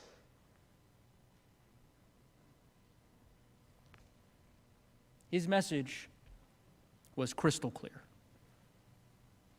And it was understood immediately, instantly, by his followers. And we don't have to guess. We don't have to guess as to how they reacted. We can look at how people reacted to what he said. You saw them. And you saw the violence. It's pretty simple. He said it, and they did it. And we know this because they told us. They told us in real time during the attack. You saw the affidavits, the interviews on social media, on live TV. They were doing this for him because he asked them to. And it wasn't just insurrectionists who confirmed this. Many, many people, including current and former officials, immediately recognized that the president had incited the crowd, that he alone was capable of stopping the violence, that he did this and he had to call it off because he was the only one who could. Let's see what Representative McCarthy, Representative Gallagher, Chris Christie, Representative Kinzinger, and Representative Katko had to say. I could not be sadder or more disappointed with the way our country looks at this very moment. People are getting hurt. Anyone involved in this, if you're hearing me, hearing very loud and clear, this is not the American way. Mr. President, you have got to stop this. You are the only person who can call this off. Call it off. Pretty simple. The president caused this protest to occur. He's the only one who can make it stop. What the president said is not good enough. The president has to come out and tell his supporters to leave the Capitol grounds and to allow the Congress to do their business peacefully. And anything short of that is an abrogation of his responsibility. You know, a guy that knows how to tweet very aggressively on Twitter, puts out one of the weakest statements in one of the saddest days in American history. The president's role in this insurrection is undeniable, both on social media ahead of January 6th and in his speech that day. He deliberately promoted baseless theories, creating a combustible environment of misinformation and division. To allow the President of the United States to incite this attack without consequences is a direct threat to the future of this democracy. Did the president encourage violence? Yes. No doubt that he did. Final question. Did the president act willfully in his actions that encouraged violence? Well, let's look at the facts. He stood before an armed, angry crowd known to be ready for violence at his provocation. And what did he do? He provoked them. He aimed them here, told them to fight like hell. And that's exactly what they did. And his conduct throughout the rest of that terrible day really only confirms that he acted willfully. I mean, that he incited the crowd and then engaged in a dereliction of duty while he continued inflaming the violence. And again, we don't have to guess what he thought because he told us. Remember the video he released at 4:17 p.m.? Lead Manager Raskin showed that to you yesterday. The one where he said, quote, "We had an election that was stolen from us." Remember the tweet that he put out just a couple hours later, 6:01 p.m. on January 6th. You've seen it many times. You could see it on the slide. That these are the things that happen when a sacred landslide election victory is so unceremoniously and viciously stripped away. That is what he was focused on. Spreading the big lie and praising the mob that attacked us and our government. You heard Manager Cicilline describe reports. The president was delighted, enthusiastic, confused that others didn't share his excitement as he watched the attack unfold on TV. He cared more about pressing his efforts to overturn the election than he did about saving lives, our lives. Look at what President Trump did that day after the rally. It's important. He did virtually nothing. We've seen, Manager Castro mentioned this, that when President Trump wants to stop something, he does so simply, easily, quickly. But aside from 4 tweets and a short clip during the over 5-hour-long attack, he did nothing. On January 6th, he didn't condemn the attack, didn't condemn the attackers,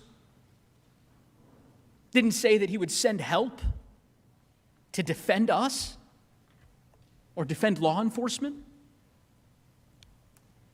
He didn't react to the violence with shock or horror or dismay as we did. He didn't immediately rush to Twitter and demand in the clearest possible terms that the mob disperse, that they stop it, that they retreat. Instead, he issued messages in the afternoon that sided with them. The insurrectionists who had left police officers battered and bloodied. He reacted exactly the way someone would react if they were delighted, and exactly unlike how a person would react if they were angry at how their followers were acting. Again, ask yourself how many lives would have been saved, how much pain and trauma would have been avoided if he had reacted the way that a president of the United States is supposed to act. There are 2 parts of President Trump's failure here, his dereliction of duty, that I just have to emphasize for a moment.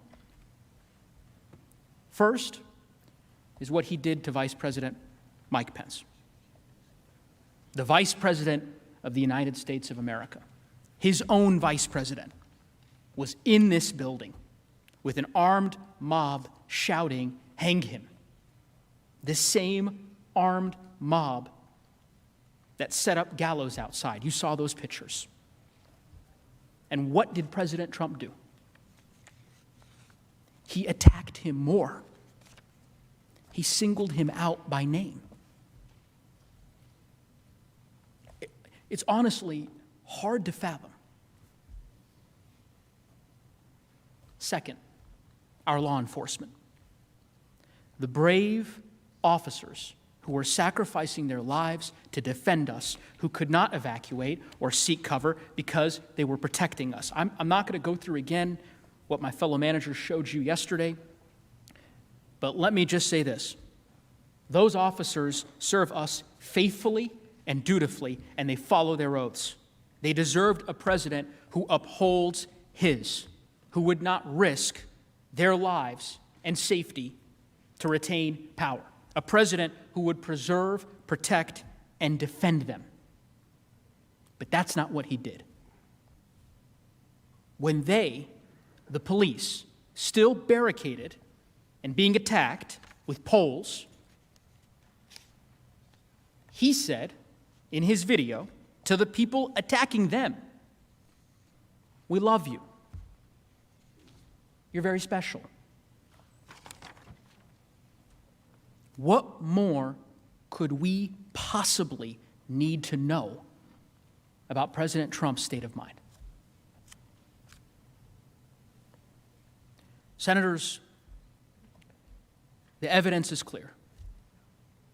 We showed you statements, videos, affidavits that prove President Trump incited an insurrection that he alone had the power to stop.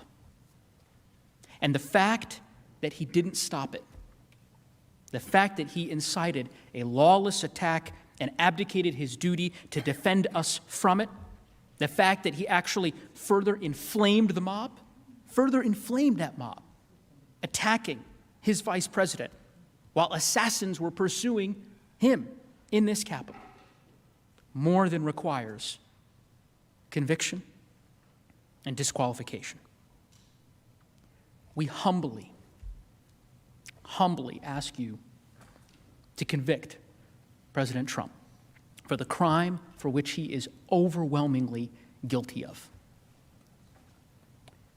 Because if you don't,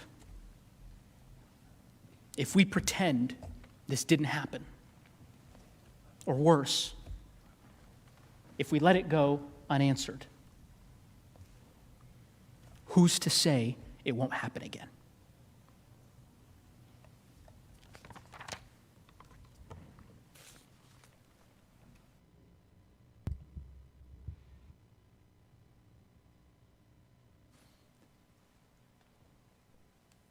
Mr. President, members of the Senate, first of all, thank you for your close attention and seriousness of purpose that you've demonstrated over the last few days. Thank you also for your courtesy to the House managers as we've come over here, strangers in a strange land, to make our case before this distinguished and august body. We are about to close, and I am proud that our managers have been so disciplined and so focused. I think we are closing somewhere between 5 and 6 hours under the time that you have allotted to us. But we think we have been able to tell you everything we need to say. We will obviously have the opportunity to address your questions and then to do a final closing when we get there. I just wanted to leave you with a few thoughts. And again, I'm not going to re-traumatize you by going through the evidence. Once again, I just wanted to leave you with a few thoughts to consider as you enter upon this very high and difficult duty that you have to render impartial justice in this case, as you have all sworn to do. And I wanted to start simply by saying that in the history of humanity, democracy is an extremely rare and fragile and precarious and transitory thing. Abraham Lincoln knew that when he spoke from the battlefield and vowed that government of the people, by the people, and for the people shall not perish from the earth. But he was speaking not long after the republic was created, and he was trying to prove that point, that we would not allow it to perish from the earth. For most of history, the norm has been dictators, autocrats, bullies, despots, tyrants, cowards who take over our governments. For most of the history of the world. And that's why America is such a miracle. We were founded on the extraordinary principles of the inalienable rights of the people and the consent of the governed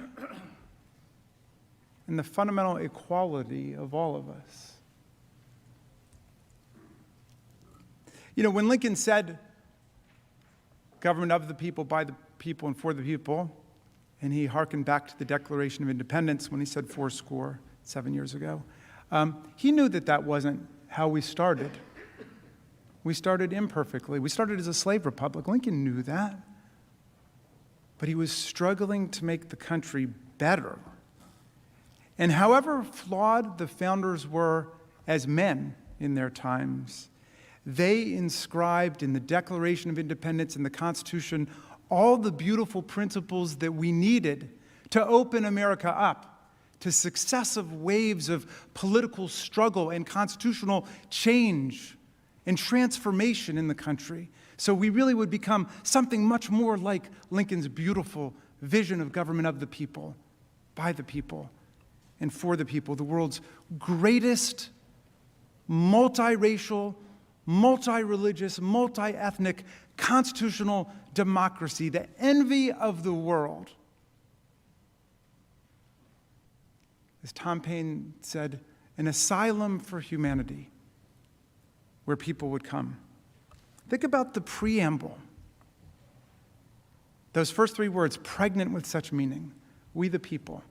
And then all of the purposes of our government put into that one action-packed sentence. We the people, in order to form a more perfect union, establish justice, ensure domestic tranquility, provide for the common defense, promote the general welfare, and preserve to ourselves and our posterity the blessings of liberty.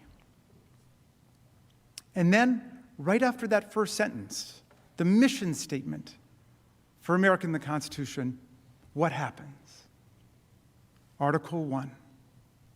The Congress is created. All legislative powers herein are reserved to the Congress of the United States. You see what just happened? The sovereign power of the people to launch the country and create the Constitution flowed right into Congress. And then you get, in Article 1, Section 8, comprehensive, vast powers that all of you know so well. The power to regulate commerce domestically, internationally. The power to declare war. The power to raise budgets and taxes and to spend money. The power to govern the seat of government. And on and on and on. And then even in Article 1, Section 8, Clause 18, and all other powers necessary and proper to the execution of the foregoing powers. That's all of us. And then you get to Article 2, the President, 4 short paragraphs. And the 4th paragraph is all about what? Impeachment. How you get rid of a president who commits high crimes and misdemeanors. But what's the core job of the president? To take care that the laws are faithfully executed. And our framers were so fearful of presidents becoming tyrants and wanting to become kings and despots that they put the oath of office right into the Constitution. They inscribed it into the Constitution to preserve, protect, and defend the Constitution of the United States. We've got the power to impeach the president. The president doesn't have the power to impeach us. Think about that. The popular branch of government has the power to impeach the president. The president does not have the power to impeach us. And as I said before, all of us who aspire and attain to public office are nothing but the servants of the people. And the way the framers would have it is the moment that we no longer acted as servants of the people, but as masters of the people, as violators of the people's rights, that was the time to impeach, remove, convict, disqualify, start all over again. Because the interests of the people are so much greater than the interests of one person. Any one person, even the greatest person in the country. The interests of the people are what count.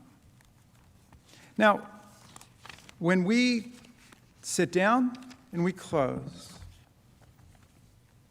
our distinguished counterparts, the defense counsel, who have waited very patiently, and thank you, will stand up and seek to defend the president's conduct on the facts, which I think they will.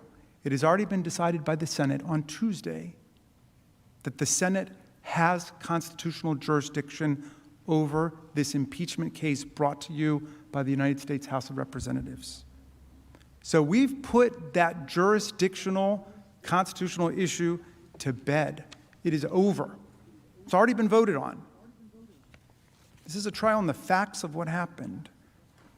An incitement, as we said, is a fact-intensive investigation and judgment that each of you will have to make. We've made our very best effort to set forth every single relevant fact that we know in the most objective and honest light. We trust and we hope that the defense will understand the constitutional gravity and solemnity of this trial by focusing like a laser beam on the facts and not return to the constitutional argument that's already been decided by the Senate. Just as a defense lawyer who loses a motion to dismiss on a constitutional basis in a criminal case must let that go and then focus on the facts which are being presented by the prosecutors in detail, they must let this constitutional jurisdictional argument go. Not just because it's frivolous and wrong, as nearly every expert scholar in America opined, but because it's not relevant to the jury's consideration of the facts of the case. So our friends must work to answer all of the overwhelming, detailed, specific, factual, and documentary evidence we have introduced of the president's clear and overwhelming guilt in inciting violent insurrection against the Union.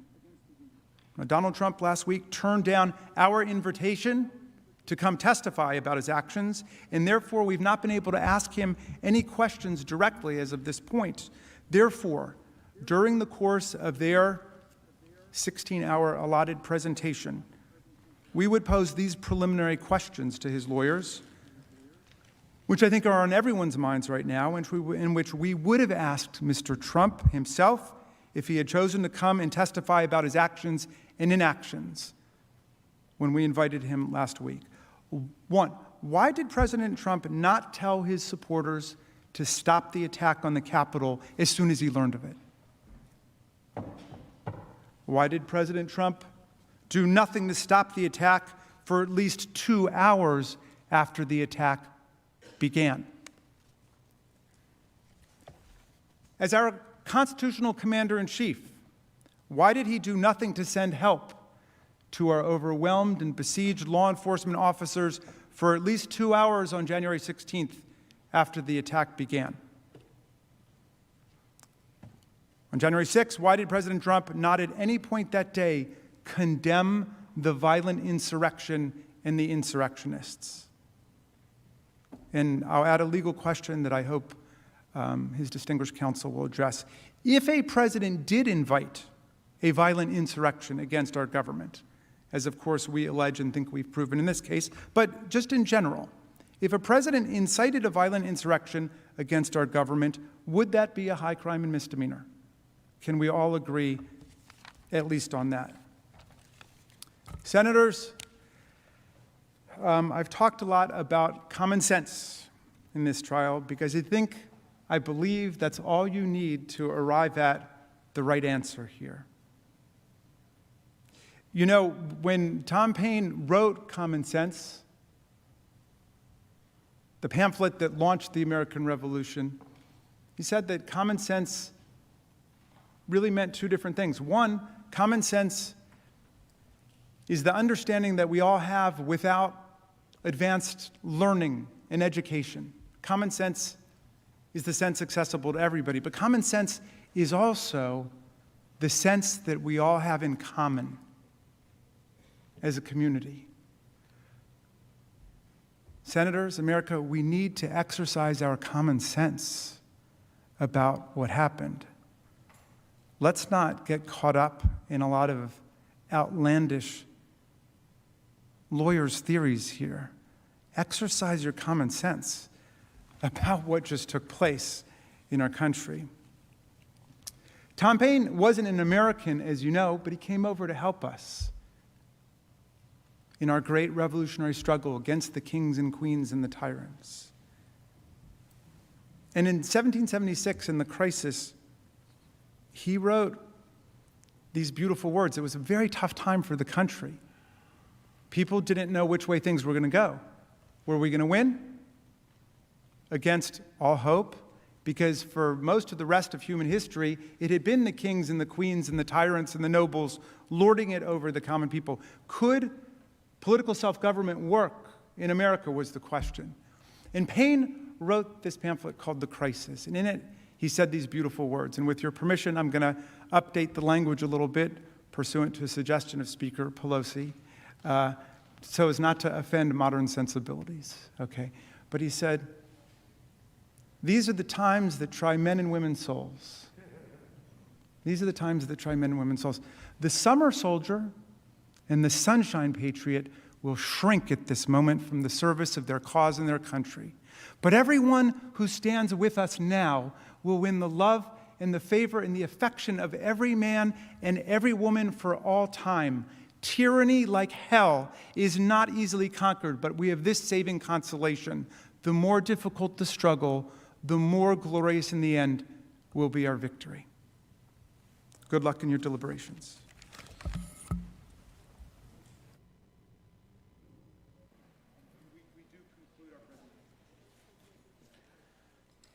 Thank you. Thank you. Now I have two, we're going to do the adjournment resolution in a moment. I have two other things that we have to do. They're quick. First, Mr. President, I ask unanimous consent that it be in order to make several unanimous consent requests as if in legislative session. Without objection, so ordered. I ask unanimous consent that on Friday, February 12th, from 10:30 to 11:30 a.m., that notwithstanding adjournment, the Senate be able to receive House messages and executive matters, committees be authorized to report legislative and executive matters, and senators be allowed to submit statements for the record, introduce bills and resolutions, and make co-sponsor requests, and where applicable, the Secretary of the Senate, on behalf of the presiding officer, be permitted to refer such matters. Without objection, so ordered. And a second request, poignantly appropriate at this moment. I ask unanimous consent that pursuant to the order of the Senate of January 24th, 1901, the traditional reading of Washington's farewell address take place on Monday, February 22nd, following the prayer and pledge. Further, that Senator Portman be recognized to deliver the address. Is there objection? Not hearing objection, it's ordered. And finally, Mr. President, I ask unanimous consent the trial adjourn until 12 noon tomorrow, Friday, February 12th, and this also constitute the adjournment of the Senate. Hearing an objection, without objection, it's ordered. Senate's adjourned. Well, that's it. Yeah, I know. Turn off the other mic. Ha ha! Getting a little better at this. So that's it. No witnesses being called. I believe that is Senator Patty Murray that we see trucking out. I'm only saying that because of the hairstyle and the color of the suit that she's wearing, because it appears that Patty Murray has been the person behind the camera when Chuck Schumer, Senator Schumer, was speaking. Yeah, Patrick Leahy is definitely.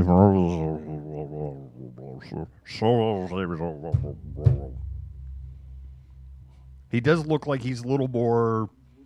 Like yesterday, I don't know. I'm sure somewhere in the deep, dark reaches of QAnon land, there are people like, he needs to be drinking more blood. We do not believe or support QAnon BS here on the Tango, but we do report on it. So I don't know. We saw some videos. There were some videos replayed that we didn't expect. It's interesting, right? They replayed some stuff, and there wasn't any of this. Hey, we're gonna be playing stuff, and like, whoa, just letting you know. And I personally think they should have had that today. And generally, I'm not a hey, you should let me know something is coming. But man, they played some stuff. We got some insight in some communications, phone calls, texts that we weren't aware of before that are really damning. I just flat out damning is the right word. We were talking about the Tucker Carlson thing. You know what? I'm going to roll because we got a little time, and I have a little time. It's 1:30. I might unpack this for 30 minutes or so, and then we're going to call it good. So, and actually, let me do this. Bear with me here for just 1 second. It would help if I could type. I just want to get.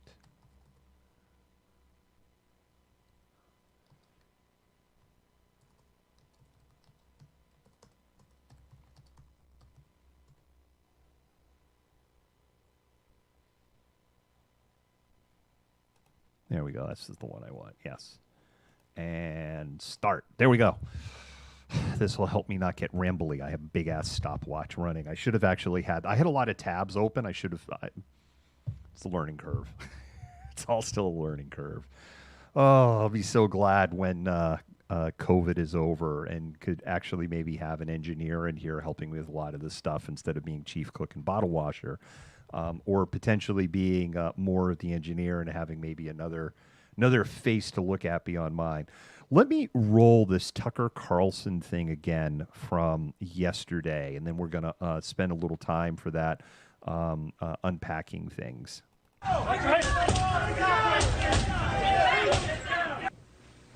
So what does all of this mean exactly? We're not sure what it means, and we're not going to speculate. We do know for certain that the known facts of what happened on January 6th deviate in very important ways from the story they are now telling us, including the story they told us today in the impeachment hearings. And in many places, the known facts bear no resemblance to the story they're telling. They're just flat out lying. There's no question about that. The question is, why would they lie about this? For an answer, think back to last spring. Beginning on Memorial Day, BLM and their sponsors in corporate America completely changed this country. They changed this country more in 5 months than it had changed in the previous 50 years. How'd they do that? They used the sad death of a man called George Floyd to upend our society. Months later, we learned that the story they told us about George Floyd's death was an utter lie. There was no physical evidence that George Floyd was murdered by a cop. The autopsy showed that George Floyd almost certainly died of a drug overdose, fentanyl.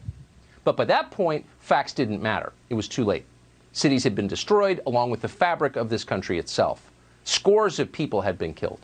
Democratic partisans used a carefully concocted myth, a lie, to bum rush America into overturning the old order and handing them much more power. It worked flawlessly. So why wouldn't they do it again?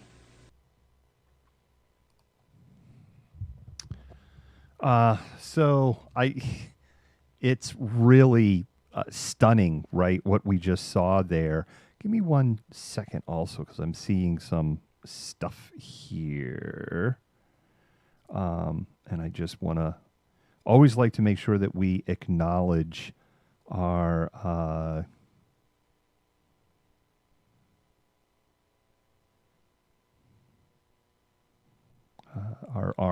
donors and our supporters. And I just want to make sure we're not missing calling out somebody. Okay, no, we're not missing calling out somebody. We certainly thank all of our supporters.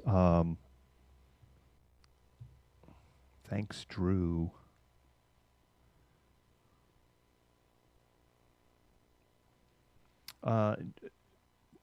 Drew, did you do that through, I just want to confirm you did not do that through Venmo.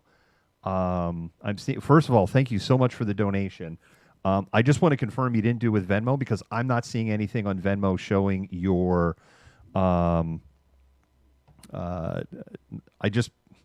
sometimes what chuds will do, not just chuds, but scammers, they'll set up in Venmo something that's just a little bit off, and then people accidentally donate to the wrong things. And if there's chuds out there, or just some scammer, I would hate to find out that your $50 went to some scammer out there. But anyway, Drew, thank you for your generosity. And I hope your generosity's gone to the right place. Let's unpack the Tucker Carlson thing. As again, there was a little bit of a pause there, because just little concerned about this. Understand this. If somebody is watching Fox News, right, 15 senators didn't even show up today. I may have to throw the cat out of here. I am so sorry.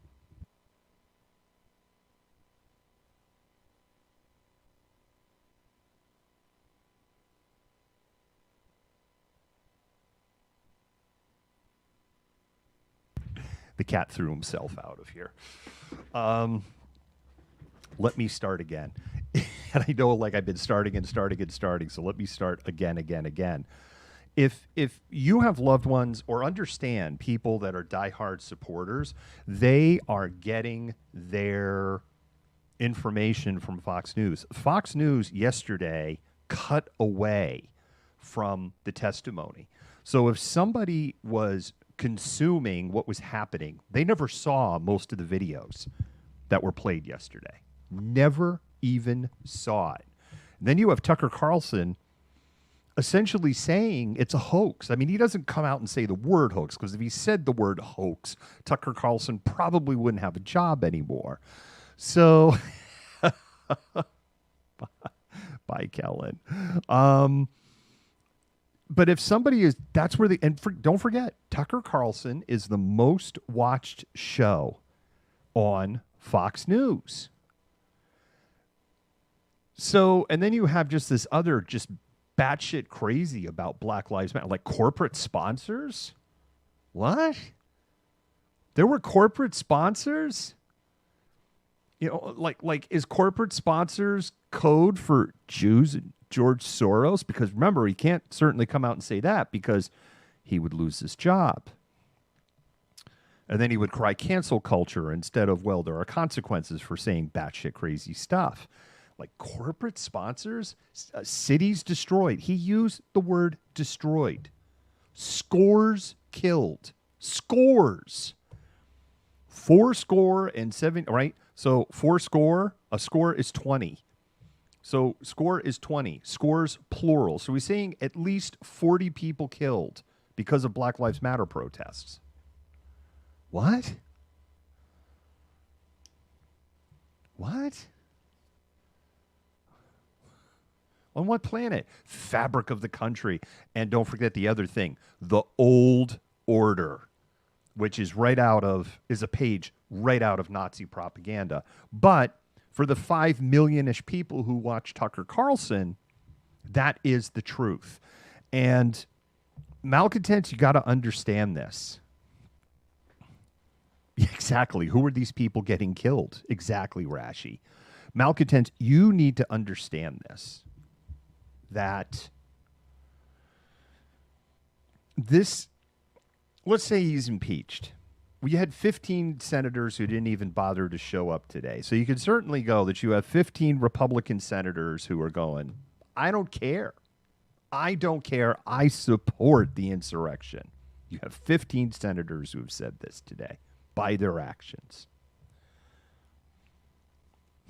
I generally try to be like a glass half full person.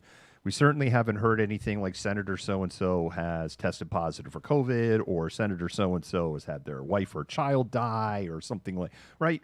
I mean, if that were to happen, look, I'm not going to condemn a senator, say if there is a tragedy in their family or their house burned down or something, they don't, right? I'm not going to hold their feet to that fire, metaphorically speaking. But you had 15 senators didn't show up. So the most you can have now is 85 to 15. We know that there's 56 votes. It's really unlikely that there is 11 more senators on the Republican side that are going to cross the line. It is really unlikely. And even if they impeach them, you know, again, one of the things that was pointed out today, what does impeachment do? It prevents him just running for election again. Trump is pushing 75. If he were to run for president in 2024, he'll be 78. He is somebody that doesn't take care of himself at all. And there's a lot of times where he says stuff, but then he doesn't follow through on the stuff. And I wouldn't put it past Donald Trump to milk the campaign finance gravy train into 2024, and then, you know, make some cockamamie. Well, they won't let me run. People hate me, and I don't know why. You need the help of the true patriots, blah, blah, blah, blah, blah. Wouldn't put it past him, because this is his track record. But Donald Trump, I don't think, is the threat. It's people like Josh Hawley, who's young, charismatic, and smarter. Look, when you say things like, you know, Donald Trump is not smart, you don't become president of the United States by being an idiot, right? Donald Trump is intelligent. He just does really stupid shit. George Bush 43, I said this when he was president. He's not an idiot. You don't become a president. That's what I just said. We need 11 more. Yes. I don't know if there is 11 more. I don't think you're going to find 11 more. I certainly, it's like Mitch McConnell. Come on. I don't trust him.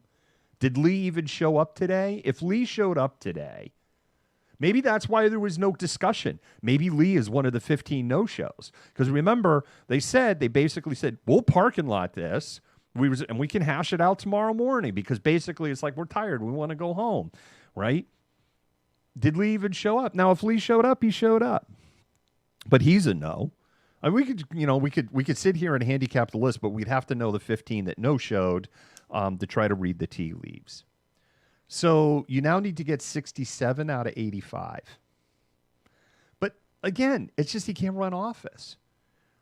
You have a radicalized part of this country. And here's the thing that you need to understand. The playbook, Nazis.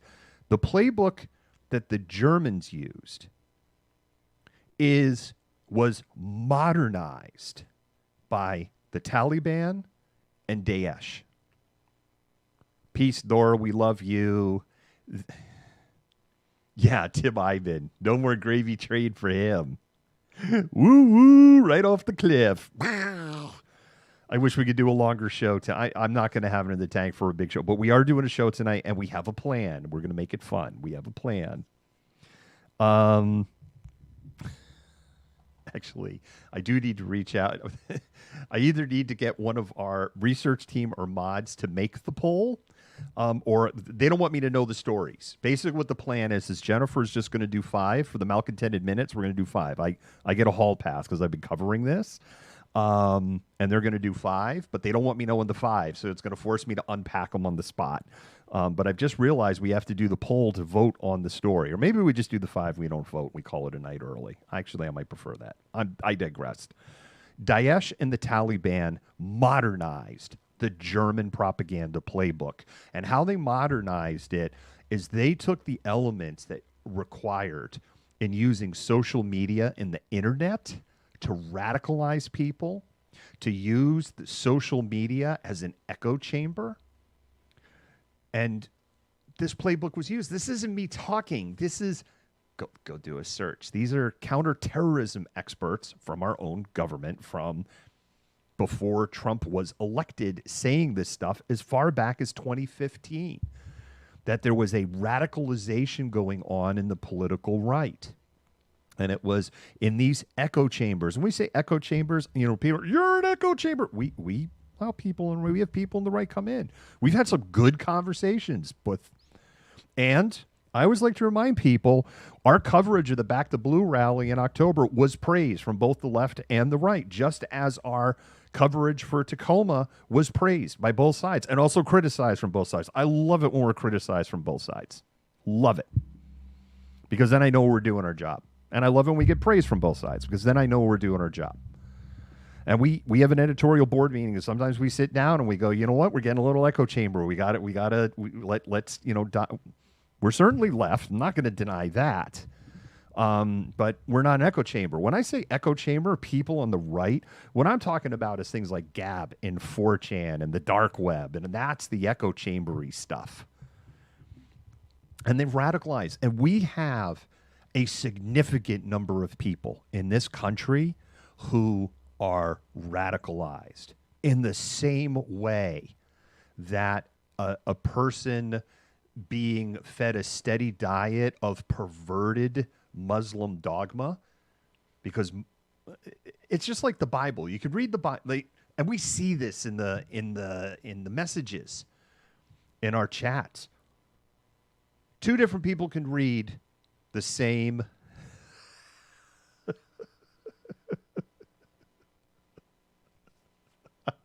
I'm seeing this.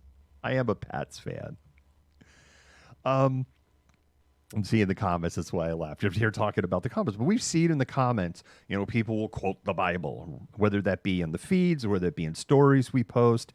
And when somebody quotes something out of the Bible, you can tell what's in their heart. Because someone may quote something out of the Bible and see love, and someone can use that exact same Bible quote and see hate. And the same thing applies to the Torah. The same thing applies to the Quran. The same thing applies to every religious text. And the Quran is actually pretty complicated because Muhammad does have doctrine in there that is pretty angry. But then, that doctrine evolves. But you can say the same thing about the Bible. You have the whole Old Testament, wrath of God, kill them all, jawbone of an ass, blah, blood of the non-believers. And then Jesus shows up and goes, look, there's 2 commandments. Love God with all your heart and love your neighbors like God. And the rest don't friggin' matter. That's a pretty hippie point of view, Chuds. It's a real hippie point of view. And so I'm saying this because I don't want people to get wrapped around the axle of violent Muslim dogma, going, he says Muslims are violent. There are people that, to get an means to the end, pervert what was in the Quran and fed this poison to people in the Middle East, in Afghanistan, in Africa. and radicalized them. And it was the same big lie. It's the exact same big lie. What are the elements of the big lie? Elements of the big lie are liberal society is coming to destroy you. Now, for the United States, liberal society is communist and Marxist because socialism is no longer even the dirty word, because it's like socialism wasn't scaring enough for you. So we're going to do communists and Marxists, which is hysterical because Marx isn't even a political, it's a philosophy. It's not even a political doctrine. The one I always love is, they studied Marx. It's like anybody who went to college and took Economics 101, they studied Marx because it's part of Economics 101. It's like you could have gone to a crappy community college and taken Economics 101, and they're going to talk about Marx and his theories. And there are some things that, because Marx wrote his manifesto in 1848, so it's almost 200 years old. There's some things about capitalism that Marx kind of right about. There are other things that he also isn't right about.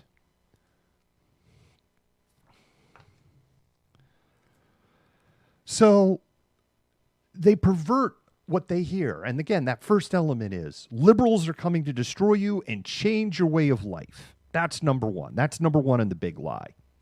Number two is there's always Jews. You got to have Jews in there. Jews and their manipulation, and they control things.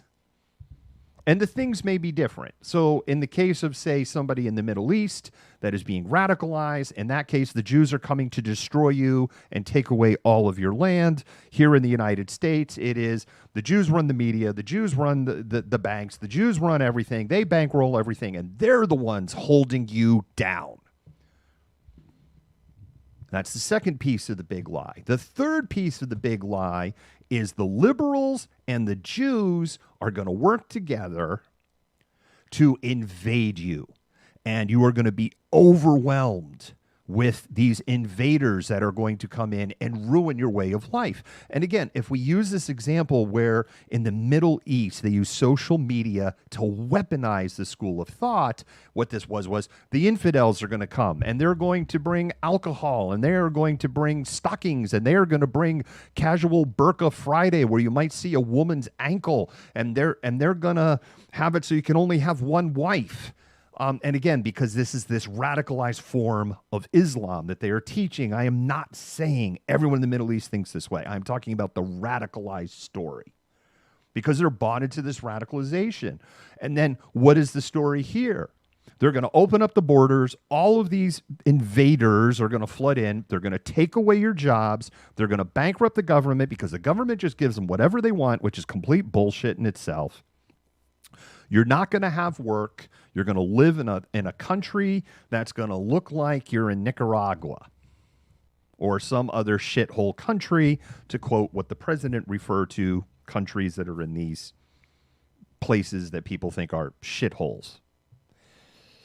I could show you places in the United States that look just as bad as Nicaragua. As a matter of fact, we stopped in a little town. I wish I had that picture. I would pull this picture up. We stopped in a little town in eastern Washington that is clearly, a town that is disappearing. It is struggling. It is not Watushka. That's another town that we stopped in. And there was this ramshackle, closed but open. It was really weird. Convenience store looking thing that seriously just looked like a tin shat bodega that you would see in Nicaragua or Mexico or Belize or anywhere in Latin or Central America. Right in the heart of Culp country, too. Such friggin' greatness. So these are the three elements of the big lie. And then how do you prevent this? Well, the only way you can prevent this is through authoritarian rule. You can only prevent this if you round up, because they are your enemy, people that oppose you. It isn't just that they oppose you, they are the enemy to be destroyed. And the Taliban and Daesh took this German big lie and they weaponized it through the internet. And then people on the far right took that here in the United States and are basically running the Taliban playbook. So you have millions of Americans who are radicalized. Now, the other thing that I've said for years is that Americans are, and I'm an American, are too numb, too tuned out, and too dumb it's way worse than McCarthyism. It's way worse. Carrie out there, but this wasn't quite as far as Quincy. I need to pull up the pictures. We took pictures just because I love like rusting, falling down buildings. It was really weird. But too dumb, too tuned out, right, to kind of do anything. But then something happened, and it wasn't just Trump. The other thing that happened was COVID and the shutdowns.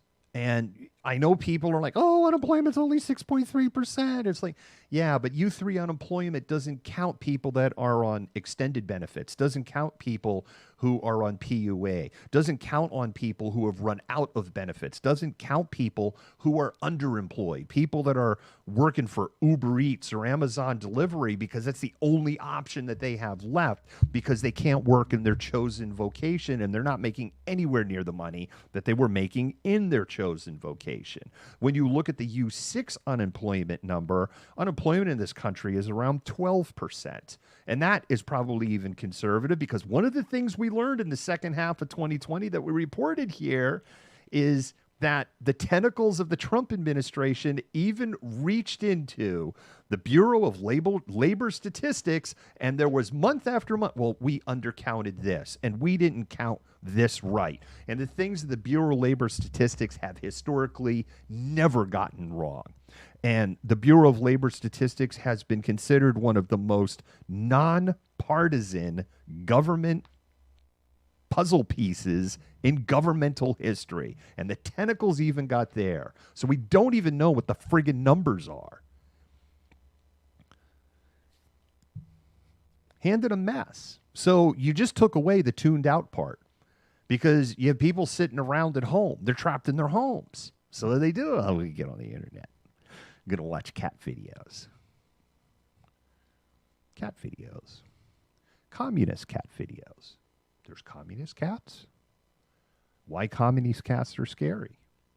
Communist is coming for you.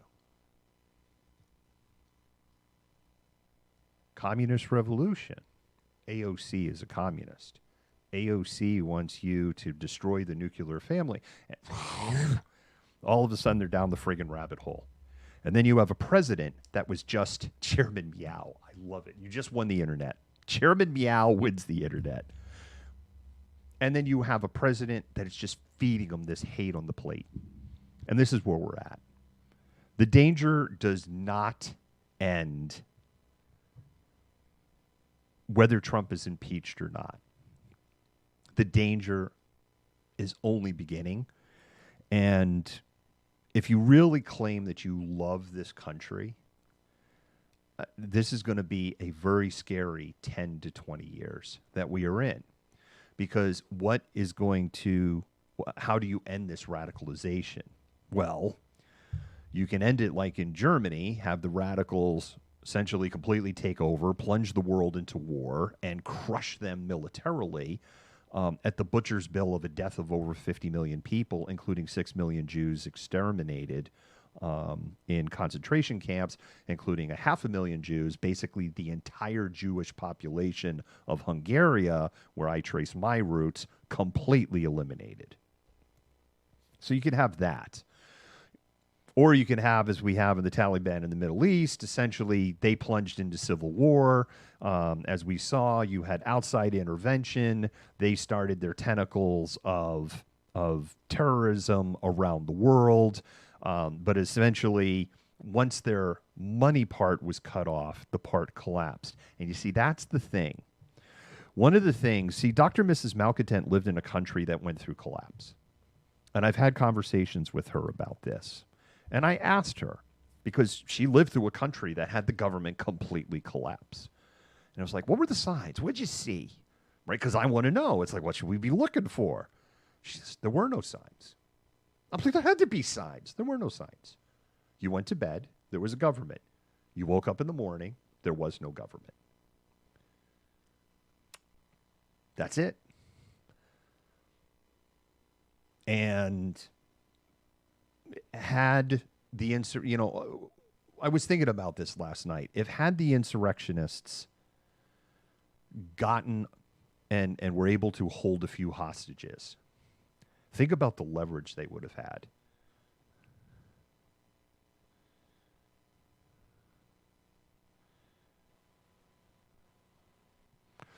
Yeah, Shell, we can talk about that real quick. It's semantics. It's actually it's semantics here.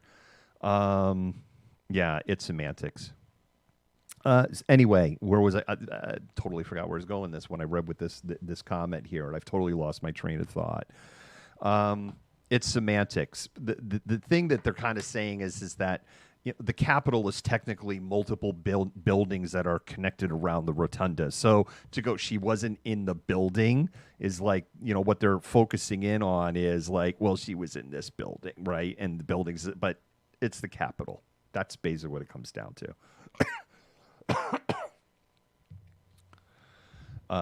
Yeah, they came within 60 feet away from Pence and his family. Oh, I know what I was talking about now. What if they had gotten a hold of a few hostages, whether they execute people? Let's say they grab Mitt Romney. They got Mitt Romney because he's probably the closest one of what we learned yesterday, right? Mitt Romney was literally walking the Green Mile. It's just blind, dumb luck. So let's say they get a hold of Mitt Romney. Now they're holding Mitt Romney hostage. There is no way that they would be able to reconvene. All they would have had to do, the insurrectionists, was hold Romney as a bargaining chip. And they would have blocked the because you would now have this armed standoff in the Capitol. And it's not going to be something like, well, we're just going to go in with the guns a-blazing because they got Mitt Romney in there.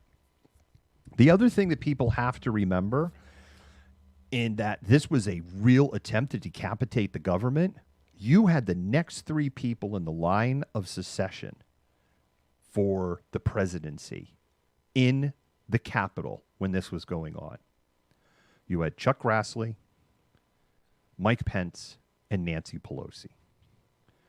Nancy Pelosi, they decided, as we learned yesterday, to completely remove from the building.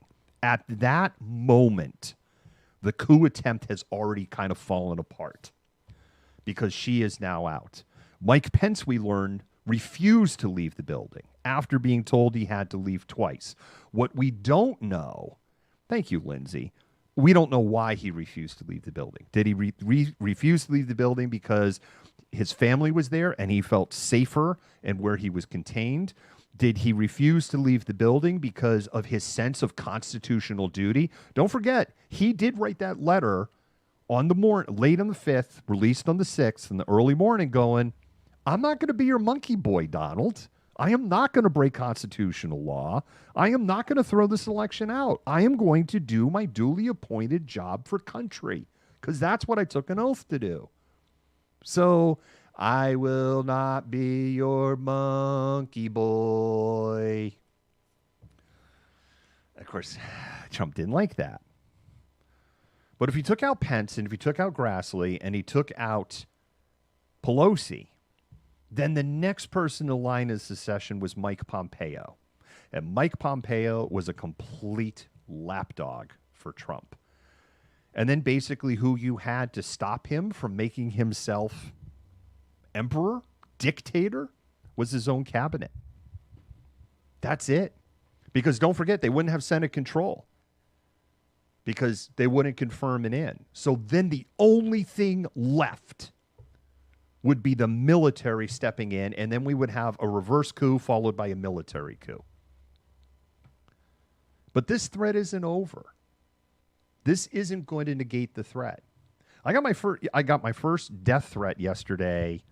It's been a couple of months, and I got my first death threat yesterday. And getting some other stuff in email and messages all of a sudden. And it's like, what the hell's friggin' triggering all this? Because it's like, there's barely any protests. We're really not doing any protest coverage. There's hardly any protests. The only protests that are spicy, they're flat out, like no streamers, no cameras. Like, fine, whatever. Then we're not going to cover it. You want to go get your ass beat by the Seattle police because there's no cameras around? That's your prerogative. The other thing is, you friggin' hypocrites. We've seen you stream your own stuff. For the love of God.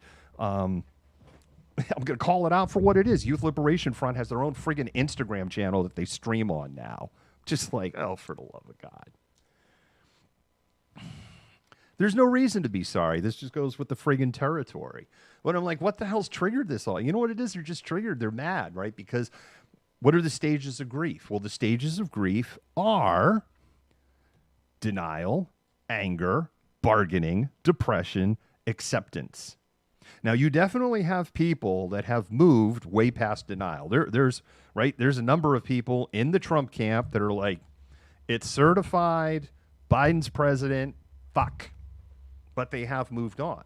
But you have people that are still in denial. There are people that believe that, oh no, this is all part of the plan, and Donald Trump is just waiting until March 4. The internet's going to go black on March 3rd. That'll be the first sign.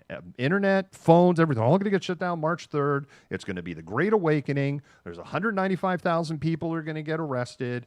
Trump is going to go and he will be sworn in as the 19th president of the United States because all the other presidents didn't count and nothing in Constitution since 1871 is legal because we're friggin' idiots. And there's people that believe this. And Donald Trump is supporting it with just a little wink, wink.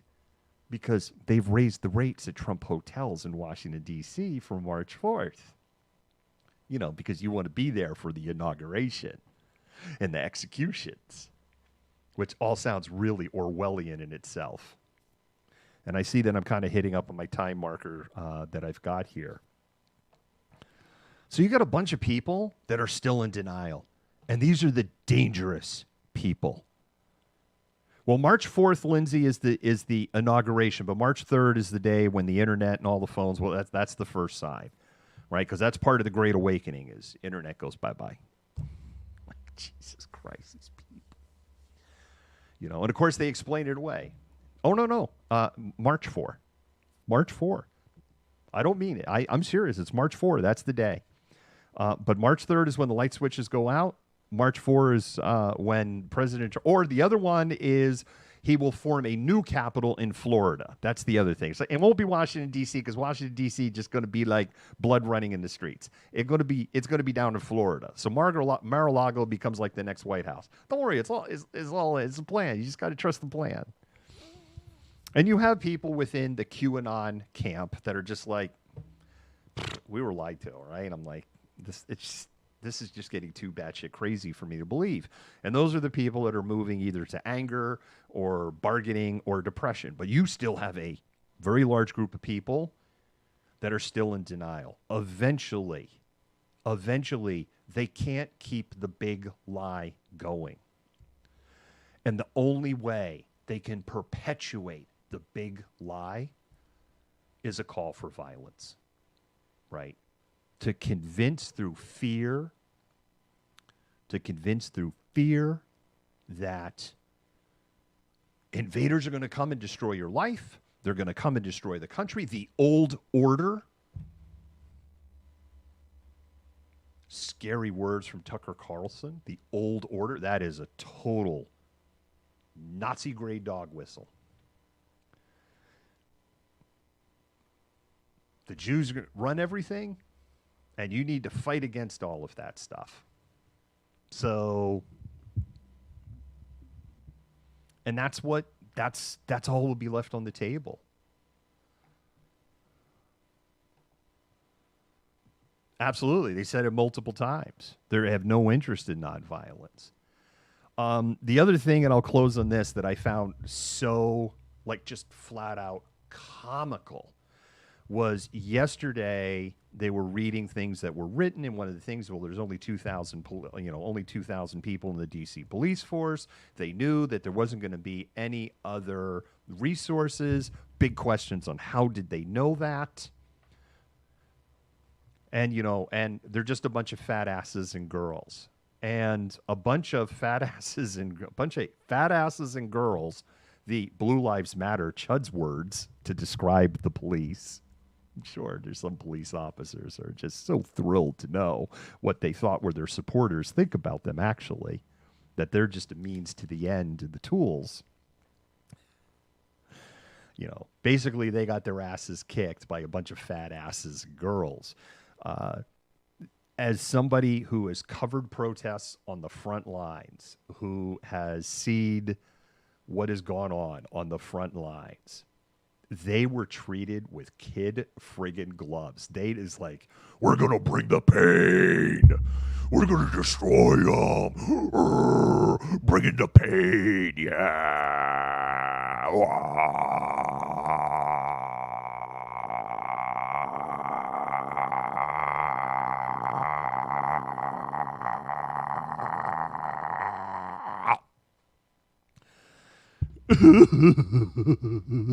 What's wrong? They pepper sprayed me. They were mean to us. We told them, you're breaking your oath. Jesus Christ. It's like, they didn't even look like lobsters, right? It's like, when you get pepper spray, you freaking look like a lobster. Y'all remember 8/16? Y'all remember the first Spog March, 8/16? People kept coming up. Are you okay? I'm like, yeah, I'm good. I'm like, dude, your face, man, right? I'm like, what?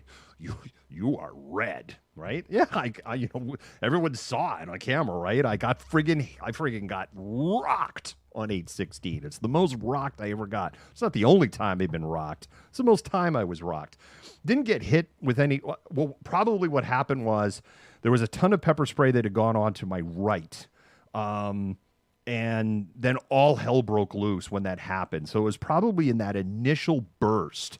I probably got some pepper spray from that. And I never got like nailed, but I think it just was cumulative with all of the pepper balls and stuff that were just going off and everything around me and being in clouds of this stuff. We've seen Omari, right? Omari's like, I can't see out of one eye. And I've had that experience too, where I've gotten spray on like half the face. And it's like, oh my God, I can't see out of one eye. I just want to put a fork in my, I'm still rolling camera. And these people are bringing the pain, bringing the pain.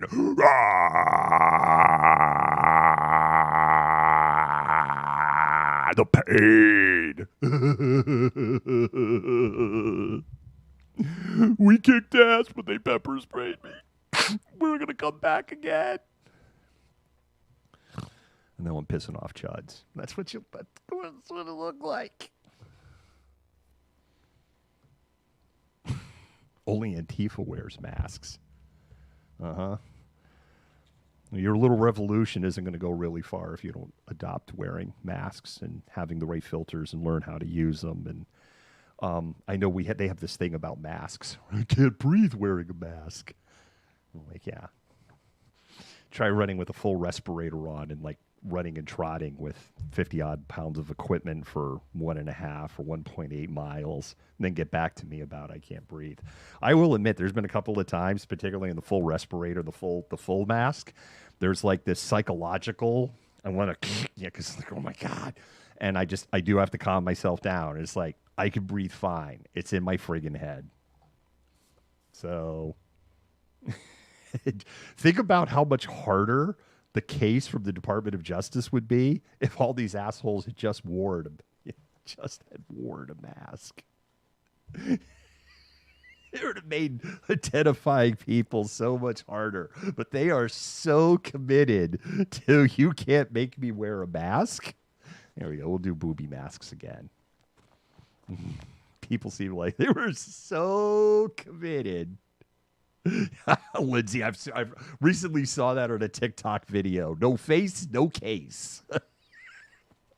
They are so committed to not wearing a mask, they didn't wear a mask trying to overthrow the government. It just made it real easy for them to, or I'm going to wear this hat with horns coming out of my head and not expect any consequences. Or in the case of Jenna Ryan, just must be. I don't know. She like seems to love the attention. I don't know if she's dying inside. Snow at Capitol Hill. It's still a little flaky here in Kirkland. Yeah, it's been snowing kind of like off and on a lot of places. Well, I'll close with this. Dr. Mrs. Malcontent and I have this theory because we saw the thing about the CDC. Hey, you should wear double masks. And people who know when I've been out in the field, I've double masked in the field for months. I wear an N95 and then I wear a cloth overlay. The reason I wear the cloth overlay is actually to protect the N95 so I can reuse it more than once because it's hard to get your hands on legit N95 masks. But anyway, that's where I've been doing. But they always had this thing. It's like, 2 masks is better than 1. And I haven't clicked on any of the stories because I'm like, that's my guess is about this idea of overlay. And it is totally psychological thing because I've experienced it.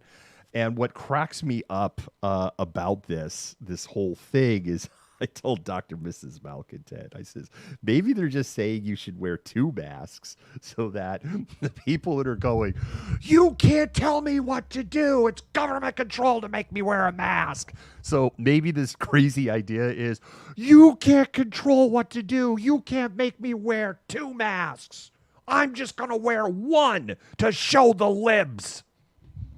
Gonna teach you libs. Gonna show you. I'm going to own the libs. I'm only going to wear 1 mask. That's how you spot a liberal pussy. They're wearing 2. They're real easy to spot. They got 2 masks on. You know then that they're a Marxist. All right, malcontents. Tomorrow morning, 9 a.m. The other plan then for tomorrow, I can't imagine that Trump's legal team has 8 hours of material. I just don't. I also, it's like the circus is tomorrow. I would say if you're tomorrow's the day to watch because it's going to be a clown car circus. But we'll be back about 9 a.m. Happy hour tonight. 8 o'clock, it's going to be kind of short. I can even tell you what the lineup's going to be right now. We're going to talk about the shooting in Seattle. We've got some video that Renee took that we're going to show. We have an update on Chad Wheeler. There's a bunch of stuff that has come out. And the haters are going to love this. So check this out. CBS News, not like the local the CBS National News. They actually reached out to it. Haters are going to love this. They reached out to us. Not looking for content, but asking us to amplify CBS News national content on the Chad Wheeler story based on the coverage that we have done on the Chad Wheeler story. All that Jennifer has been managing all that. All that credit goes to Jennifer. So we are going to be amplifying a piece that was on CBS News on Chad Wheeler is the former Seahawks player who committed this awful domestic violence attack, and we have additional breaking news on stuff that we have learned about Chad Wheeler today that Jennifer will be sharing tonight. We're going to be doing a shortened version of Malcontented Minutes. I am not doing stories. It will just be Jennifer. She'll be doing 5, and she's going to be hitting them at me ice cold. I'm going to hear them for the first time. We're probably not going to do a vote for your story tonight. I'm just sitting here thinking about it. I think we're just going to want to be done. And I said, we're going to talk about snow. We're going to talk about Chad Wheeler. We're going to talk about the police shooting. And that's it. Then the plan for tomorrow is it's not the only one that we got. We actually got reached out by a couple of news organizations, again, not looking for content, but actually looking to partner with us either on stories that we are covering or stories that fall in our wheelhouse. And we're going to have more on the other one that's come up, which is something that's really, really cool. Sports ball versus cancel culture. Place your bets now. So anyway, that's what we call it. Friday, we're going to do this. And then my plan for Friday evening is the storm chase. I love storm chasing, and you don't ever get to do it here in the Pacific Northwest. So right now, my plan for Friday, presuming the weather models are kind of looking a little more, I don't know how much snow we're going to get tomorrow. So we'll see. But they are still supportive of a crap load of snow for Tacoma and south. And so not terribly far, to get, say, to Tacoma. or Olympia and see like some really big ass snow going on down there. So planning the storm chase on Friday night, and that's kind of the schedule. Sunday is Valentine's Day. I don't believe that they are planning to do any coverage on Sunday. If there is, yeah, happy wife, happy life. There will be no coverage on Sunday of anything. So, oh, Lindsay, you found us in Snowpocalypse 2018 or 2019? There's been so many snowpocalypses. 2019 is the February we had the most snow in a single month. We had over 20 inches of snow. In February, we had even more on the east side in the Kirkland area. We got frickin' hammered, and that started. It started snowing in North Seattle. I told you all it was going to snow today, and I told you it wasn't going to snow a lot today, right? I said it's Thursday through Saturday. Thursday, Friday. Saturday, a little harder to call, right? So right now, that's still the way it is. I told y'all, doubters. Put your hands on the screen, you doubters, and feel the power. Feel if you hold your hand up on the screen, you will be healed of all of your unclean thoughts of being a chud, and you will believe the weather forecasts. Do it now. Do it now. Put your hand up on the screen. Feel the power just flowing through my fingertips. And I promise you, you will have a seat on the righteous airplane. First class, not coach. And there'll be movie. And there'll be food on the fancy plates, not in that cheap plastic container. And you will have the most divine wine you've ever had in your life, but only if you put your hand on the screen and feel the power. Okay. And with that, we really are going to call it. And we'll probably have some more martial law band or some other clips tomorrow. Looking for... I have to fix the scrolling thing here. Here we go. Big shout out to our patrons. We shouted them out at the front. We're going to shout them out again at the end. If you find in your heart you enjoy our coverage and you enjoy what you do, you can become a patron, patreon.com, The Malcontent. You can also support us on Venmo, venmo.com, The Malcontent.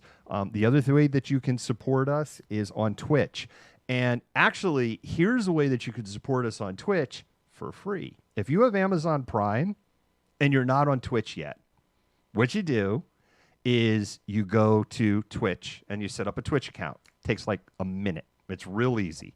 Then you go back to Amazon Prime and you look for Amazon Prime Gaming. And they'll go, hey, you can connect. Do you have a Twitch account? Because you can connect your Twitch account to your Amazon Prime Gaming account. Amazon Prime Gaming account just comes with Amazon Prime. And you go, why, yes, I have a Twitch account. I want to connect the two. And then Amazon goes, because you're in Amazon Gaming, because Amazon owns Twitch, and you're on Twitch, you get one free courtesy subscription. And you go, cool. And then you can go, I subscribe to Malcontent News. And then that just counts as a subscription. And because you're a subscriber, you get the emotes. And how much did it cost? $0. But you end up putting a few dollars in our pockets every month. So that's what you do. You set up a Twitch account. It takes like 2 minutes. Go back to Amazon, your Amazon Prime account. Say you want to sign up for Amazon Prime Gaming. It's free. And in that process, you get asked, hey, do you have a Twitch account? And you'll be like, hell yes, I have a Twitch account. There you go. Exactly. Thank you, K-Variable. It takes $2.50 a month, and it puts it in the bucket. So think about this. If 20 people listening to me after I go off the air do that, that's $50 a month. Pays for cell phone data each month. Covers the full bill for going out in the field. And you're doing nothing. Like, you do nothing. You don't even have to watch on Twitch if you don't want to. If you got to prefer, you keep watching it. But you just set it up. People are like saying it's really easy. It is really easy. So that is a really easy way to support us. That costs $0 if you're already paying for Amazon Prime. And you get to take $30 a year from your Amazon Prime account from Jeff Bezos. And ironically, help fund all of this. So with that, Malcontent out. Peace. Malcontent News is a team of journalists, activists, and researchers with 3 key missions. a commitment to show an unfiltered view of the before, during, and after of key events live as it happens, to defend the First Amendment using our rights of a free press, and to amplify the voices of underrepresented individuals including Black, Indigenous, persons of color, and the LGBTQIA+ community. Our team is committed to seeking equality for all and holding those in power accountable. The easiest way to support Malcontent News is to bookmark our website at malcontentnews.com, like and follow us on Facebook, subscribe to us on YouTube, and follow us on Twitter, Twitch, Instagram, and in the Google News app. To provide financial support, you can become a patron, make a one-time donation through Venmo, or link your Twitch account to your Amazon Prime account and use your free subscription to subscribe to Malcontent News. Thank you for supporting independent journalism and for being a malcontent.